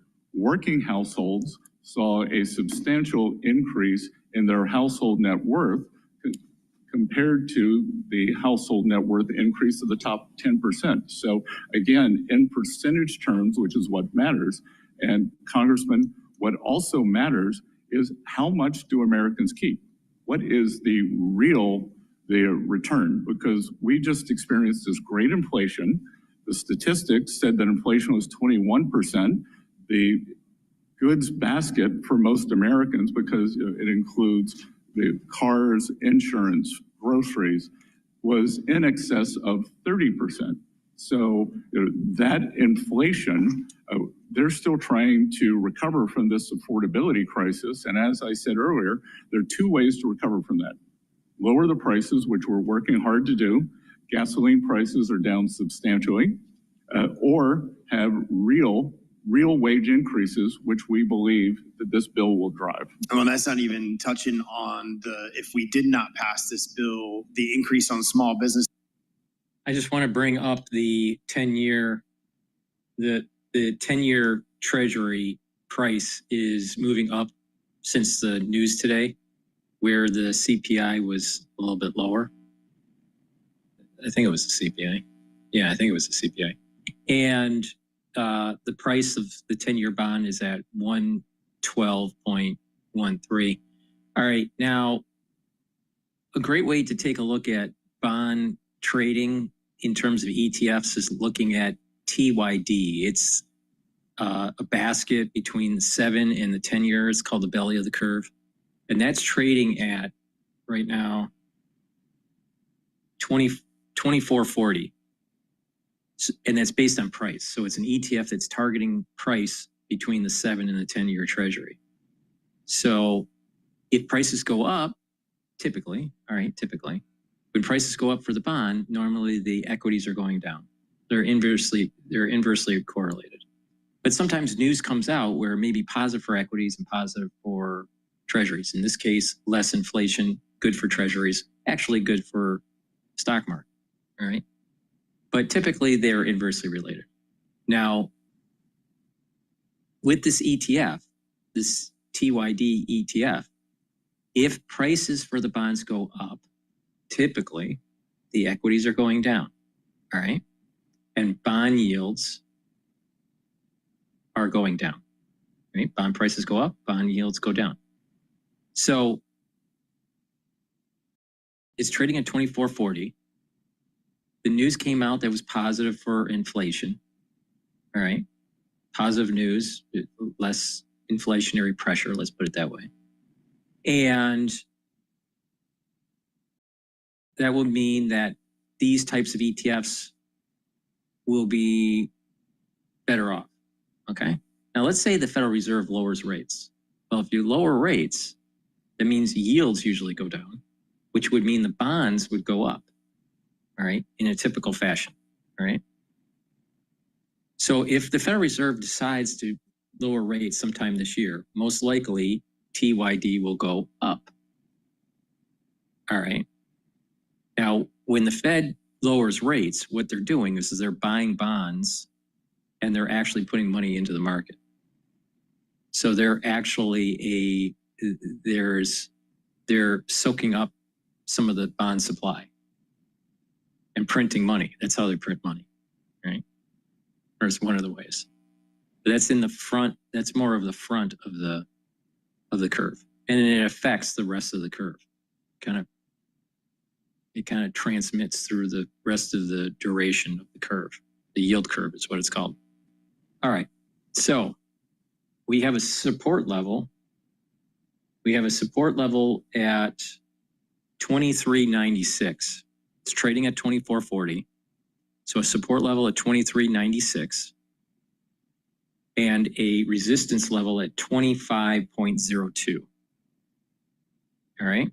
So if equities continue to go up and inflation pressure is stable, then we are going to see it drift down to the 23.96 level, lower, because bond yield, it's tied to bond yield price. If inflation pressure accelerates, then this would also go down. This ETF would also go down. Now, if the Federal Reserve lowers rates, all right, you may actually see you'll see yields go down in the front of the curve, and it's very possible that you see a little bit of an increase in TYD. Now, you can play the inverse of what I just said. If bond prices go down, then you can play the TYO, all right? And that's trading at 14.13. That's tied to price. So if you think the bond prices are going to go down, then you want to buy TYO. If you think bond prices are going to go up, you want to play TYD. All right, so that's a little bit of an update on the Treasury market. But right now, Treasuries are going up. I mean, as I'm speaking here, there was another blip up in the price of the 10-year. Now it's trading at 112 and 18th. So,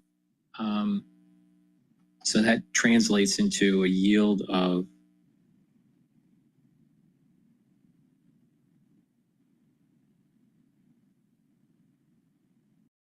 Treasury yield is trading at right now, the 10-year is trading at 4.4 right now.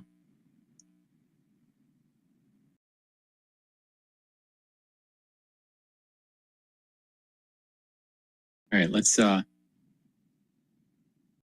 go back to Bloomberg here. Out that China does have a lot of leverage over that in terms of whether it allows licenses for export and how quickly it allows shipments. And this is something that industry had pressed President Trump on. Is this going to be a cudgel that Beijing continues to hold over the U.S.? I mean, obviously, we're going to try to diversify and increase our sources of strategic metals and rare earths. I think the administration's been clear about that. But the fact of the matter is, Scarlett, I don't think the market ever really believed that the most onerous of tariffs was ever going to go in. I mean, even though the market was down 20% at one point at its worst day to day, I think on a daily close 12% in April. Earnings estimates for the S&P never really dropped that much. They've flattened out, but they didn't collapse. And so the market has been kind of looking through all this for a while now. Yeah, well, one stock that did move a lot, of course, is Tesla.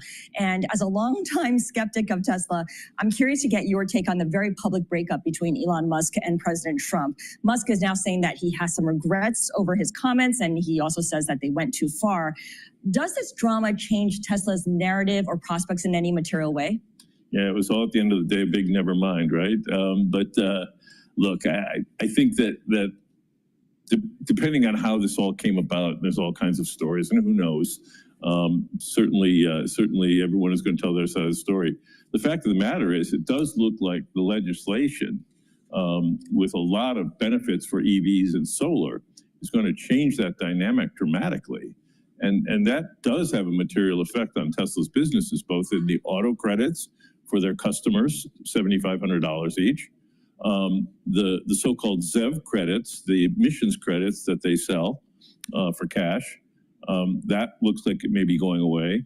And then a variety of possible IRA credits and certainly solar credits for their Solar City subsidiary. So there's a lot for them to lose in the House legislation. It may change with the Senate and with compromise, we'll have to see. But when we get past all the personal stuff and kind of all the craziness from last Thursday, there's some real impact in the legislation. And it doesn't appear that the White House is backing down on that. Right, right. I mean, Elon Musk and his executives over at Tesla have also been promoting videos showing Brian Wilson, co-creator of Brian Wilson, co-creator of iconic 1960s band The Beach Boys, has died at age 82.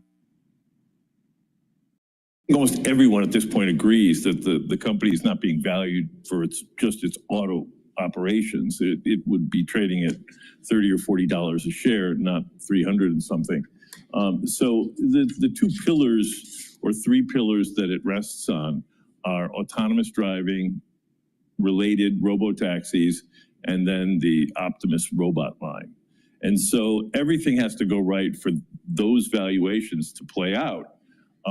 We'll see. I mean, robo-taxi, yesterday there were images of a robo-taxi in Austin, but what no one talked about was the trailer car right behind it. So I did see that. So does that mean there's two cars for every robo-taxi?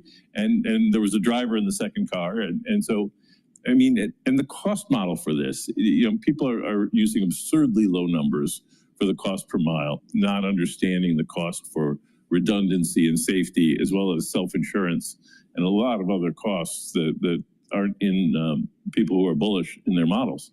So we'll have to see. And as for autonomy, I mean, full level 4, level 5 autonomy, I mean, they've been promising it for 10 years now. But there's still a level 2, just like everybody else. I maintain by 2030 or so, every car is going to have level 4 or 5 autonomy. It's going to be a standard feature, like cruise control is now, or anti-lock braking. So I think, at that point, you're then kind of relying on the robots.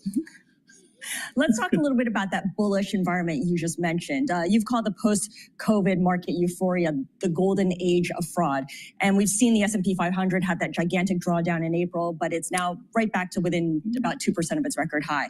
On top of that, you've got a White House that has been shattering norms and continues to do so, and it plays loosey-goosey with laws and rules. How would you characterize the environment now? Well, I mean, so Wall Street has been a center for this kind of activity in terms of stuff that I think crosses the line, i.e. the golden age of fraud. We now have a bipolar world because Washington, D.C. is also a center for it. Look, I think that this bull market is going to go until, it doesn't. I keep telling people we're going to need to fill every last bull, and Wall Street will do it. They took a good shot at it in 2021 with the advent of SPACs and NFTs and meme coins. And we're going to see that happen again, going forward. Issuance is already starting to increase dramatically. We're seeing a big pickup in insider sales, particularly in the companies we cover. So executives are selling to retail investors, which is not a good sign. And the SEC and regulators and others have taken generally a very, to be charitable, laissez-faire approach to the markets. Where people can say almost anything they want. There's no downside to it. And the use of pro forma metrics, which I've been talking about for years now, just gets worse by the year. So it sounds like And I want to connect the dots to the White House as well here, because when the president is issuing meme coins and hosting dinners for the meme coins buyers, there's got to be a spillover effect into the business culture. Does it just give companies that are inclined already a free pass to engage in more questionable behavior? Yeah, except that meme coins aren't securities. At least that's been the ruling so far, right? And stocks and bonds are. And there are rules for saying things about stocks and bonds that don't necessarily apply to crypto. And so I see that the administration has very wisely stayed within that boundary of embracing crypto and get rich quick schemes, for lack of a better term, in crypto. But it's where people cross the line and start making promises about stocks and bonds that I'm concerned. That's my world, and I see just a lack of oversight there. All right, let's dive a little bit deeper into your world then. You no longer manage outside capital, but you do manage your own funds and you advise clients. Please go to my store, the-studio-reykjavik.com, and get the toothpaste that I have. This is a structural nano silver toothpaste. It'll whiten your teeth, freshen your breath, reduce the inflammation at the gum, improve your gum line. Good oral hygiene is super important, especially when you go into your geriatric years. Please go to my store, the-studio-reykjavik.com. Get this toothpaste. It has no fluoride. It's the best toothpaste that you're going to be able to purchase. Get a few tubes for your household.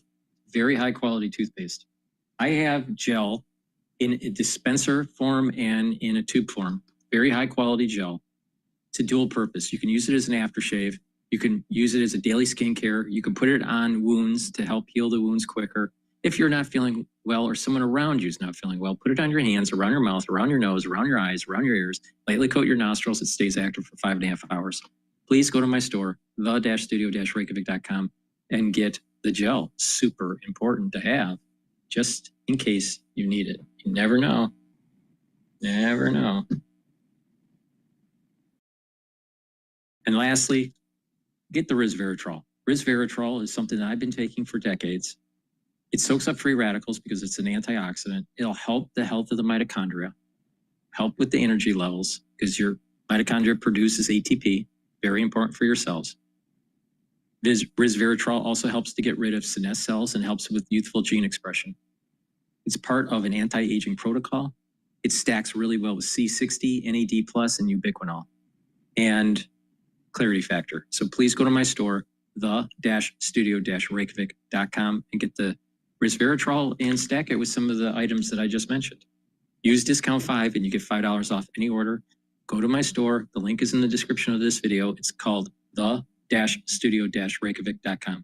But that amount of income coming from sale of subprime loans is staggering. And you should not be putting an enormous multiple on this, 50, 60, 70 times. On top of that, two other things that are kind of new to the story. Number one is the short interest has collapsed. It was one of the most shorted stocks in 2023. And now the short interest is back to multi-year lows as a percent of outstanding. So the other bears have given up.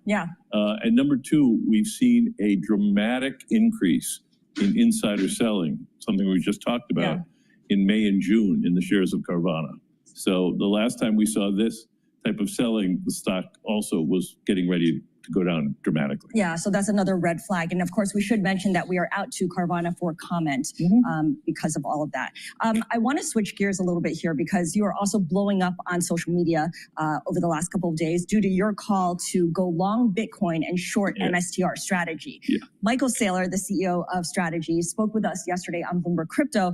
Here's what he told us about your trade. I don't think he understands what our business model is. We're actually the largest issuer of Bitcoin-backed credit instruments in the world.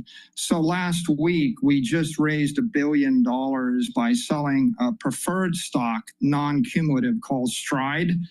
That means we basically borrowed money that we never have to pay back, that we pay a dividend on, but we could suspend the dividend if we needed to. So Jim has been thinking that we somehow needed to sell the equity. So at the end of the day, if he's lucky enough to short the stock below 1 times NAV, we're going to issue the preferreds, buy back the stock, and make money for our shareholders. if the stock trades at a weak premium, we're just going to sell the preferreds. And if the stock rallies up, he's going to get liquidated and wiped out. What he still doesn't understand is we're not a holding company or a closed-end trust. We're an operating company. So when we issue, trust can't leverage the Bitcoin. They can't issue preferred shares. They can't issue permanent shares of equity at a premium. We can. Jim, your response? Yes, I always love it when management say, well, he just doesn't understand our business. Michael Saylor is a wonderful salesman, but that's what he is. He's a salesman. And what he's selling investors is the concept that you give me your money and I'm just going to go buy Bitcoin. And hopefully the value of my stock trades at a premium to the value of that Bitcoin. And so as long as I can keep doing that, I generate value. And this is, of course, I called it financial gibberish because on top of that, he also said in your interview, he said, the company should not just be valued on the basis of the Bitcoin holdings, but on a multiple of the profits that accrue from when I do this financial alchemy. And I pointed out on social media, I said, well, that's akin to saying, well, my house that rose in value from $450,000 to $500,000 last year is not worth $500,000. It's worth $1.5 million because it's worth the $500,000 plus a 20 multiple on the $50,000 increase. And of course, that's absurd. But that's the claim he's making. On top of that, he's basically now saying that well, I'll sell preferred, not common, to dilute the shareholders and compress the premium. And let me just interject really importantly here. I'm actually doing what he is advocating, right? I am selling MicroStrategy securities to buy Bitcoin. Let's be clear, it's a hedge trade. I don't know where Bitcoin is going to go. And it doesn't matter to you, actually. Well, it doesn't matter. The premium compressing matters to me. And so it's important to understand that in 2024 and 2025, mostly at the end of 24 and 25, MicroStrategy has sold $35 billion roughly of securities, $33 billion in common and convertible into common, and $2 billion in preferred, most recently. The market for the preferred stock that he's selling is tiny relative to common. Let's be clear about that. And in his own words that you just played back, he makes a case that you have to be crazy to buy these preferreds, right? He's going to pay you a dividend, maybe. It's not redeemable. It's perpetual. And if I don't pay the dividends, they're not cumulative. I don't have to pay the back dividends. So, who in their right mind institutionally would buy these preferreds? That's my question. Do you think there's always going to be buyers for these preferreds, No. especially if Bitcoin starts to trend lower or go materially lower? And again, he said, well, if the stock trades below a 1M multiple to MNAV, we call it, Chanos, I'll just buy back my common. I can assure you, if it trades below 1, I will have covered my short. Is there a catalyst, though, or a certain set of conditions that would drive the premium down to collapse? The catalyst is Michael Saylor. He's been selling equity to himself compress the NAV. And I would point out, I posted something just yesterday as well, that for all of this, the premium to NAV that MicroStrategy has averaged has been right around the levels we are today, about 1.8. We put this trade on and advise clients somewhere between 2.2 and 2.3. But it's traded at 1 and it's traded as high as 3.5. Where do you think it should be? It should be at 1. I mean, I just think because for all the advantages he claims, you have what we call agency risk in finance. You have the fact that he could do something to the detriment of shareholders. And of course, we're not calculating any deferred taxes in our NAV, which theoretically there would be if he sold Bitcoin. So the other argument that people make is that the average MicroStrategy shareholder is not a tourist. These are diehards who eat downside volatility for breakfast. That's what they say on social media. Yeah. How long are you prepared to wait for this trade to play out? You have to stop listening to all social media, Scarlett, because if you do a simple calculation of share turnover, how often does MicroStrategy turn its share base over? The last we looked, it was something like 4 weeks. So the average MicroStrategy share trades every 4 weeks. That's not a long-term investor. This is one of the most actively traded speculation vehicles in the market. So there are other companies that are following MicroStrategy's approach, right? The Bitcoin Treasury strategy overall. GameStop, DJT, the president's media company. Does that mean that there are comparable big short opportunities for those specific names as well? Well, you're pointing to another catalyst. So the catalyst is this is a Me Too trade, right? There are other companies can do it. There's nothing proprietary about Michael Saylor's business model, right? He's simply buying Bitcoin, which is a highly liquid asset that trades everywhere. So yes, other companies have now looked at this and said, we can do this too, and we can issue equity to become a Bitcoin treasury company. And the more and more supply we're going to see, the less and less premium anybody's going to have. Jim, I'm going to wrap this up and ask you one final question to kind of put everything in perspective. Are the economy and stock market as strong as they seem to appear? You've got a resilient consumer, you've got tame inflation, you've got stellar profits, and you've got stocks near record highs. Yeah, I mean, everything looks good. I think that valuations are back up to their high levels. And what we're keeping our eye on, again, is issuance. We're looking at supply. I always keep joking that Wall Street has a printing press too, and the printing press is starting to gear up. It's worrying away. All right, Jim Chanos, always a pleasure. Thank you so much. President and founder of Chanos & Company. Kelly and Joe, I'll send it back to you in DC. All right, Scarlett Fu, thank you so much. Joined for a wide-ranging conversation by Jim Chanos. Pretty incredible to have him and Michael Saylor back-to-back on 2 days here on Bloomberg Television and radio. But of course, his remarks going well beyond Michael Saylor and MicroStrategy. Also interesting to hear from him on Elon Musk, who I believe he just described as one big never mind after Elon Musk's post on social media that he regrets some of his previous posts about President Trump. They went, to use his words, too far. They're making up, it seems. At least the president received the comments well and said he was pleased to hear that from Elon Musk. I don't know if they're going to end up in the Oval Office again together anytime soon. We're watching Wall Street as we get ready for another conversation that we're going to be bringing you here on Bloomberg with the Chief Financial Officer at General Motors.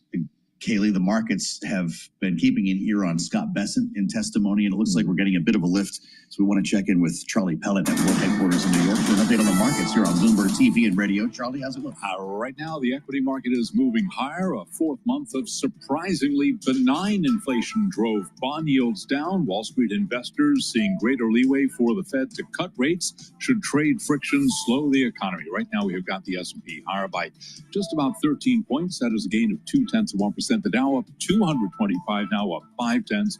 NASDAQ up 27. That was a gain of 0.1%. The 10-year, 4.40%, with the 2-year currently yielding 3.95%. The Consumer Price Index, excluding food and energy, increased 0.1% from April. Again, the 10-year, 4.41%. Gold, a little changed right now, up $1 the ounce, 33.24. Crude is surging 2.9%, 66.85 for a barrel of WTI, and Bitcoin down 0.2%. Bitcoin right now 109,974 on Bitcoin. MicroStrategy, a stock we were just talking about, down 0.5%. A headline from the Bloomberg: Amazon to reorganize its grocery business, and according to the Insider, Amazon shares right now down 0.8%. Recapping stocks higher, S&P up 0.2%. Back we go to Washington. Balance of power continues, and once again, your hosts here they are, Joe Matthew and Kaylee Lyons. All right, Charlie Pellet, thank you so much, Charlie. We'll get back together here in a couple to see how the trading day is progressing here on Bloomberg TV and radio. I'm Joe Matthew, indeed, alongside Kaylee Lyons, as we bring you a slightly different series of conversations today, sticking in New York. And a great pleasure to bring in our colleague, Matt Miller, who sits down with the Chief Financial Officer, Executive Vice President of General Motors. Matt, take it away. Yeah, Joe, Kaylee, thanks very much. And I also have to say, it's great to be on my favorite show on Bloomberg TV. So I watch Balance of Power every day, and it's really cool to take part in it. Paul, we're talking to you. I'm normally focused on automaking as a business. It's now very closely related to the kind of stuff that Joe and Kaylee talk about every day because of the tariffs. You've announced a $4 billion investment, or plans to invest $4 billion over the next 2 years, bringing production back to America. This is essentially what Donald Trump is pushing for. This is what he wants companies to do, and now you're actually making it work. How much is this going to offset the $5 billion worth of hits GM is expected to take from the tariffs? Well, Matt, first of all, thanks for having us. I think, this announcement that we made is worth much more than just the tariff side of it. The tariffs are obviously a piece of it as we're reacting to the new dynamic that's going to be out there. And it'll offset a good bit of it. So we'll move about 300,000 units of production. Some of it is new production and incremental. Some of it is a shift, but re-optimizing our manufacturing footprint and taking advantage of some underutilized capacity in the U.S. But it's also about, creating security for our people. You look at the Orion plant, we would tailor that to produce and scale EVs really fast. The market has obviously changed and pivoted a little bit. This gives us an opportunity to reallocate that plant, better utilize it for internal combustion engines on trucks and full-size SUVs where we know the demand is really strong for them. And that's great for our utilization, our efficiency, as well as for our consumers and our people as well. So it's about more than just tariffs, but with this will be about 2 million vehicles produced in the U.S. for the U.S. and we're continuing to make those investments. I bought a Silverado ZR2 a couple of years ago. Mine came out of Mexico. You're going to be moving most of that production, I guess, to the U.S., right? Most Sierra production to the U.S. Equinox production, does that come mostly to the U.S. too? What are we seeing in terms of the models that are moving out of Mexico? Yeah, we'll have Equinox ICE production in Spring Hill. In Fairfax. Spring Hill is going to be the Blazer. But Fairfax is going to be another great implementation of where we're going to be able to produce ICE and EVs on the same production line, creating that flexibility for us to be able to respond to consumer demand as it continues to grow. Have you changed sourcing for any of the parts? Because it's not obviously just about the final assembly with these vehicles. There's a ton of content and you want to have that, I guess, as much domestically sourced as possible as well to save on costs. Well, I think, with what the administration has set up here with the MSRP offsets is giving us time to help retool our supply chain. So incentivizing growth in production in the U.S., recognizing that the supply chain takes time to shift. So we're going to continue to work with our supply base to try to maximize the efficiencies across the entire value chain and utilize those offsets where we need to and shift production where it makes sense and where we're able to. I should say to save on tariff costs because you obviously source a lot of these parts outside of the U.S. Because the actual production costs are lower. How much higher is it? How much more expensive is it to build a part like an engine or a transmission to assemble a truck in the U.S. than it is, say, in Mexico? Well, it's far more complex than that, Matt, because, there's obviously the hourly labor differential, and that's a big piece of it. But we can save money in logistics. We can save money in plant utilization and filling up capacity. So when you fill up a plant, it actually makes it more efficient for every vehicle out there, not just the ones that you're moving production into. So we look at that as an enterprise-wide calculation and think we can get to an equivalency where ultimately we can be competitive with producing in the U.S. as well. One of the things that you can produce fewer of in the U.S. is magnets, the rare earth minerals that we've all learned much more about than we ever expected to in the last week or so. How is your access to those rare earths right now? Because there's concern that production in a lot of U.S. Factories could slow. Yeah, we haven't experienced any slowdown as of yet. It's clearly a risk that everybody is watching from that standpoint. But what I would say is our supply chain team does an excellent job, similar to what they did through the chip crisis, semiconductor shortage that we had a few years ago. Our team did a great job of responding, maintaining agility, working with our suppliers to try to balance production as best we can. And they've done a great job so far with this situation as well. What is your thought on any kind of vertical integration? The concern or the problem, I guess, with rare earths isn't just the mining, but also the refining of them is mostly done in China. Have you tried to convince suppliers to do more of that here? Are you trying to get your own supply here? We've done a number of initiatives, whether it's with Lithium Americas or a joint venture with POSCO around a lot of battery raw materials, particularly the lithium side, which is a little bit easier to do and a little bit less capital intensive. But we've helped fund that. We've taken equity positions. We've helped to fund products and projects across the board. But we've been working working on this for a long time, really since COVID, is trying to increase the resiliency of our supply chain, both, from a pandemic, from just a de-risking perspective. And we're in a pretty good situation with where we are. We still have some work to do, but there's a lot of things that we can do thinking creatively with our partners. What are you thinking about prices right now? You obviously raise prices on a regular basis, right? If we're not experiencing deflation, you're going to try and stick with the pack there. Are you facing pushback from consumers when you try and raise prices? Well, our portfolio has performed really, really well, and we've adopted a strategy of being very disciplined in our production, not overproducing like some of the challenges of the past. And that's a strategy that's worked for us. We announced on our earnings call about 6 weeks ago that we don't need to take any price to help with the offset initiatives that we've targeted going forward, because we want to be in the position where we're responding to demand from our customers and being more stable. We don't want to raise prices because of tariffs, and then when tariffs come down, expect that prices are going to come back down. We want to be more consistent with our customer base, and that's a strategy that's worked really well for us. Can you do it in other ways through MSRP? I mean, some manufacturers are raising maybe delivery price. You can also raise the price of options packages and still keep MSRP level. Well, again, we haven't done anything specific to respond to tariffs. We've looked at where packages are for options, where our logistics costs are, et cetera. And we try to price what we can, but that's irrespective of tariffs. And it's something that we've done. I think when you look at our pricing model over the last few years, it's been more consistent than many of our competitors, with less volatility and discounting, and that's good for our customers as well. So we're going to continue to do that across the board where we can, and make sure that we're delivering value for our customers. The bean counters at Bloomberg Intelligence want me to ask questions about cash flow here and how that looks right now with the tariff effect. You've had obviously great sales, as I guess some demand is pulled forward. Do you have to divert some cash, though, to deal with tariffs from anything else? Well, I mean, clearly in the short and intermediate term, tariffs are going to be a drain on our cash flow. We announced about $4 to $5 billion of impact this year, and we think we can offset about 30% of it going forward. But that is going to be a cash hit. Now, when you look at the performance of the company, our cash flow generation has been really strong. It'll continue to be really strong even after the tariffs, and we're going to work to continue to drive that efficiency.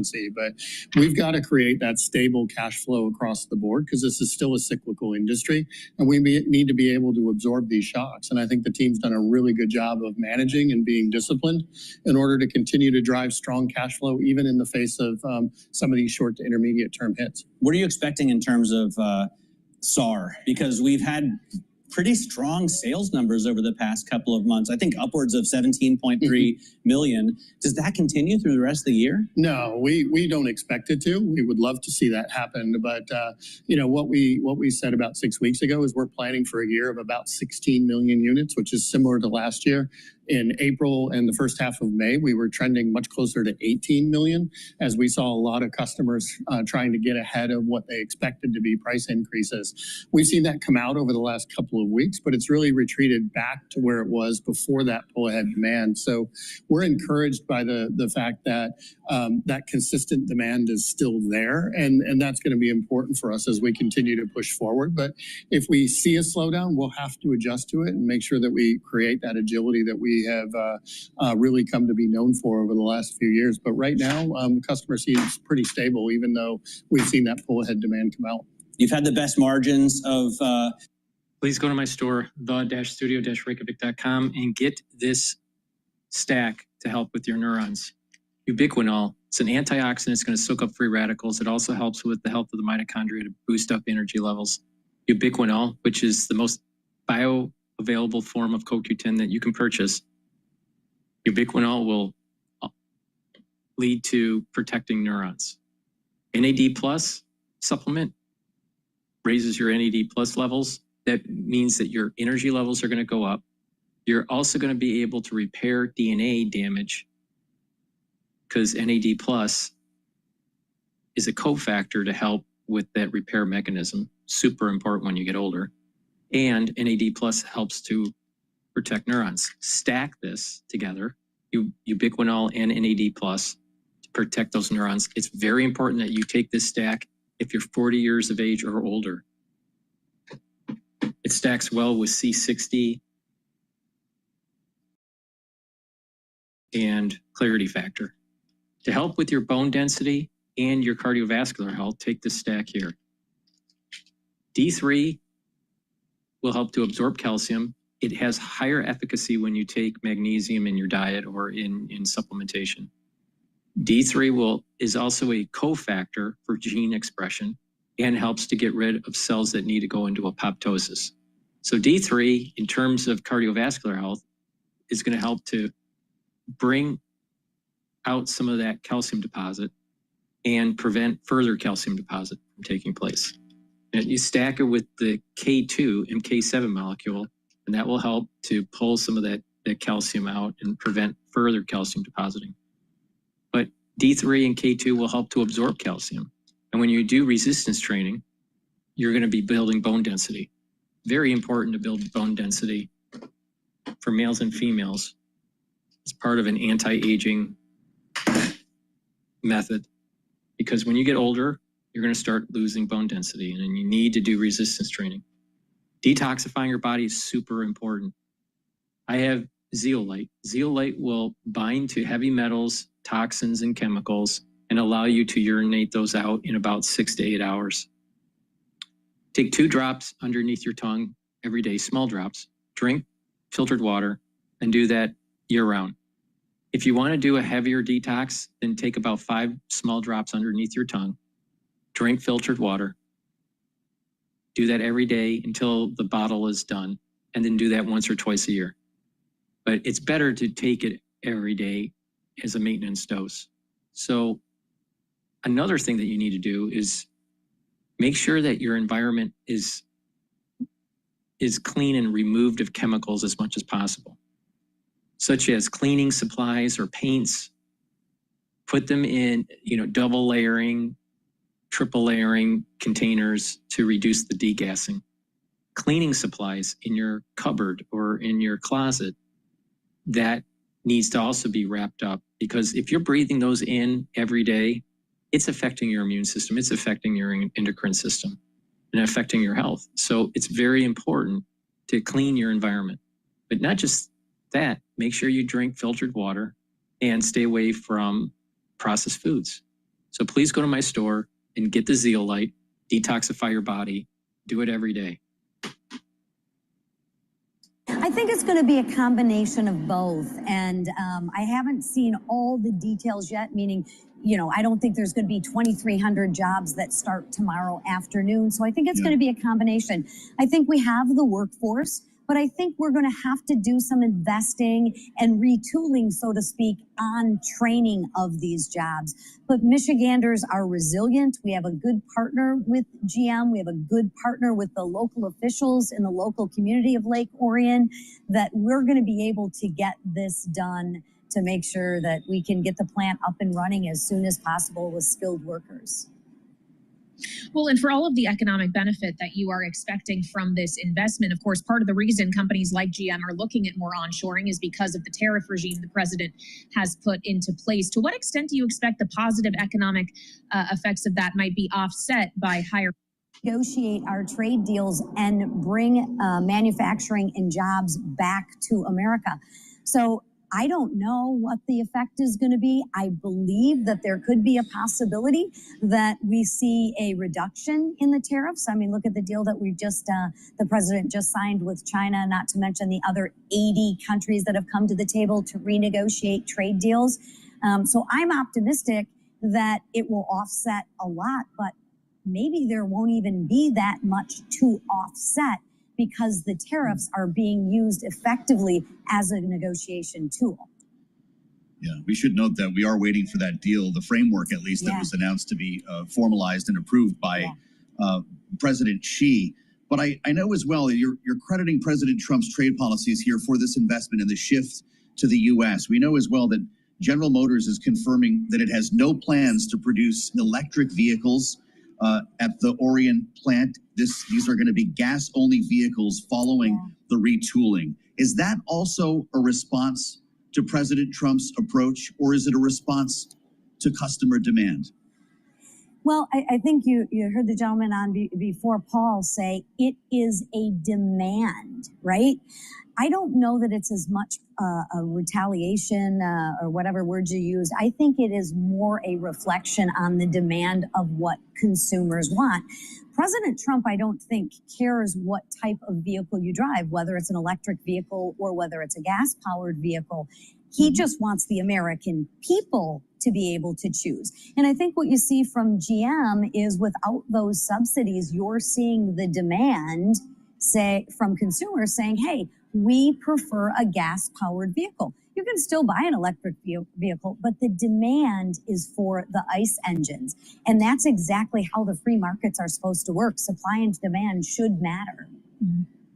Well, we know Elon Musk has had some strong feelings around this whole conversation around EVs and those tax credits being rolled back, which may have inspired possibly or at least fed into some of the social media posts we saw from him in recent days. Posts that he has since said went too far, according to his post from earlier today, that he regrets some of the things he said specifically about President Trump. And the New York Times just reporting, Chairwoman McClain, that Elon Musk did call Trump on Monday night before making that I regret post. But considering the things, in addition to commenting about Donald Trump specifically, that he's been railing against, or this one big beautiful bill that you have been advocating for vocally, is this an apology that you would accept? Do you think the president should?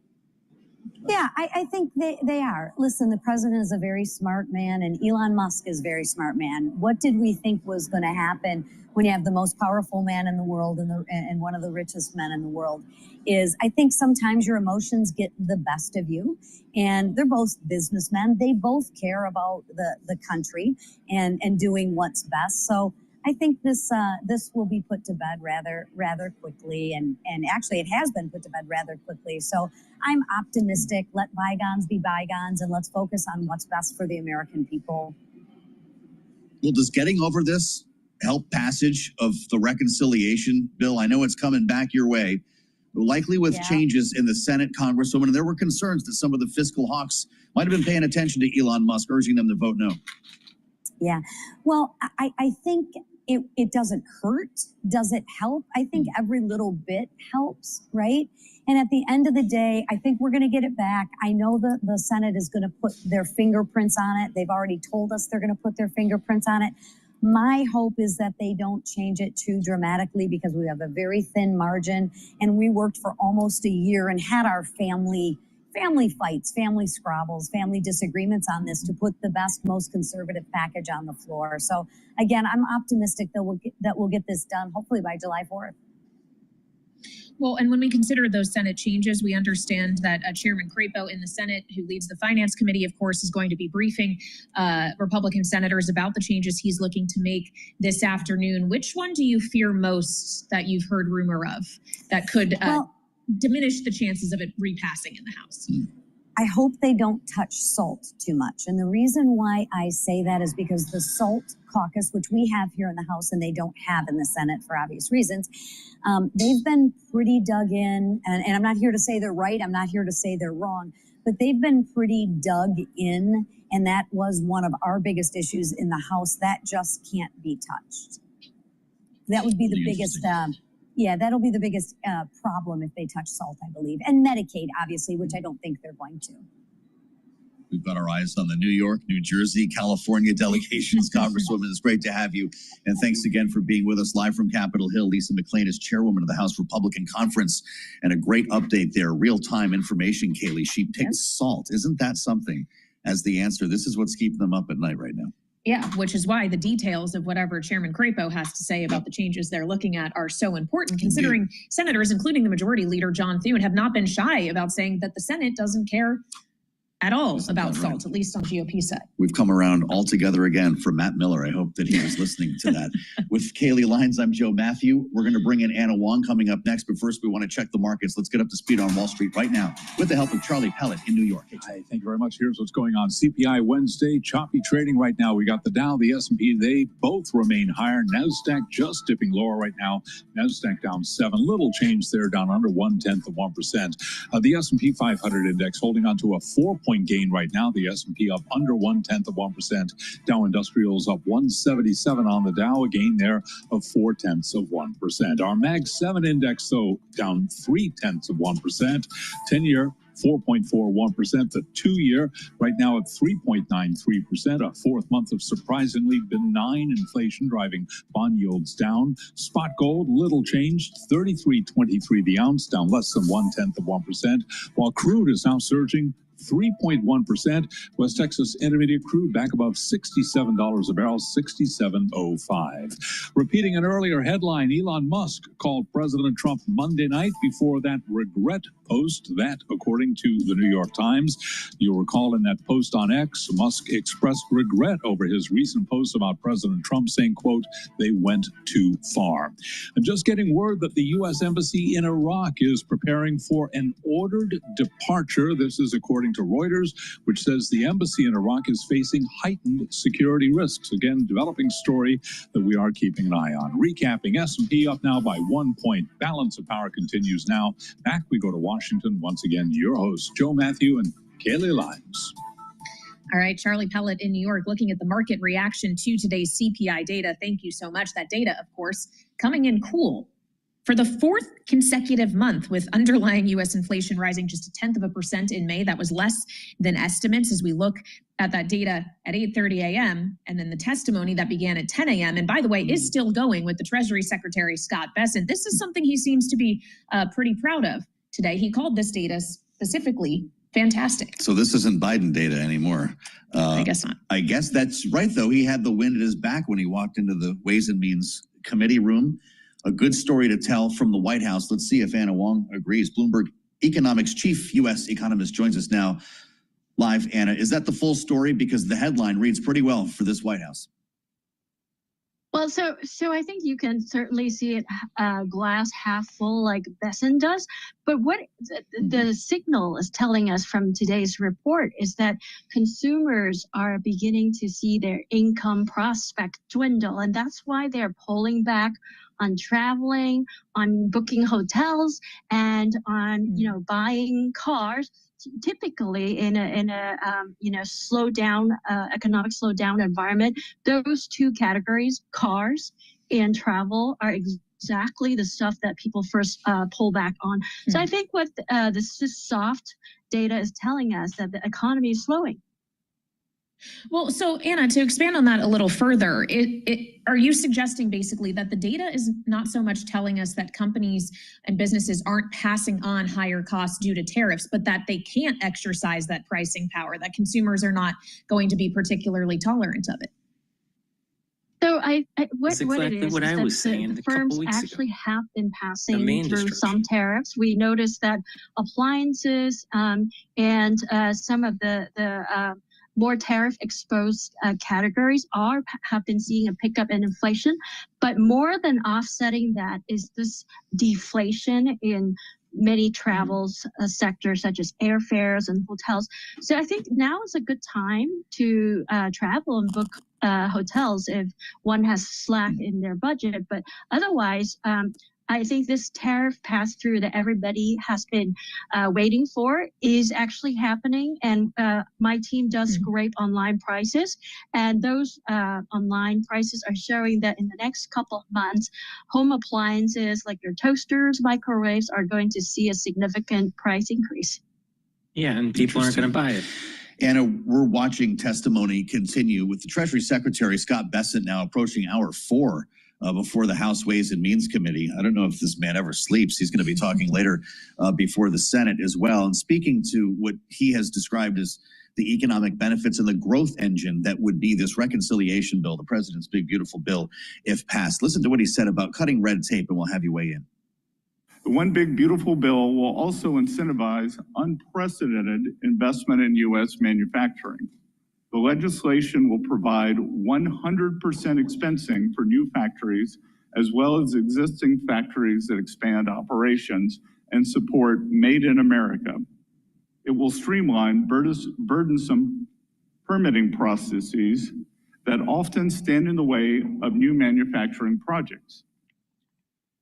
And when you combine the cutting of red tape, the permitting reform, along with the incentives. This is the kind of thing that the CBO, to the detriment of the White House, doesn't include in its scoring. Is he correct about what comes next?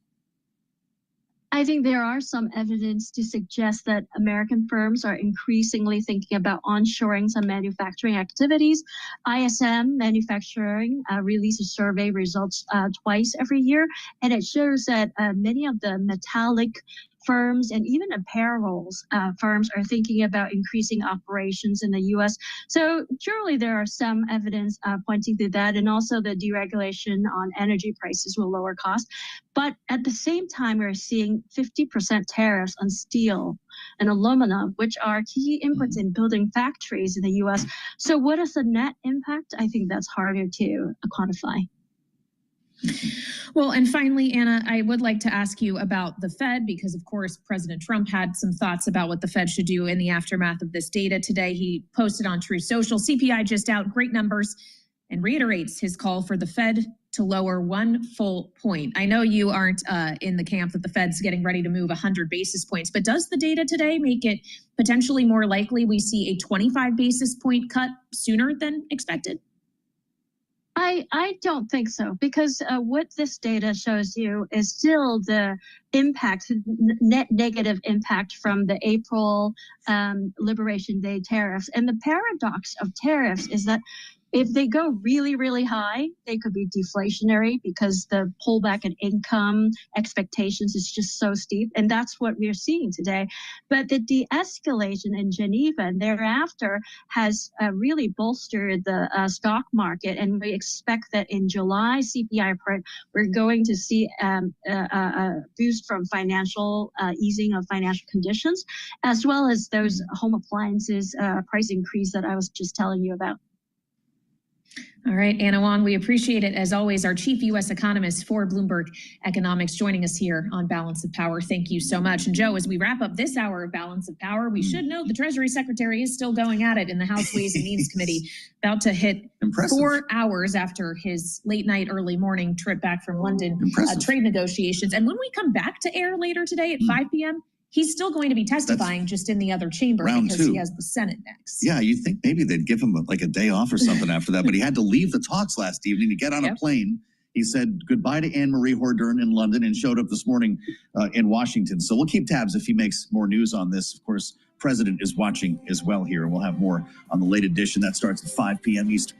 Yep, we'll get more takes on this economic data from the White House with Stephen Myron of the Council of Economic Advisors. And the Energy Secretary, Chris Wright, will weigh in on oil prices as well. We have a big show coming up. So we'll see you then when we reconvene at 5 p.m. In the meantime, Bloomberg Business Week Daily is straight ahead right here on Bloomberg TV. Please go to my store, the-studio-reykjavik.com, and get the great supplements that I have. But before we start talking about those great supplements, let's discuss the update in the market. The S&P 500 is at 6,038. VIX is trading at 1647. Euro is trading at 140. I'm sorry. Euro is trading at 1.14. The Japanese yen is trading at 144.54. BITO is trading at 21.88. Oil is trading at 67.28. And natural gas is trading at 3.5. All right, let me give you my take on what's going on with oil right now. So oil has been steadily increasing the last 2 trading sessions.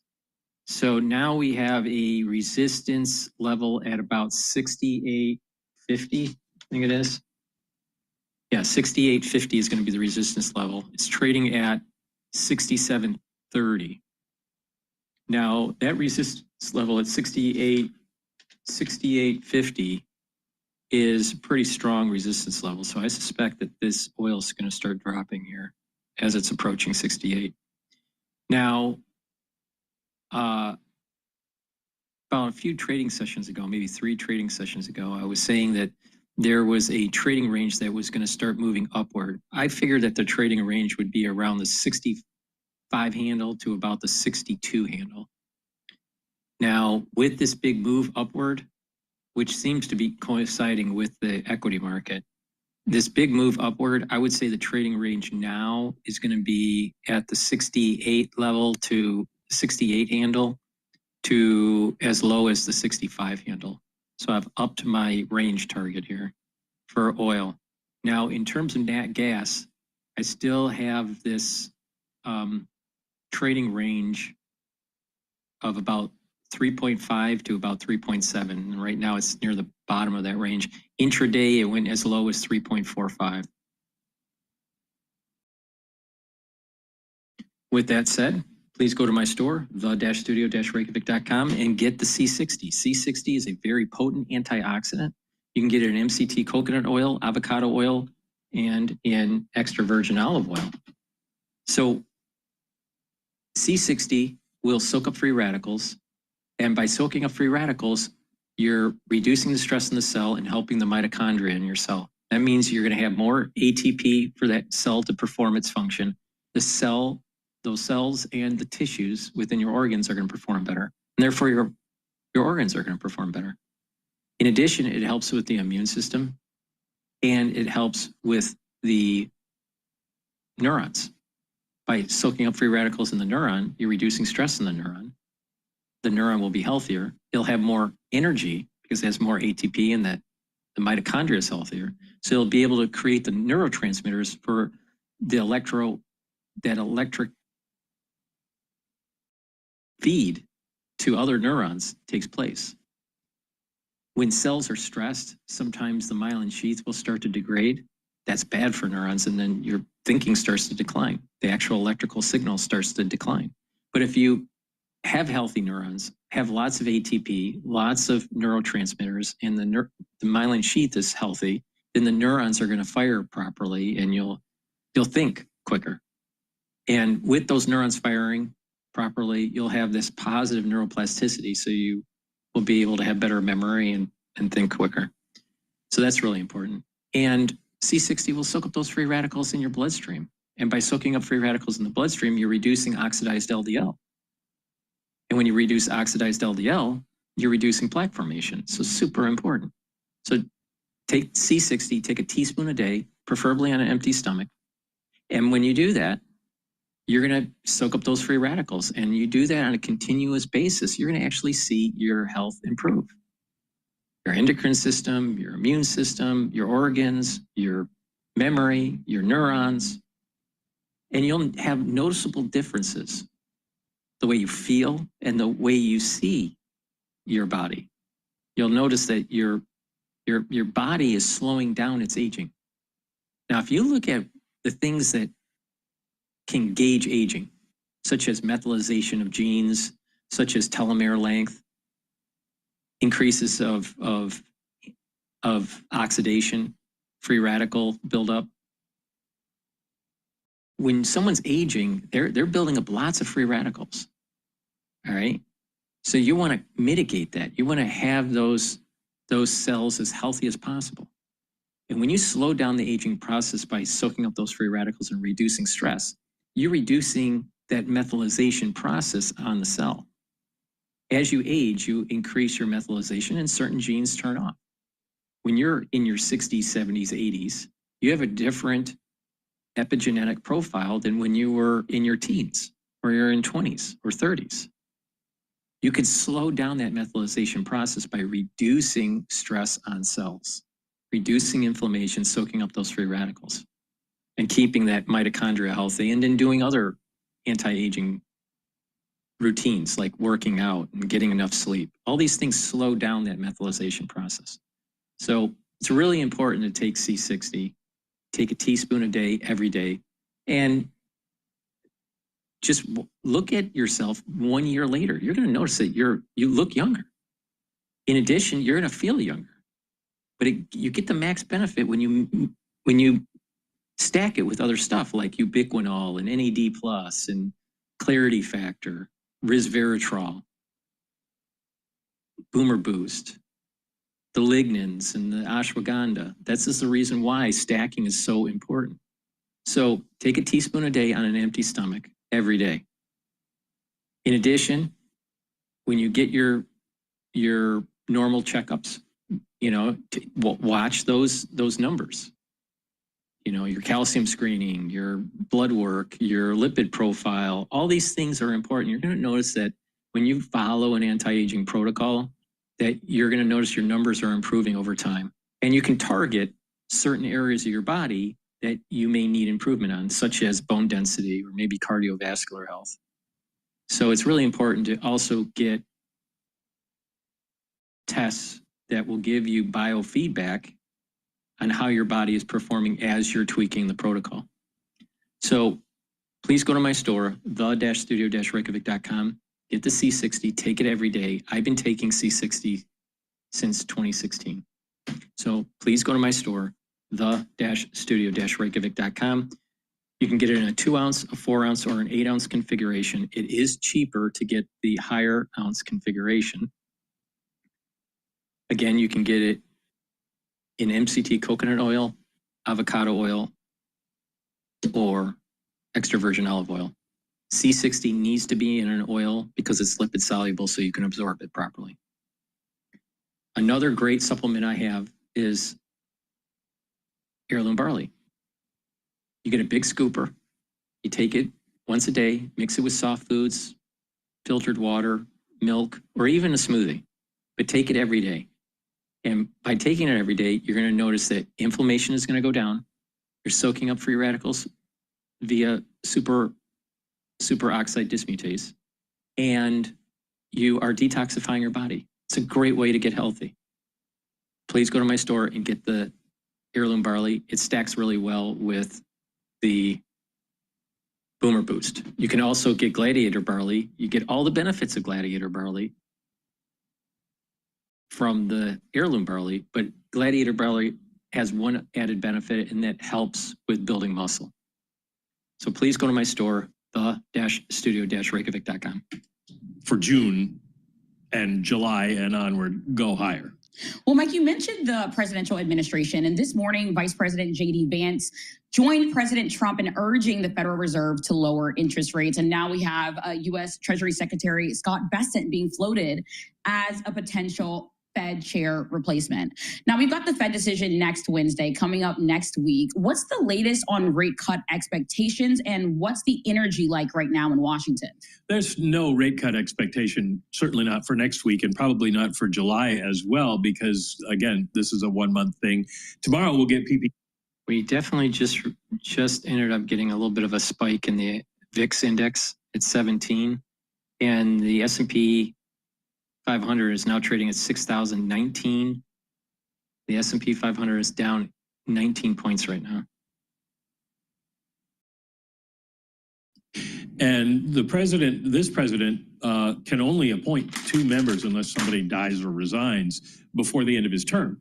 So he can't really change the composition of the board, and the board is going to stick to the Fed's strong belief in keeping prices under control. So I don't think anybody's going to be able to come in and wave a wand and cut rates by a full percentage point. It wouldn't make any sense. Now, if the economy slows down, or even if the economy grows at a reasonable pace and inflation continues to go down, we could see rate cuts. That's the Chris Waller argument, the good news rate cut, as he calls it, by the end of the year. But the Fed's going to wait as long as possible to make sure that they're not reacting in the wrong direction too early. On that note, you read a lot of notes from economists on Wall Street elsewhere, as I do. Is there a consensus forming, as you see it, for when it's going to be long enough, when you think the Fed is likely to move? The consensus is December, basically, at this point. Although the markets go back and forth, I don't put any stock in the Fed funds futures trading now, because every headline, every speech, every tweet from the White House moves those around. It's more dynamic than it used to be. Yeah, I don't think it tells you a whole lot.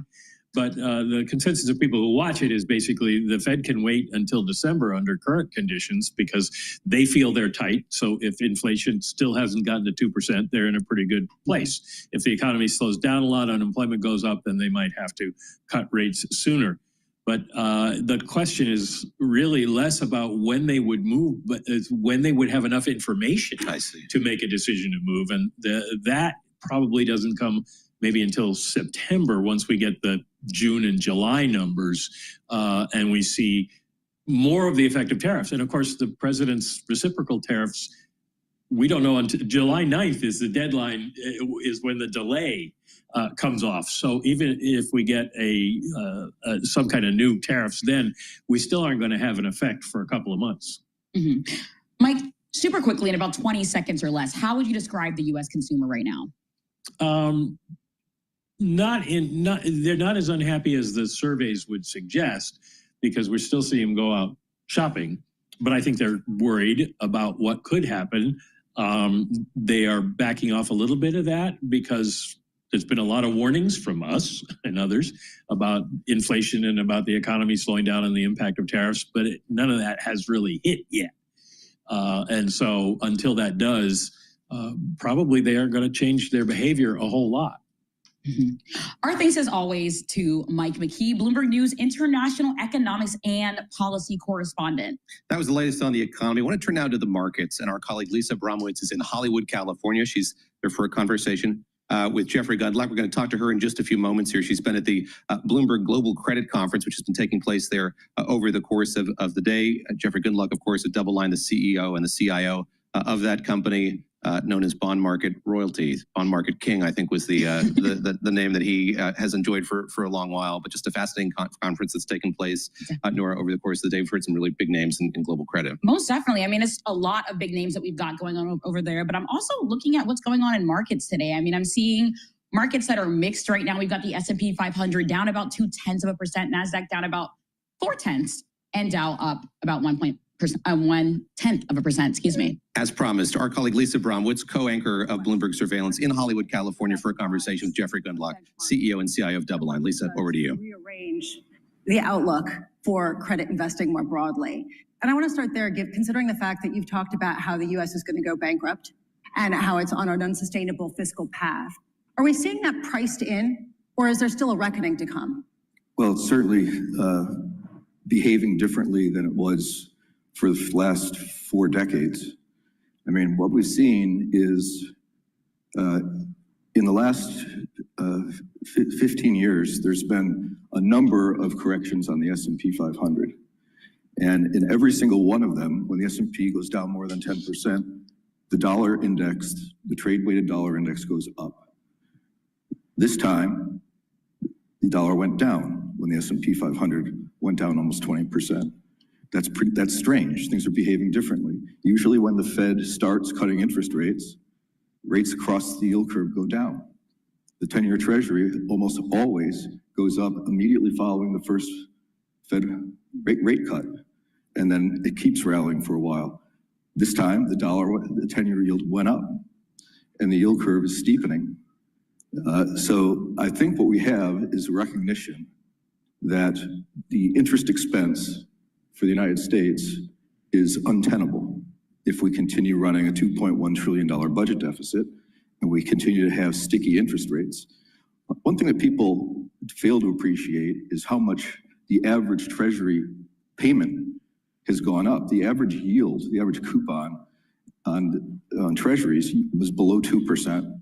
The entire Treasury market, all 30-odd billion of it, you average it all together. Some of them are old, they were issued with higher interest rates, but it was below 2%. Now it's pushing 4%. And as long as bonds are maturing, and there's trillions and trillions of dollars of them maturing, a lot of them were issued back in, 2009, 2008, these other time periods.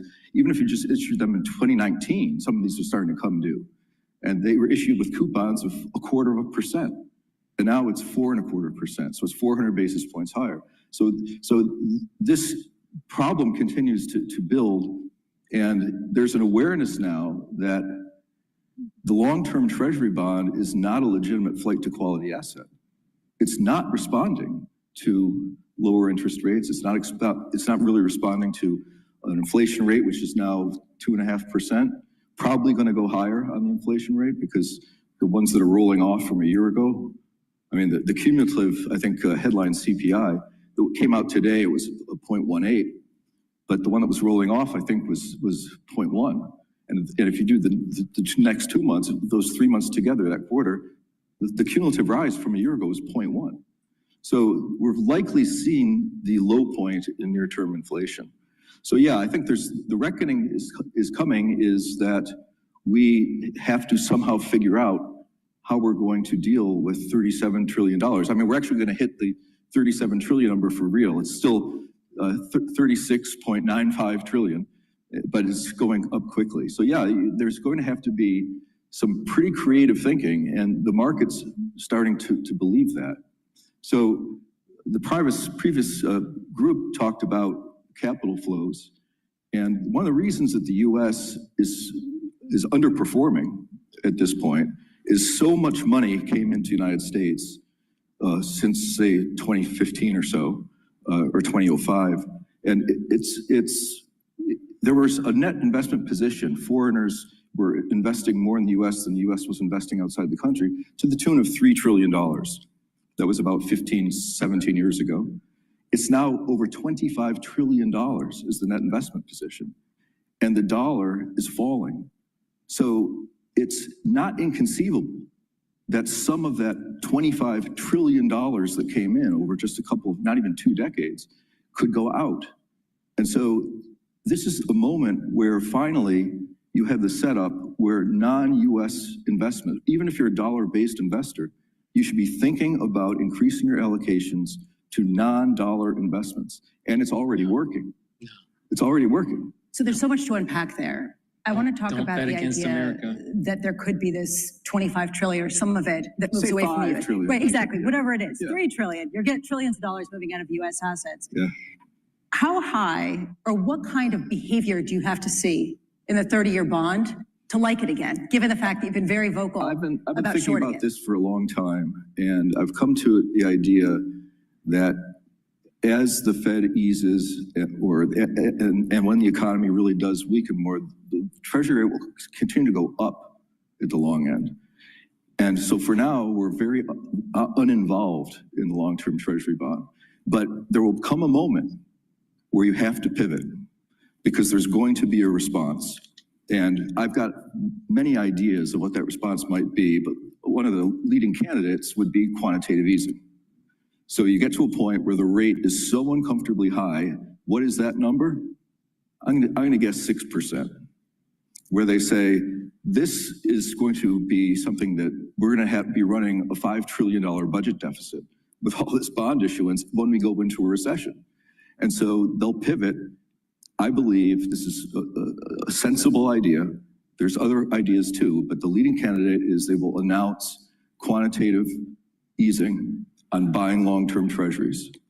And when they do, you have to very quickly, and hopefully you do it the day before they announce it, but we don't have access to the day before stuff. That's for the primary broker dealers.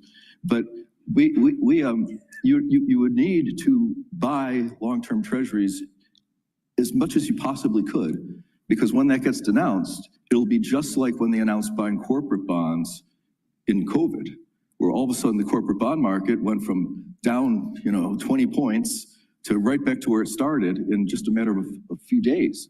You could get a 20-point rally on the long bond if they announced that they're buying the long bond, because that would be a 100 basis point drop. You said that if the Fed were to cut rates, that might cause a sell-off in 30-year treasuries. It's already happening. They started cutting rates September of 2023, and the long bond has gone up in yield significantly since then, 100 basis points. And you think that will happen again? Why not? I mean, it's a paradigm.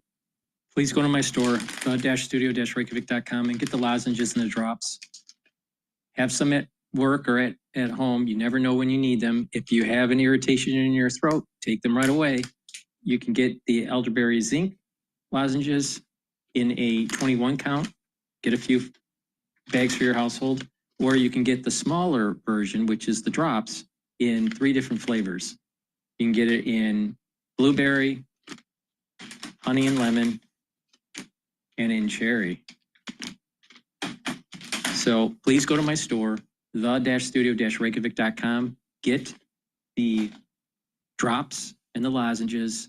You never know when you're going to have that irritation, depending on what season you're in. It's very important to take right away to mitigate that irritation, because if you don't mitigate it, then you're going to cause inflammation at the oral pharynx, and you're going to start disrupting your immune system. So it's better Once you have that irritation, take it right away. Another thing that you should be doing if you have issues with a sore throat, take the lozenges or the drops, but also take a hot tea, all right? Make a hot tea.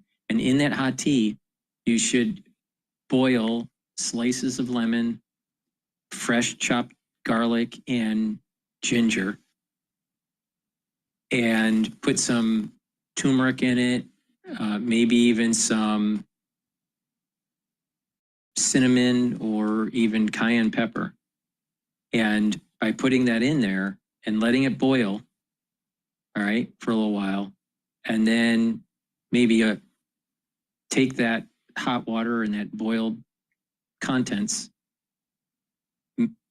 you use a maybe black tea bag, all right, and then make a tea out of that and drink it, and make sure you eat the zest of the lemon and the chopped up garlic and the ginger, all right, and that's going to help boost up that immune system and soothe that irritation. But you want to do that right away, all right?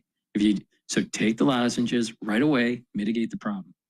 But if you're starting to feel like it's catching on here and it's starting to fester, make sure you make that tea. Should have been thinking more cautiously.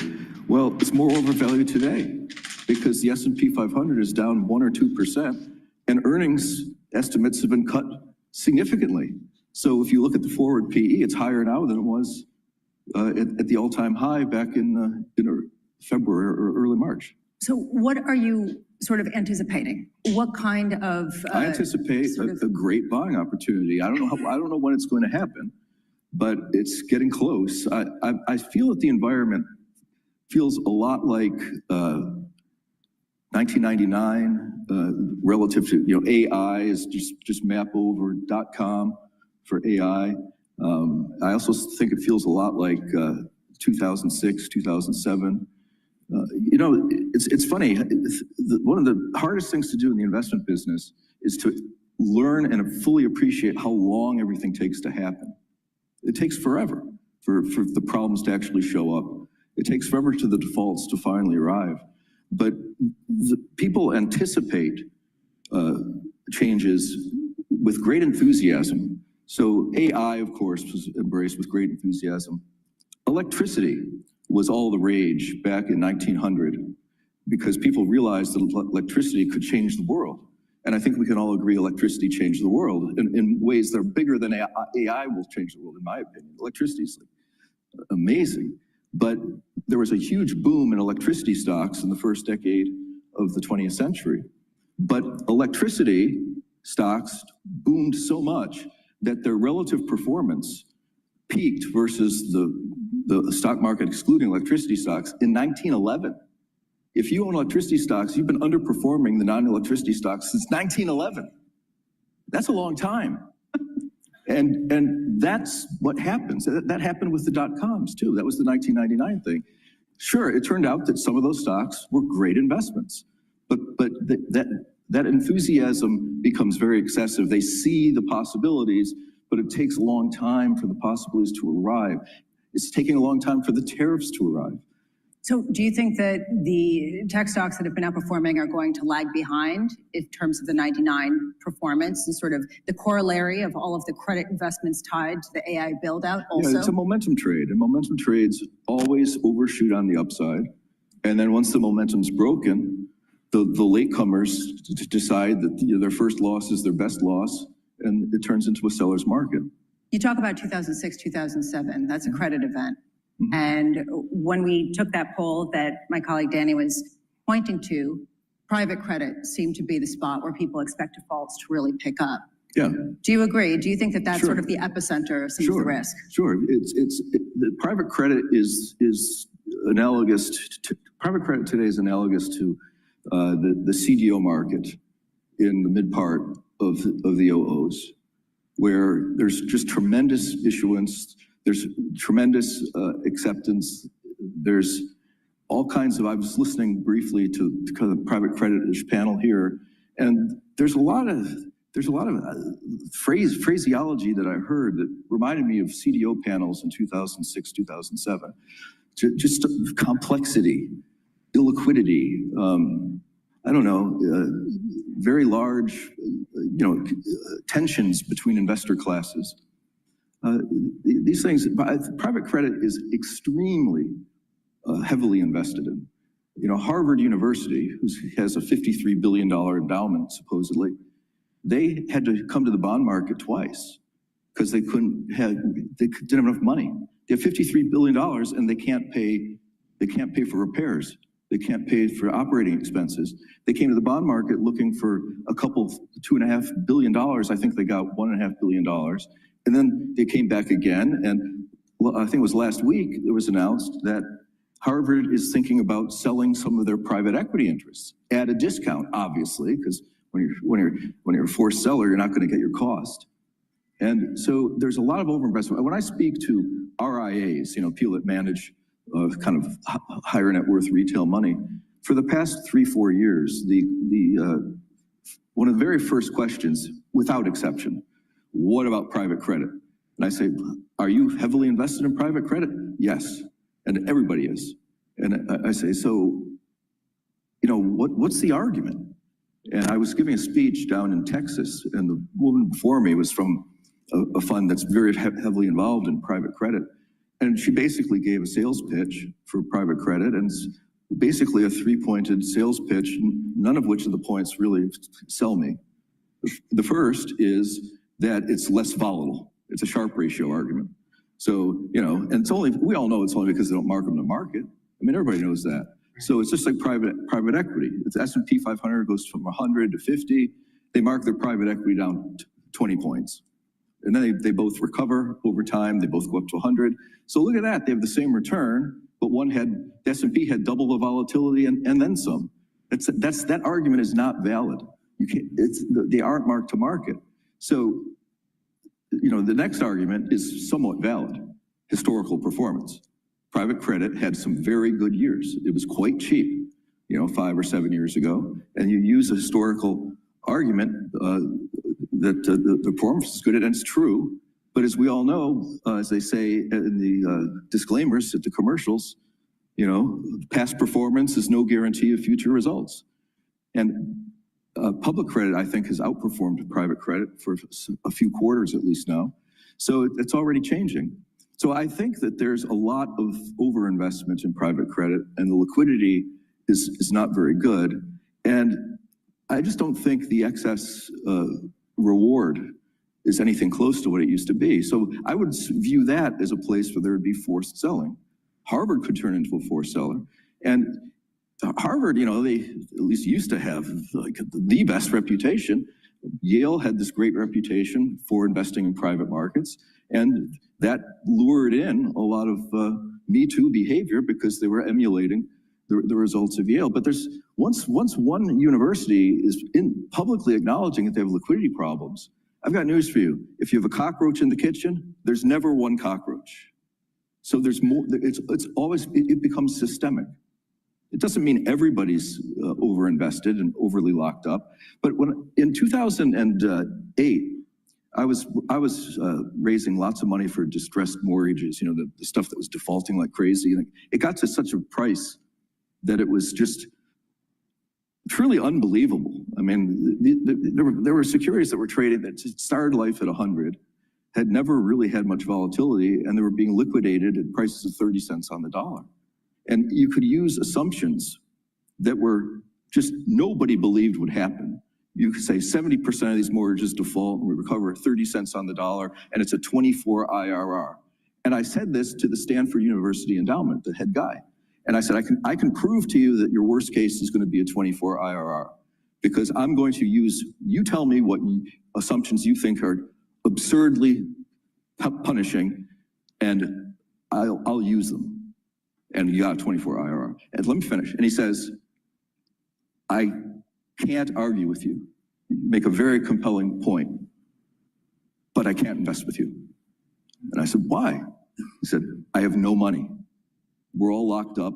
We're getting called because everything's so cheap. Everyone's calling their money now. These are draw funds. Now we're calling your capital.